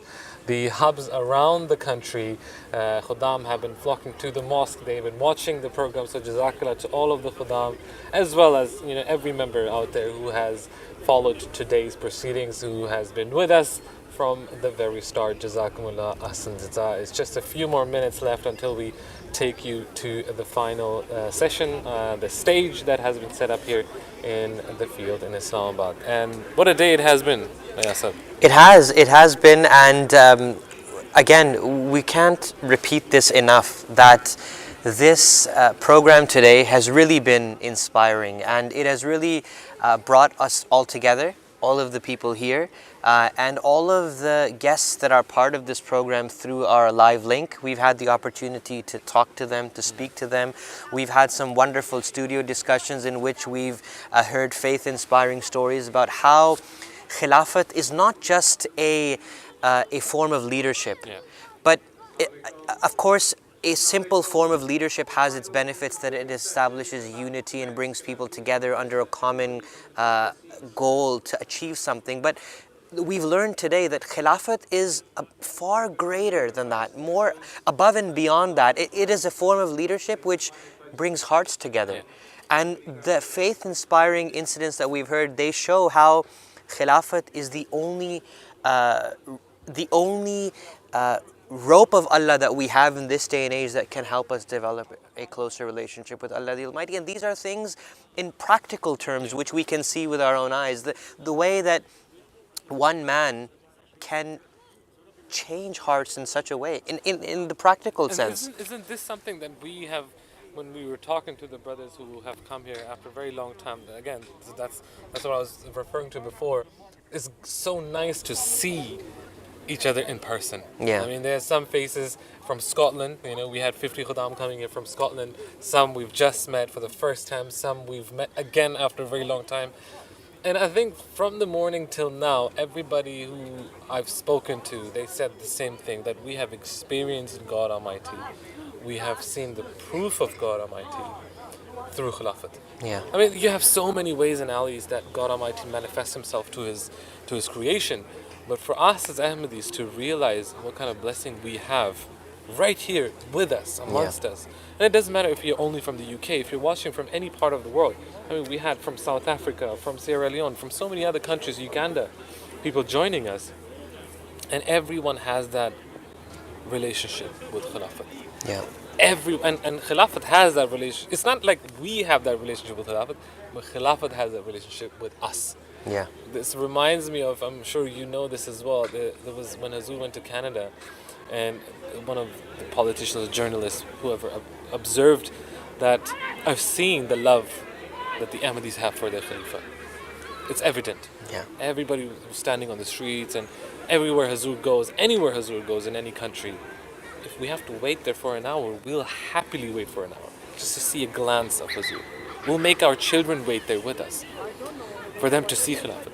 But then he said, but the love that the Khalifa has for his Jamaat is far greater. Yeah, yeah. I mean, it's beautiful. I'm reminded of that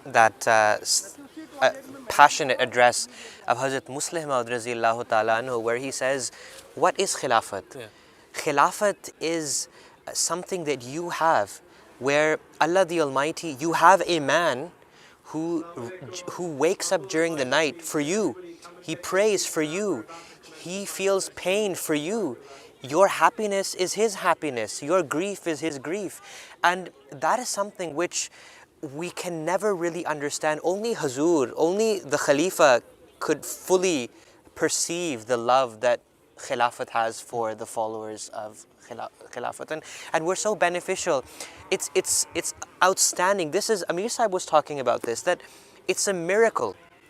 You know, children, if you take them to meet somebody, sometimes they're just not in the mood. Yeah. They don't want to see anybody, right? But in the case of Hazur, children flock towards him because there is this spiritual magnetism which pulls the innocent hearts of children towards that man of God. No doubt. And that is a miracle of Khilafat. So again, we can continue talking about these things, but now, alhamdulillah, we're getting to the end of this beautiful program, and we're going to continue with the stage program, And our concluding session. From the both of us here in Islamabad, we say thank you, Jazakallah, for joining us, and we'll take you to the live concluding session. I can request Khalid Gonzalez Sahib to come.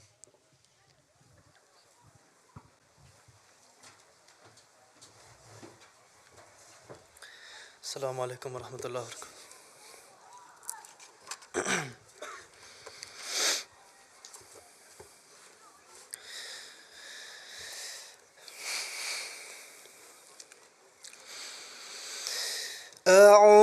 أعوذ بالله من الشيطان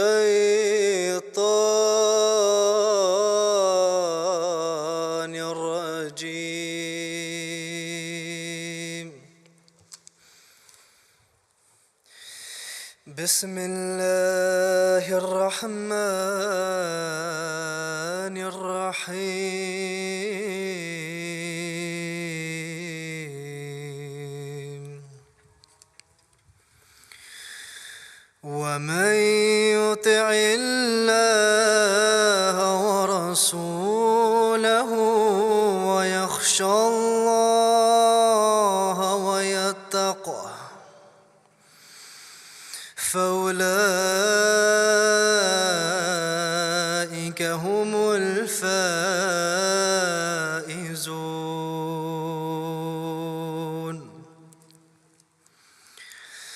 وأقسموا بالله جهد أيمانهم لئن أمرتهم ليخرجن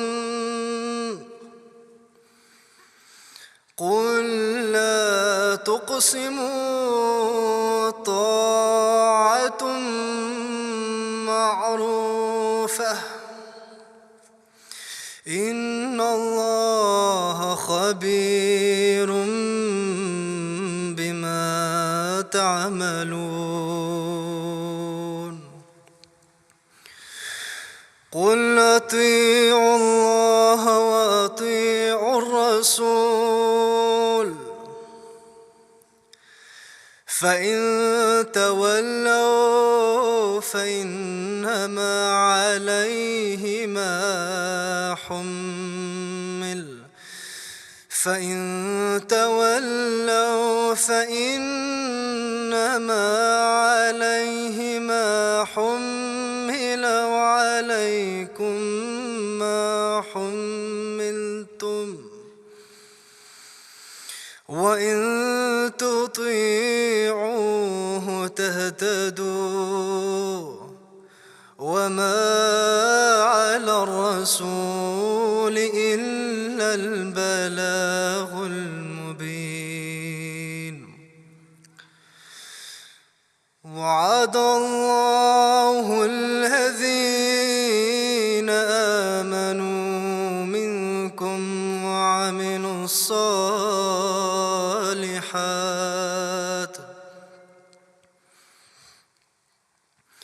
ليستخلفنهم في الأرض كما استخلف الذين من قبلهم وليمكنن لهم دينهم الذي ارتضى لهم وليبدلنهم من بعد خوفهم أمنا يعبدونني لا يشركون بي شيئا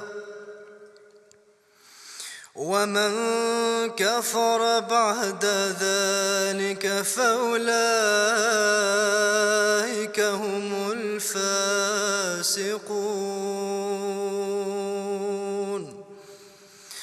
وأقيموا الصلاة وآتوا الزكاة وأطيعوا الرسول لعلكم ترحمون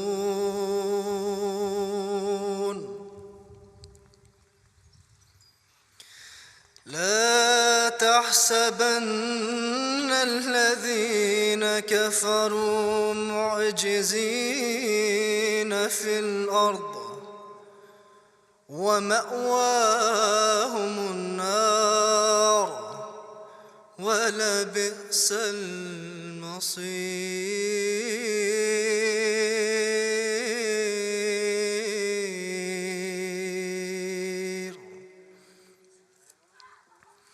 The English translation is as follows. And whoso obeys Allah and His Messenger and fears Allah and takes Him as a shield for protection, it is they who will be successful. And they swear by Allah their strongest oaths that, if you command them, they will surely go forth. Say, swear not. What is required is actual obedience in what is right. Surely Allah is well aware of what you do. Say, obey Allah and obey the Messenger. But if you turn away, then upon Him is His burden, and upon you is your burden. And if you obey Him, you will be rightly guided. And the Messenger is not responsible but for the plain delivery of the message.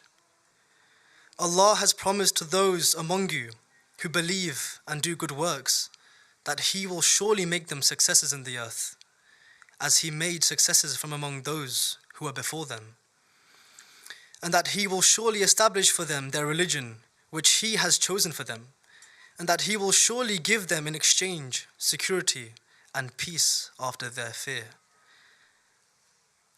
They will worship me, and they will not associate anything with me. Then whoso is ungrateful after that, they will be the rebellious. And observe prayer and give the zakat, and obey the Messenger, that you may be shown mercy. Think not that those who disbelieve can frustrate our plan in the earth. Their abode is hell, and it is indeed an evil resort.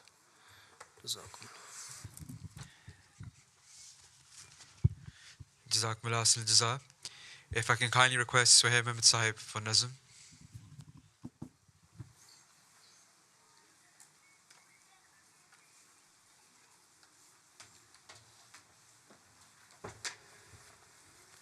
Assalamu alaikum warahmatullah. Manzoom Kalam Sayyidina Hazrat Aqdas Masih Maud alayhi salatu wassalam.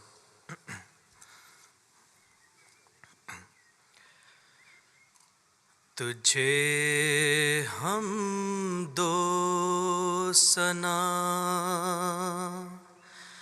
Zeba है प्यारे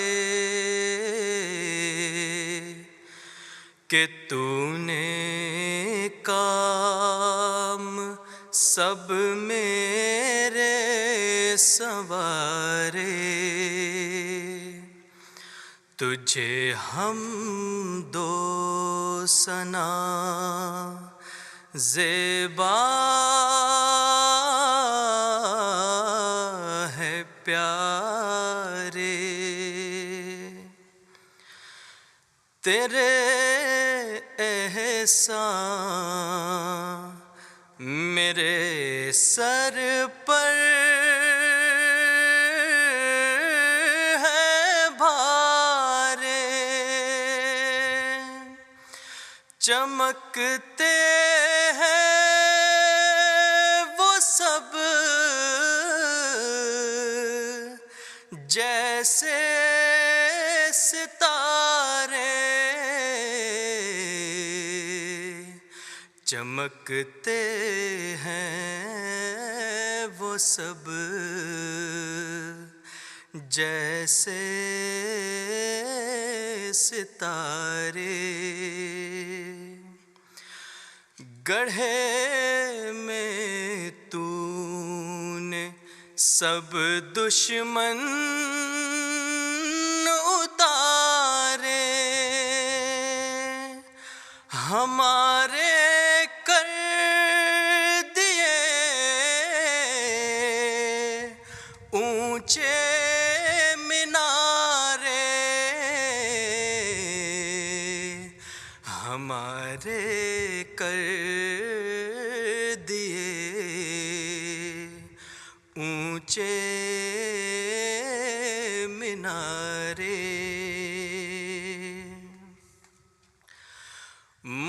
مقابل پر میرے یہ لوگ ہارے کہاں مرتے تھے پر تو نے ہی مارے کہاں مرتے تھے پر تو نے ہی مارے شریروں پر پڑے ان کے شرارے نہ ان سے رک سکے مقصد ہمارے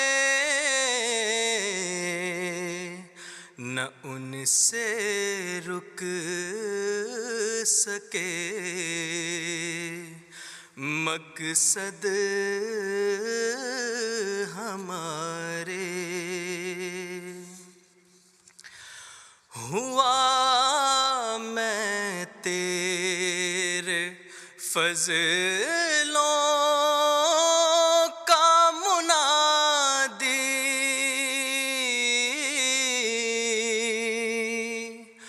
ہوا میں تیرے فضلوں کا منادی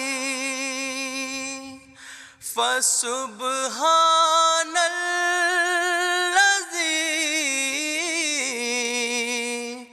اخذ الاعادی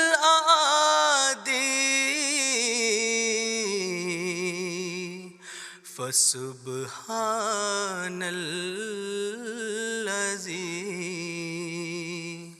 اخذ الاعادی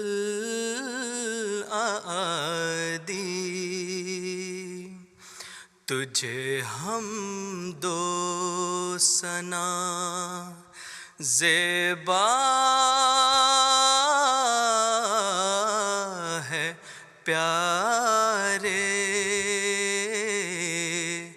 کہ تو نے کام سب میرے سنوارے کہ تو نے کام سب میرے سنوارے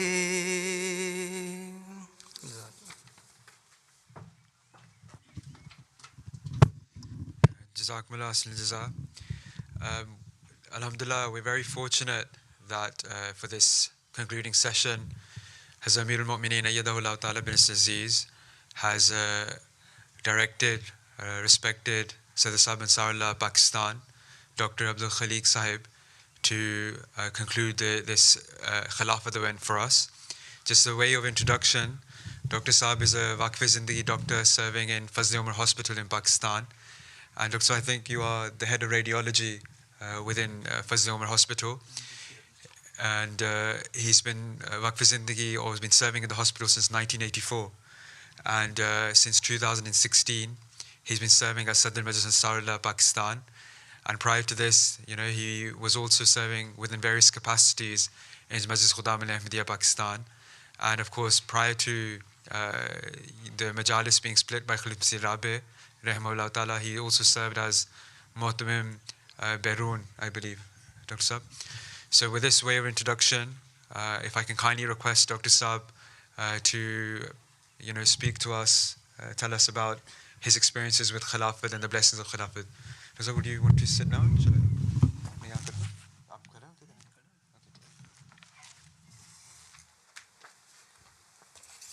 सदर में अंसार कहूँ लेकिन खड़े हो सकते अशहदु अल्ला इलाहा इल्लल्लाह वहदहु ला शरीका लह व अशहदु अन्ना मुहम्मदन अब्दुहु व रसूलुहु अम्मा बअद फ़अऊज़ु बिल्लाहि मिनश शैतानिर रजीम बिस्मिल्लाहिर रहमानिर रहीम First of all, I am grateful, indeed we are all grateful to Majlis Khudamul Ahmadiyya UK. They honored us to attend this Khilafat Day at the holy place of Islamabad. And you are fortunate enough to hold this event in center of Islam and Ahmadiyyat. Remember, center of Jamaat is always with Khalifatul Masih, where he lives or resides. Ahmadi Muslims are blessed by Allah to have received the gift of Khilafat. Many people know of its importance in our Jamaat, how it is a source of leadership, a source of direction, a source of divine guidance, and a source of spiritual solace. Khilafat is essentially a continuation of divine authority based upon the precepts of prophethood. After the Prophet Muhammad sallallahu alaihi wasallam, Khilafat was established that kept the teachings of and foundations of Islam alive and kept its followers on the right path. Similarly, after promised Messiah alayhi salam, when passed away, Khilafat was established to keep the followers of Ahmadiyyat united and rightly guided. We must ensure that we are from among those who follow this divine leadership, as it will inevitably guide us towards Allah. If you look at any other sect of Islam, they are all different subdivisions within them and within their sect, which listens to different leaders and imams. There is no sense of complete unity within these sects, which is why the Muslims world is in a state of disarray. The Ahmadiyya Muslim community is different. We have one Khalifa who makes decisions, and all of us are united under him as one. We must remember that Hazur is divinely guided by Allah and has a direct link to him. Therefore, by gaining nearness to Hazur, we in turn gain nearness to Allah. which should always be our main focus in life. This speech is a guide on the simple things which we can implement to attach ourselves to Khilafat, to help us reap great rewards, not only in this life, but also in the next. The first and possibly the most important advice is to listen to Hazur's Friday sermon. I can't even begin to describe to you the number of useful things which can be learnt in each sermon. So much knowledge is imparted regarding every walk of life, from how to conduct yourself on a daily basis to dealing with difficult circumstances, and much more. The key step I would suggest are, firstly, setting aside part of your day each week to listen to the Friday sermon. Secondly, properly trying to understand the key teachings from each sermon, using translation if required. Thirdly, actively implementing these teachings in your daily life. The first step is probably the hardest, as it requires you to give up your time which could otherwise be used in pursuing other worldly matters, identifying that your religious and spiritual livelihood is ultimately more important to you than your current worldly livelihood. Once this hurdle has been crossed, then the other steps tend to fall into place quite easily. Secondly, I urge you to write to Hazur on a regular basis to request for prayers. Allah listens most to those who are closest to Him, and Hazur is the closest to Allah of any person on earth. As a result, asking Hazur to pray for you will help you immensely. In your letter, you can also ask Hazur for guidance concerning any matter, and he will have the perfect answer, as it will flow from a divinely inspired source. When I was studying in a medical college in Pakistan, Armed Force Institute of Pakistan, Army, they launched a scheme in medical colleges. If you join that scheme, Army will take care of your expenses of education, and in return, you have to serve Pakistan Army for 5 years at least, or if you can, till retirement. One of my roommate, who was Ahmadi, he said to me, look, I am a son of a primary school teacher, and my father, I don't know how he is making my education possible. So I am going to join this scheme. And you are also a son of a missionary, so you should also join this scheme. So I wrote to my father that this is a scheme for medical graduates, and these are the conditions, and you have to serve the army. Father immediately wrote me a letter that you should ask Hazur, Hazrat Khalifatul Masih III at that time.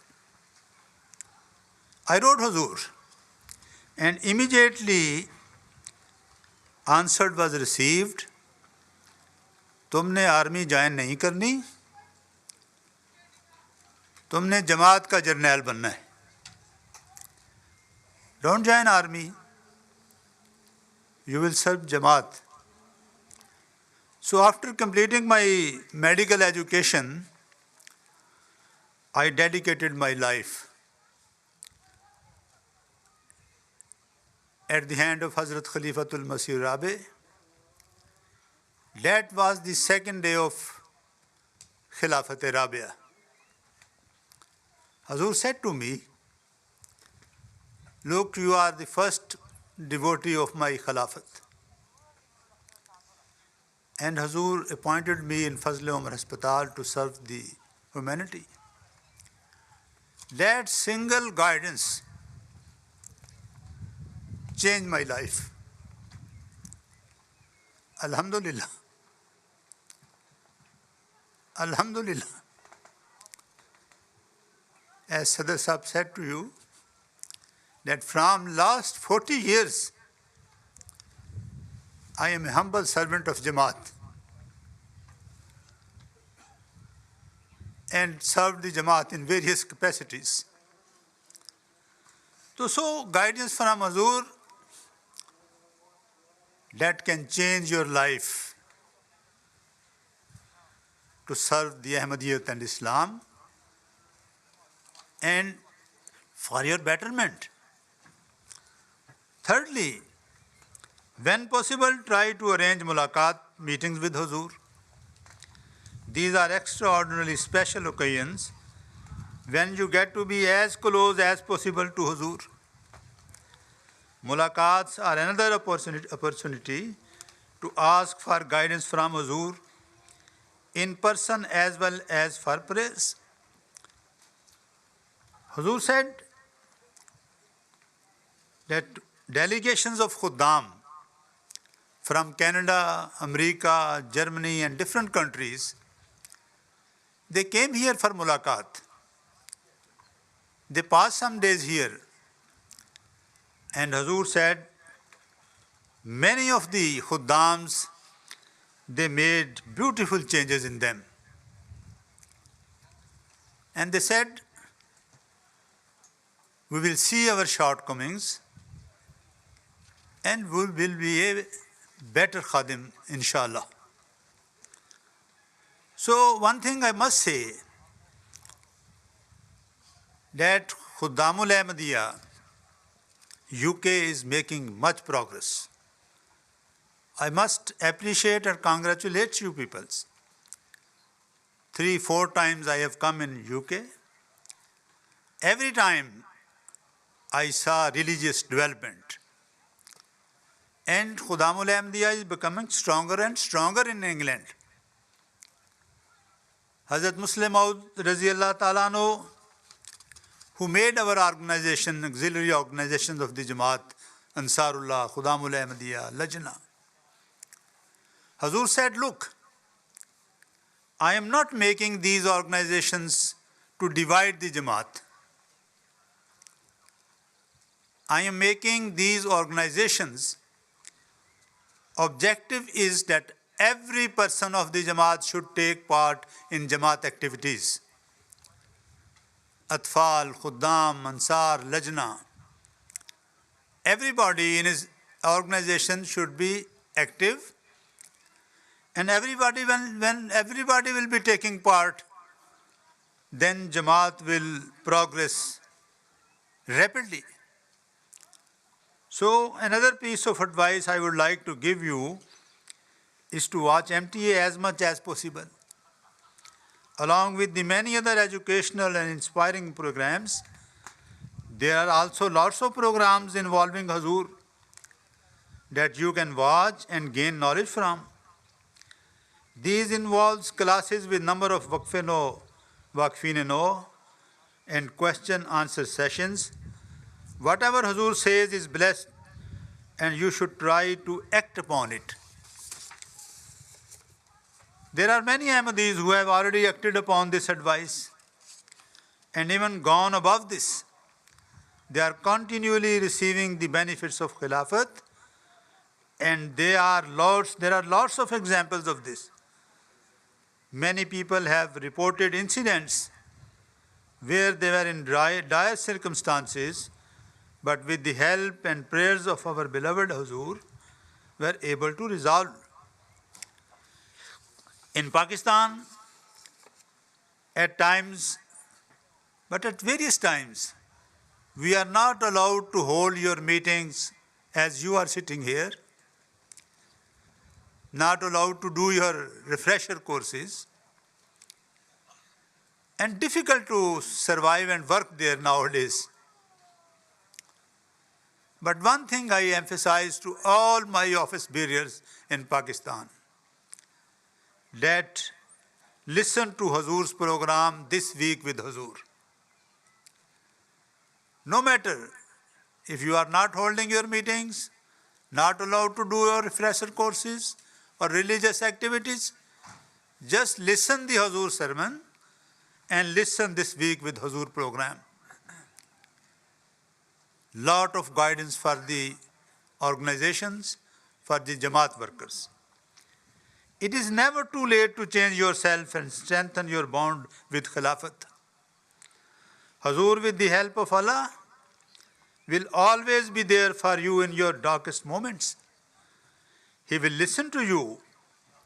He will guide you. He will pray for you. But the fruits of this tree will only become apparent to you when you go searching for it yourself. After the promised Messiah, Hazrat Mirza Bashiruddin Mahmud Ahmad Sahib Razi Allah Ta'ala Anhu was elected by God as the Khalifa.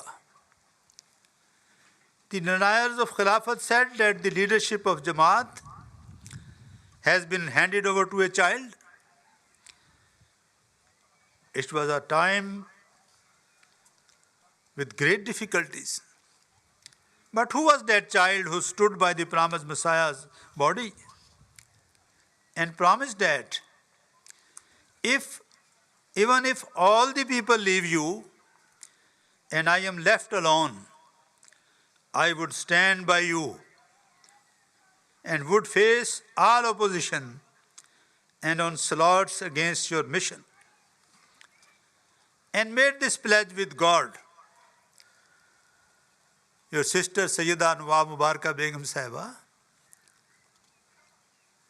said, Hazur pledge, मैं करूँगा उम्र भर तकमील तेरे काम की, मैं तेरी तबलीग को फैलाऊँगा बर्रुए ज़मीं, ज़िंदगी मेरी कटेगी खिदमत इस्लाम में, वक्फ कर दूँगा खुदा के नाम पर जाने हज़ीं. And Hazrat Sayyida Nawab Mubaraka Begum Sahiba said that Surf कर डाली खुदा की राह में सब ताकतें, जान की बाजी लगा दी कौल पर हारा नहीं.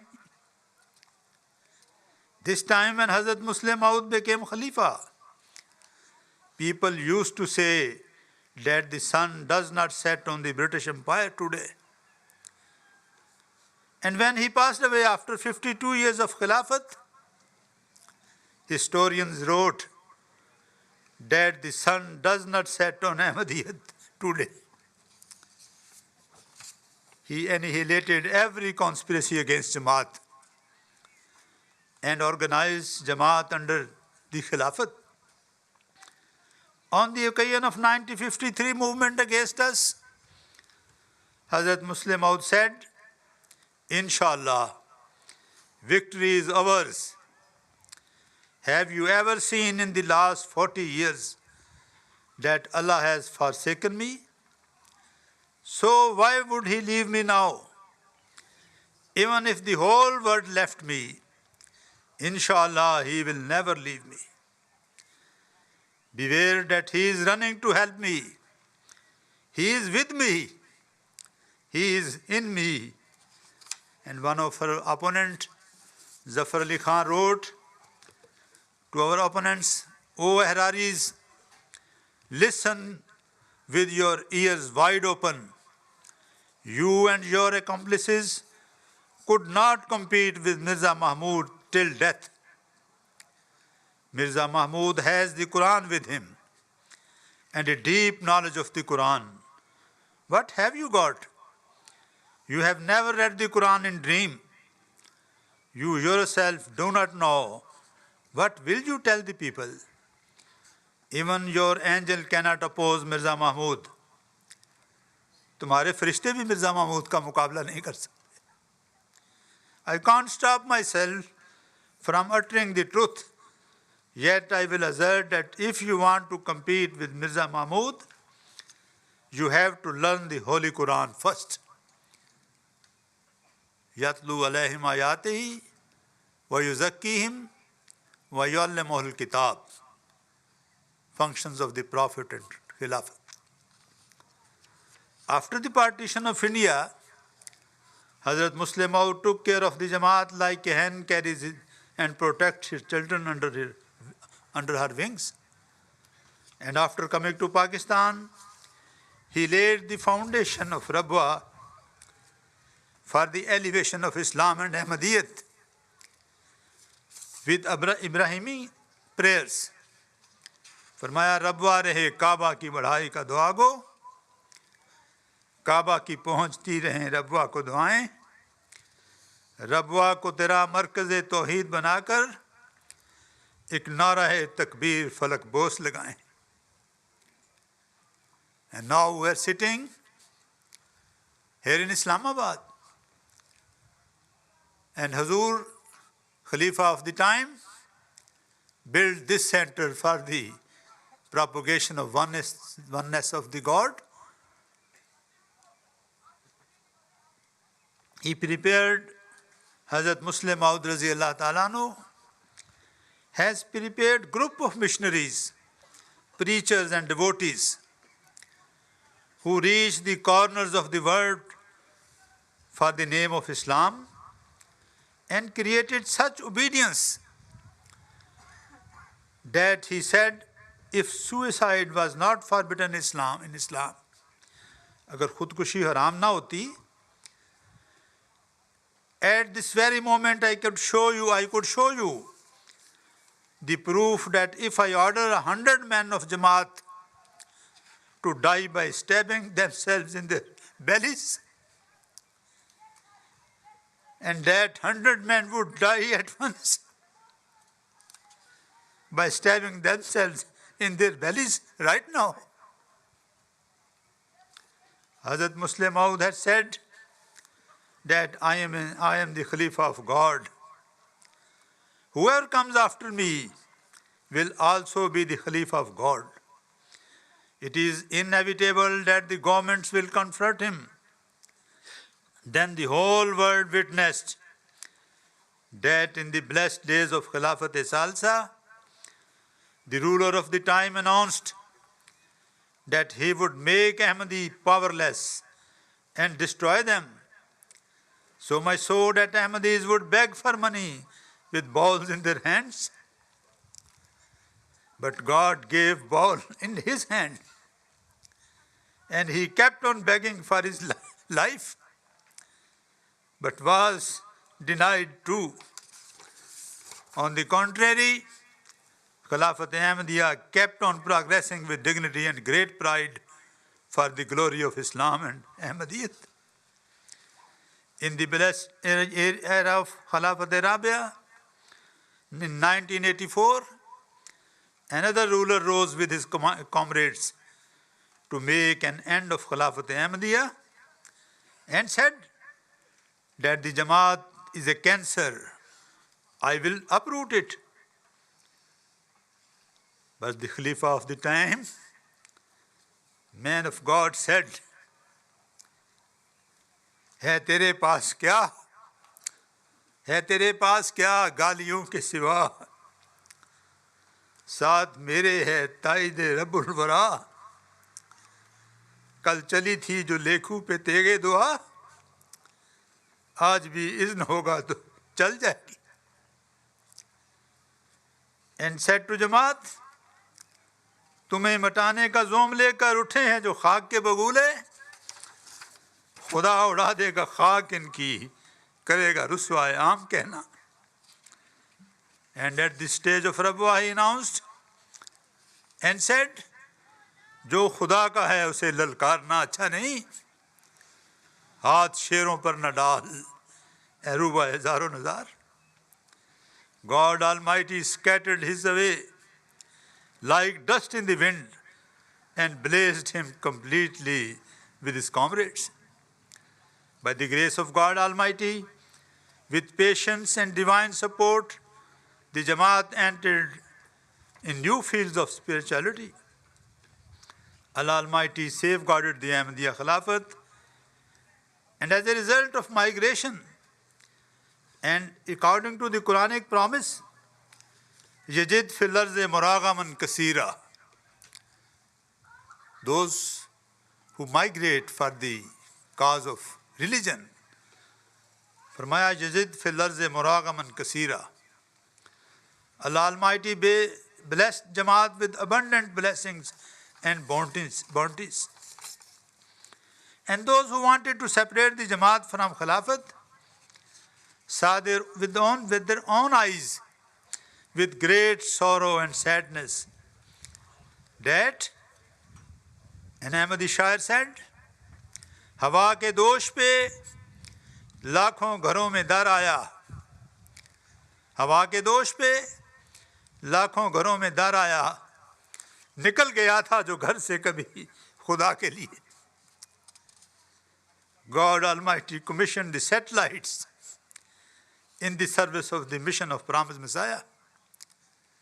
That is the greatest blessings of Khilafat, MTA. And whenever that beloved Khalifa, after giving water for life to millions and billions of souls, passed away, then God Almighty again united the Jamaat at one hand, and in this blessed era of Khilafat Khamsa, we are witnessing the spectacles of the divine aid and support with our own eyes. The voice Inni Maaka Ya Masroor were also raised from the sky, and devotees of the love of the Holy Prophet also gathered around the light of Khilafat while raising the voices of Inni Maaka Ya Masroor from all corners of the world. One of the greatest blessings of Khilafat is the fact that since the Khalifa of the time is the closest person to God on earth, he is the source for the acceptance of prayers for the Jamaat. Hazrat Muslim Maud Raziallah Ta'ala Anhu says, when Allah Almighty elevates someone to the position of Khilafat, He increases the acceptance of his prayers, because if his prayers are not accepted, then it is equal to humiliation of his own choice. In the blessed system of Khilafat, in the obedience of the Prophet, every day and every moment, the Khalifa of the time is like a benevolent and compassionate father to the Jamaat of believers. None is fortunate enough to have this bounty outside Ahmadiyyat. जल रहा है एक आलम धूप में बेसाहिबा, शुक्र मौला के हमें ये साया रहमत मिला. Hazrat Muslim Maud said, you have someone who is always anxious for your well-being, who puts himself into trouble for your sake, and who prays restlessly before his Lord for the sake of your comfort and peace. But they have none who can ever do this on their behalf. Having to take care of only one person renders one restless. Can you imagine the condition of a person who has to look after not only hundreds but millions of people who suffer from diverse problems? Hazrat Khalifatul Masih Salamullah says, and said at occasion, I am a human being like you from among you. I have the honor to work with Hazrat Khalifatul Masih Rabi and Hazrat Khalifatul Masih al-Khamis, leading very simple life. No worldly gains or comforts were there. Humble servant, obedient servant of Jamaat.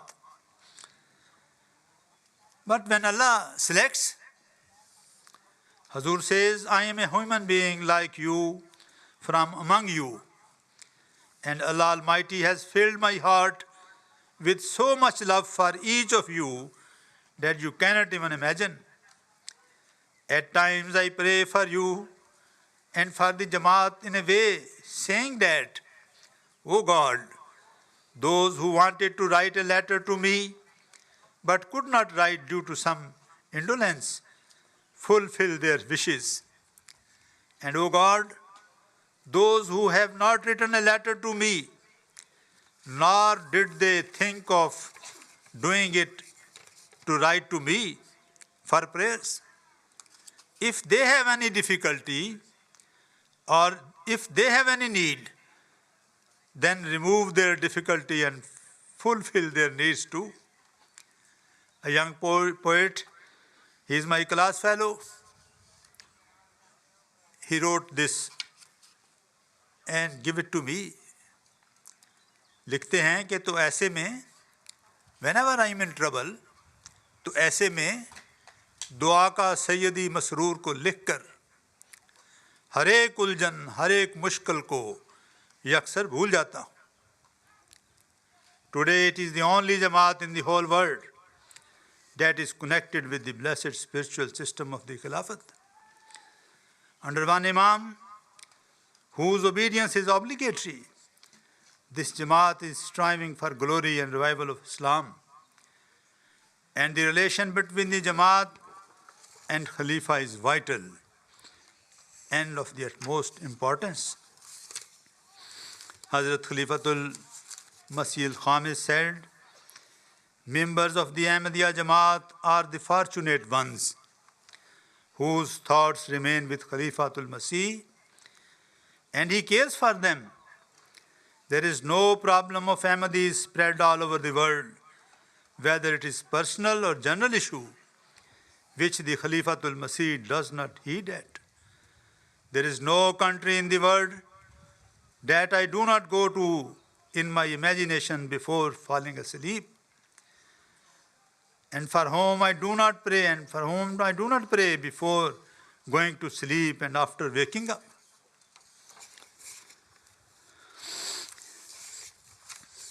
So, blessings of the Khilafat Ahmadiyya. Much can be said, but in short, giving some material,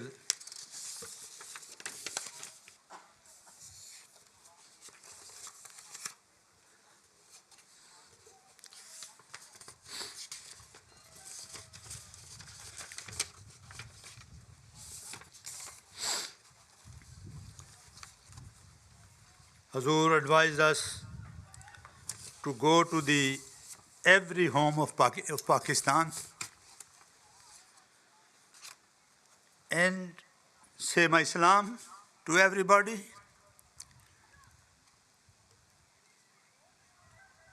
and ask about their conditions, how they are living. I was also deputed to a district. When I went to one home, there was a young boy with a paralysis. He has a trauma injury to the spinal cord. He was sitting on a chair. He said, Dr. Saab, sit with me and listen to me. I sat there. He said, 1 week before, I had a dream that Hazur has come to my home. And after 7 days, you brought the message of Hazur. And he started weeping. Your best leaders are those who love you and you love them, and who praise you and you praise for. Another home in a village, I went there.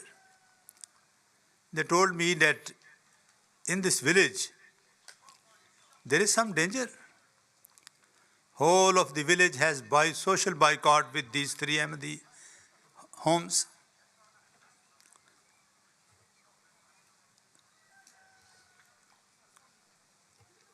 And they have to brought the households and utilities from a nearby city. They said, सदर साहब हजूर को कहना हमारी फिक्र न करें, हम ठीक हैं, don't worry for us, we are all right. So this love is a both way. I was in Qadian in 1991 when Hazrat Khalifatul Masih Rabe visited Qadian. Delegates from all over the world was there. Being a Mohtam Umumi Majlis Khudam al-Ahmadiyya Pakistan, I was on duty with Hazur for security and intelligence. There was a great rush. It was difficult to make passage for Hazur at one place. One of the volunteers pushed a member of the Jamaat, and he was near to fall. Hazur saw this, offered the prayer. When we came back, Hazur said to me, Dr. Saab, इनको कहें कि अहबाब जमात को धक्के न मारें, इसकी तकलीफ मेरे दिल में होती. Don't push them. It hurts my heart. So we are the so fortunate peoples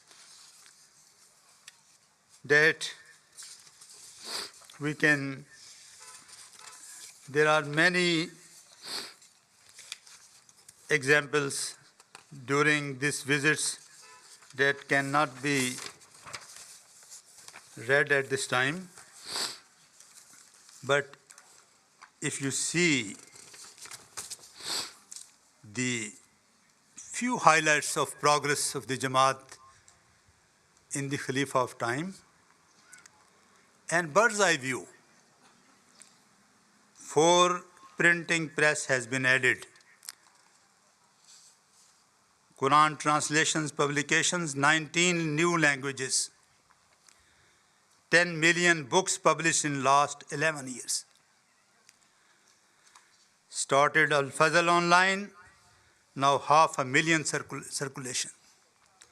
8 channels of MTA, 24 hours broadcasting in 17 different languages. Letter to the head of the states for peace. In 19 years, 8 million baths, 6,000 mosques, 15,000 mission houses. In 19 countries, 591 libraries. Laid foundation stone of 42 mosques and inauguration of 103 mosques during his tours. Address in British Parliament, Parliament of Canada and America. Establishment of Jamia in Canada, UK, Germany, Ghana, Bangladesh, Burkina Faso, Uganda. Hospitals in 12 countries, more than 300 schools. Establishment of Markaz in Islamabad. These are the few salient features of progress of the Jamaat. Hazur said to office holders and workers of Jamaat that they have been blessed and enabled to serve the Jamaat merely owing to connection with Khilafat. Hazur said it was credulous for people to assume that their knowledge, intellect, or hard work was behind any good results or success. In matter of faith, there can be no blessing at all without Khilafat. As it has been historically proven, it is love and loyalty to Khilafat that attracts God and grace and bringing about good results and success. Because Khilafat is a system God established, if office holders feel any element of self-importance, they should do istighfar. If awareness of those with religious knowledge, wisdom of the wise, intellect of those with worldly knowledge, and skill of experts brings extraordinary results in Jamaat work, it is only due to the connection with Khilafat, because God has promised blessings in this regard. Knowledge and skill can work in worldly matters, but in Jamaat matters, everything works due to blessings of Khilafat. May Allah enable us to listen the voice of Imam and Khalifa of the time and practice, act upon Samena wa Atana. May Allah bless us with Barakat Khilafat till the death. I will finish with this dua. Allah ہمیشہ ہی خلافت رہے قائم، احمد کی جماعت میں یہ نعمت رہے قائم، ہر دور میں نور نبوت رہے قائم، یہ فضل تیرا تا قیامت رہے قائم۔ وآخر دعوانا ان الحمدللہ رب العالمین۔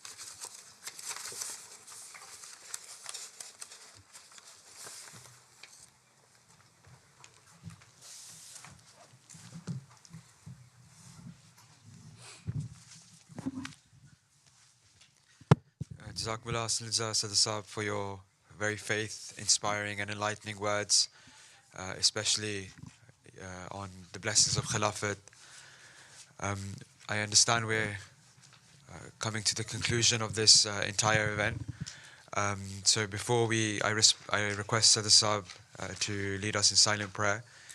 We have a Tarana, if I can request the Tarana group to come and present the Tarana.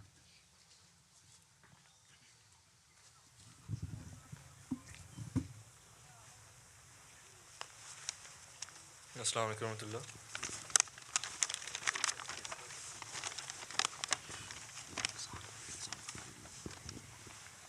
ہماری رات بھی ہے نور افشاں،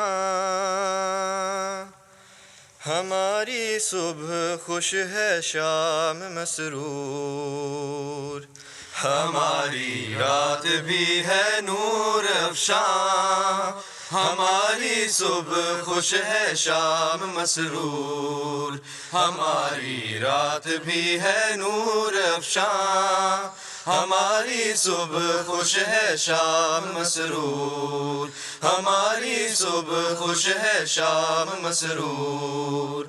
ملے ہم کو وہ استاد و خلیفہ کہ سارے کہہ اٹھے نور علی نور، کہ سارے کہہ اٹھے نور علی نور، خدا نے ہم کو دی ہے کامرانی، فسبحان الذی اوفی الامانی، خدا نے ہم کو دی ہے کامرانی، فسبحان الذی اوفی الامانی۔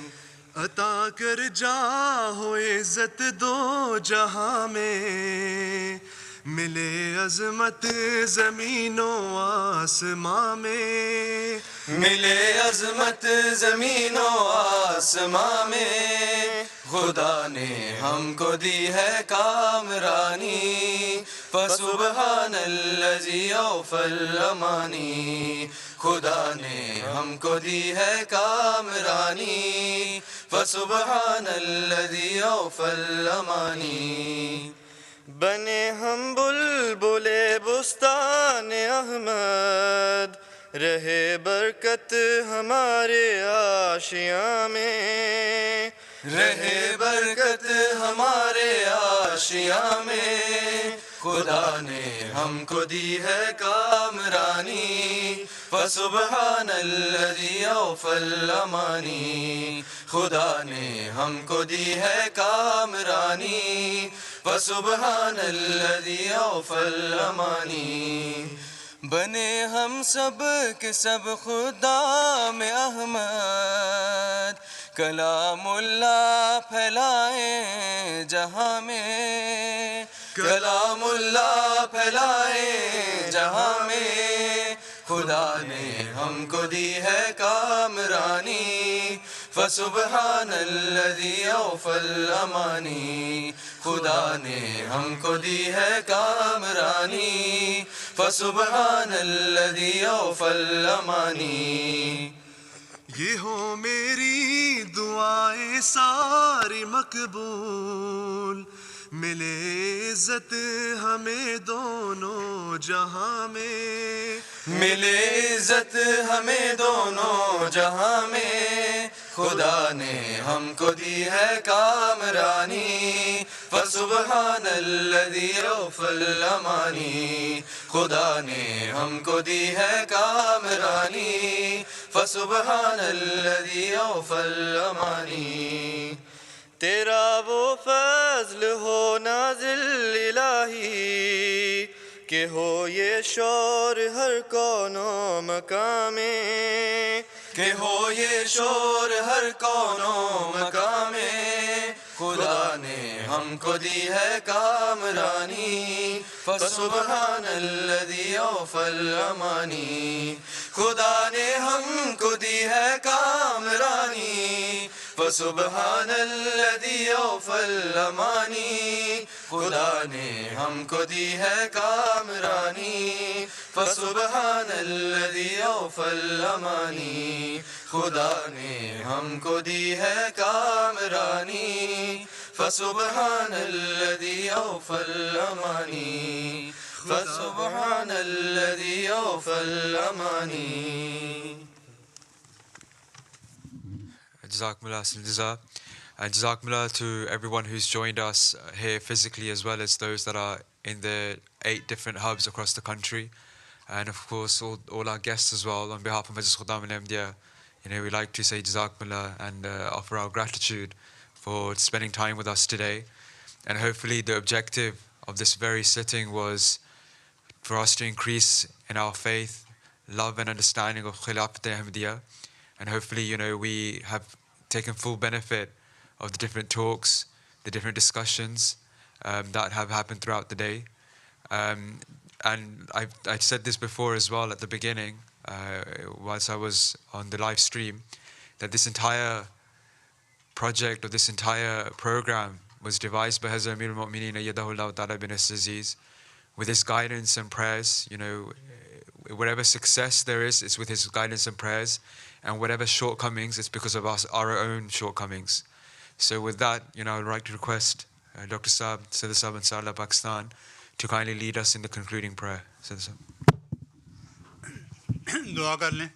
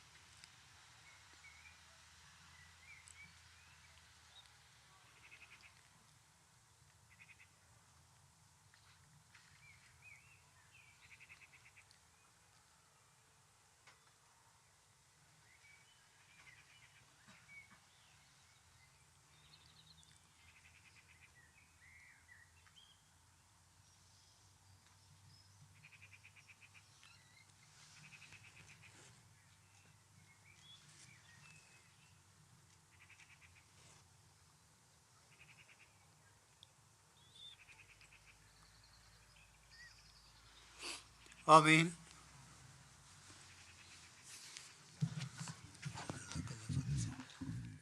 Is there any announcement?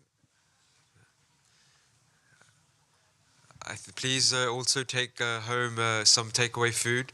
So, Jazakumullah Sinza once again. Assalamu alaikum wa rahmatullah.